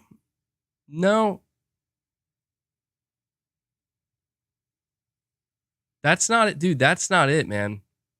It's not I don't know. First off, I don't know what this infinite glitch is, but I can tell the reason why I can tell you that's not it is because this this wasn't a thing last month. This is only now a thing this month. And I think the reason it being is because, well, last month it was the start of it. And then this month it's grown even faster, it's went even faster. And I'll be honest, it really just seems like YouTube doesn't have they just don't have the actual like structure in place to be able to like do this. Like they just like I don't think YouTube was prepared for something like this. And if they were, then they have like the most ass backwards, dumbass like way of approaching it. And it's so weird to me. It's so weird to me because I just think it's crazy that YouTube implements this system where they're asking people to pay money to support their creators. Corey, you're saying I'm not privy to where these membership gifts go. That's why I'm saying, man, like in my opinion, one of two things is going to happen here. Either one, because if not, we're Corey, both me and you are going to fucking have to go to YouTube headquarters or some shit. One, the system does know what it's doing, and it's just basically taking its time to do it. And in the next couple of, like, before the month's end, it's going to start basically, like I said, and this is the impression that I was under, where they build up the memberships, they hold them, and then they just like all start to disperse. You're saying people canceled it through their bank? I mean, that would be a hell of a thing to do. That would be totally fucked.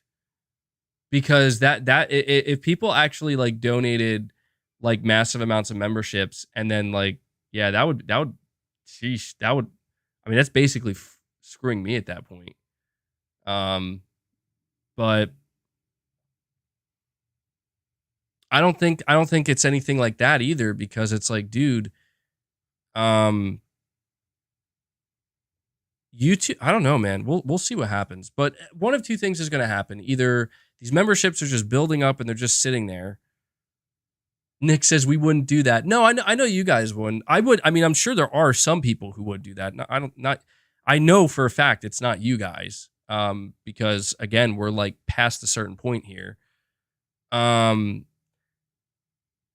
But this is just where it's, even if that were to happen though, like you would think that you would be like, as a creator, there would be some kind of notification. YouTube can be so broken. I'll be honest, man. I never thought in a million years I would run into a problem like this. It's insanity, dude. It's insanity. So one of two things is going to happen. Like I said, they're either going to all build up and disperse it at one point where it's like the system fixed itself. Or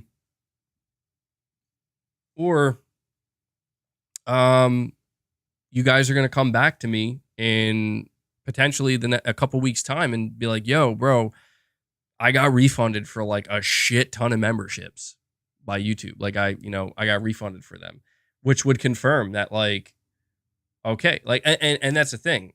All I asked YouTube, what is the time frame? What is it? Is it 7 days? Is it 14 days? Is it 21 days? Is it a month? And they don't fucking have it. Like, how do they not have an answer? Now I went from bitching about Xbox, now I'm bitching about YouTube while I'm on YouTube. But really though, how do they not have an answer? Like, how do you say to not only all the people who are spending money, but the content creators, how do you say, oh, if you run out of people to gift, it'll get refunded once the time frame is up, and then not say what that time frame is? I don't know, man. I think YouTube's being kind of fucking shady. I'm starting to think there is no time frame. I think that's what it is. I think they're not giving a time frame. Like, I think they'll just let the memberships sit there for however long until eventually enough people come to claim them. That's why I think they're not giving a time frame. And that's why I'm going to be curious, like, especially, the people who are gifting large amounts of memberships, like Corey, Exley, Chris B, Hellbound, all you guys. I'm going to be curious. You let me know, as each stream goes by, at any point, like, did you just get a bunch of refunds from YouTube? Because that'll give me my confirmation based on the timing. How sad is this, that this is what I have to do to get answers. I have to go to my audience and my members and have them be the ones to let me know. Crazy, man. And undeniably, Sir Speaks a Lot again says, Mrs. MBG is here. She supports my modship. And Mrs. MBG is quick to say, I said no such thing. Damn, undeniably, Sir Speaks a Lot is getting even crazier out here. Nick, actually, you're saying these are basic things that should be worked out before you launch something like this. Good Lord. Absolutely. Yeah, man, that's why I'm just so kind of peeved about it, because it's just, I am trying so hard to just focus on the content and not have to have these conversations with you guys. But YouTube is making it, like, out of all the things that I thought could get in the way, I didn't think it would be YouTube itself. That is genuinely the last thing that I suspected. And yeah, and as you can see, memberships are still being handed out. Let me go check. Let me see if it updated. Let's go see. It didn't even update on this end, bro. Like, hold on. Let me check again.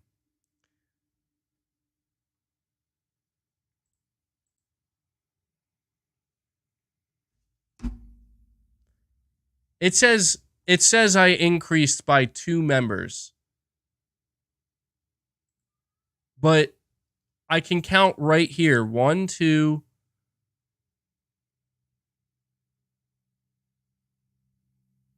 Oh my God, dude. This system is broken. This system is unbelievably, undeniably broken.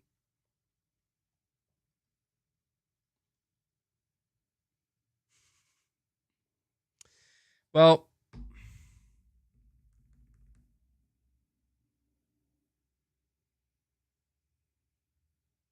you're saying, is a gifted membership and a paid membership the same financially for Google? It is. Technically speaking, yes, it is, actually. That right there is, like, because somebody might think, well, like, maybe YouTube's just being stupid. Like, maybe maybe it's because it's like it doesn't benefit YouTube. But to me, that is like the most mind-blowing part, is YouTube benefits from it too. Like, significantly. And that's why it's just like, I don't understand how you can be so broken with this. Anyway, I'm going on long enough, guys. I apologize. You shouldn't have had to hear that. But saying, do you want a solution? I mean, yes, I would love a solution. Corey says, maybe I should slow down the gifting. Maybe I did break the system. I mean, that's the thing, man, is like, that's not a conversation that people should be, like, content creators should be having to have with their supporters. Like, guys, please stop supporting me so much. Like, no, obviously, I don't want to say that. I don't want to tell people, like, stop gifting or slow down gifting. It's just, this is why I'm fucking annoyed, because I purposely went to YouTube so I could come back to you guys with fucking answers, and I can't. And now it's actually getting to a point where it's not only hurting me, but it's gonna, so I think at this point I'm gonna get off, and I think I'm gonna go scream at YouTube. I think I'm gonna go berserk on YouTube chat, or their support. MBG, have you ever considered a Patreon? Yeah, that's exactly what I might do. That's exactly what I might do, because but that's the thing that I know for a fact. I know for a fact that the people here who are gifting memberships, they enjoy doing it, and it's a different, and it's different. You know what I mean? It's in the moment. It's with a live audience. It's with people in the chat, on the stream, and that's that's where it's like, I'm sure many of you guys would support me on Patreon, but it's just a completely different type of support, and but we'll see. I'm gonna get off. I'm gonna go contact YouTube again. And I'll see if I can try to get something. And hopefully the next stream I do, I can report back to you guys with some type of good news, some type of answer. Be careful with YouTube. They hold a grudge. Oh, that's great. Hey, YouTube, I'm just trying to use your platform and, be a good content creator. Oh my God. All right, guys. I apologize for that. That was a bizarre rant that probably, I just feel like that shouldn't have been a rant. But here we are. But with that being said, I do want to say, like, you guys have shown unbelievable support, and I really can't thank you guys enough. And obviously, I don't want that support to stop. I want to keep the channel growing. I want to keep the community growing. I want to keep everything going up. And, obviously, I think this is the last thing I'll say. I think what's stressing me out the most is that if Sony actually is going to do a showcase, I know for a fact that a lot of people are going to be very excited to, I even had some people here teasing like some of the stuff they're going to do for like during the showcase. And it's like, dude, I do not want the people to be doing. I do want them to, obviously, for the support, but it's like, I don't want them to do shit if I can't get answers, and let people know, like, YouTube's stupid. So we'll see, man. We'll see where it goes. All right, guys, that's going to do it. I'm going to end the stream. Thank you guys for showing up. I appreciate all the support. I'm going to go talk to YouTube, and if I get any answers today, I will definitely put out a community post. All right. But certainly if I get any answers, I will report back to you guys next stream. All right, guys, that does it. Just hit that like button on your way out, and I will catch you all in the next one. So until next time, guys,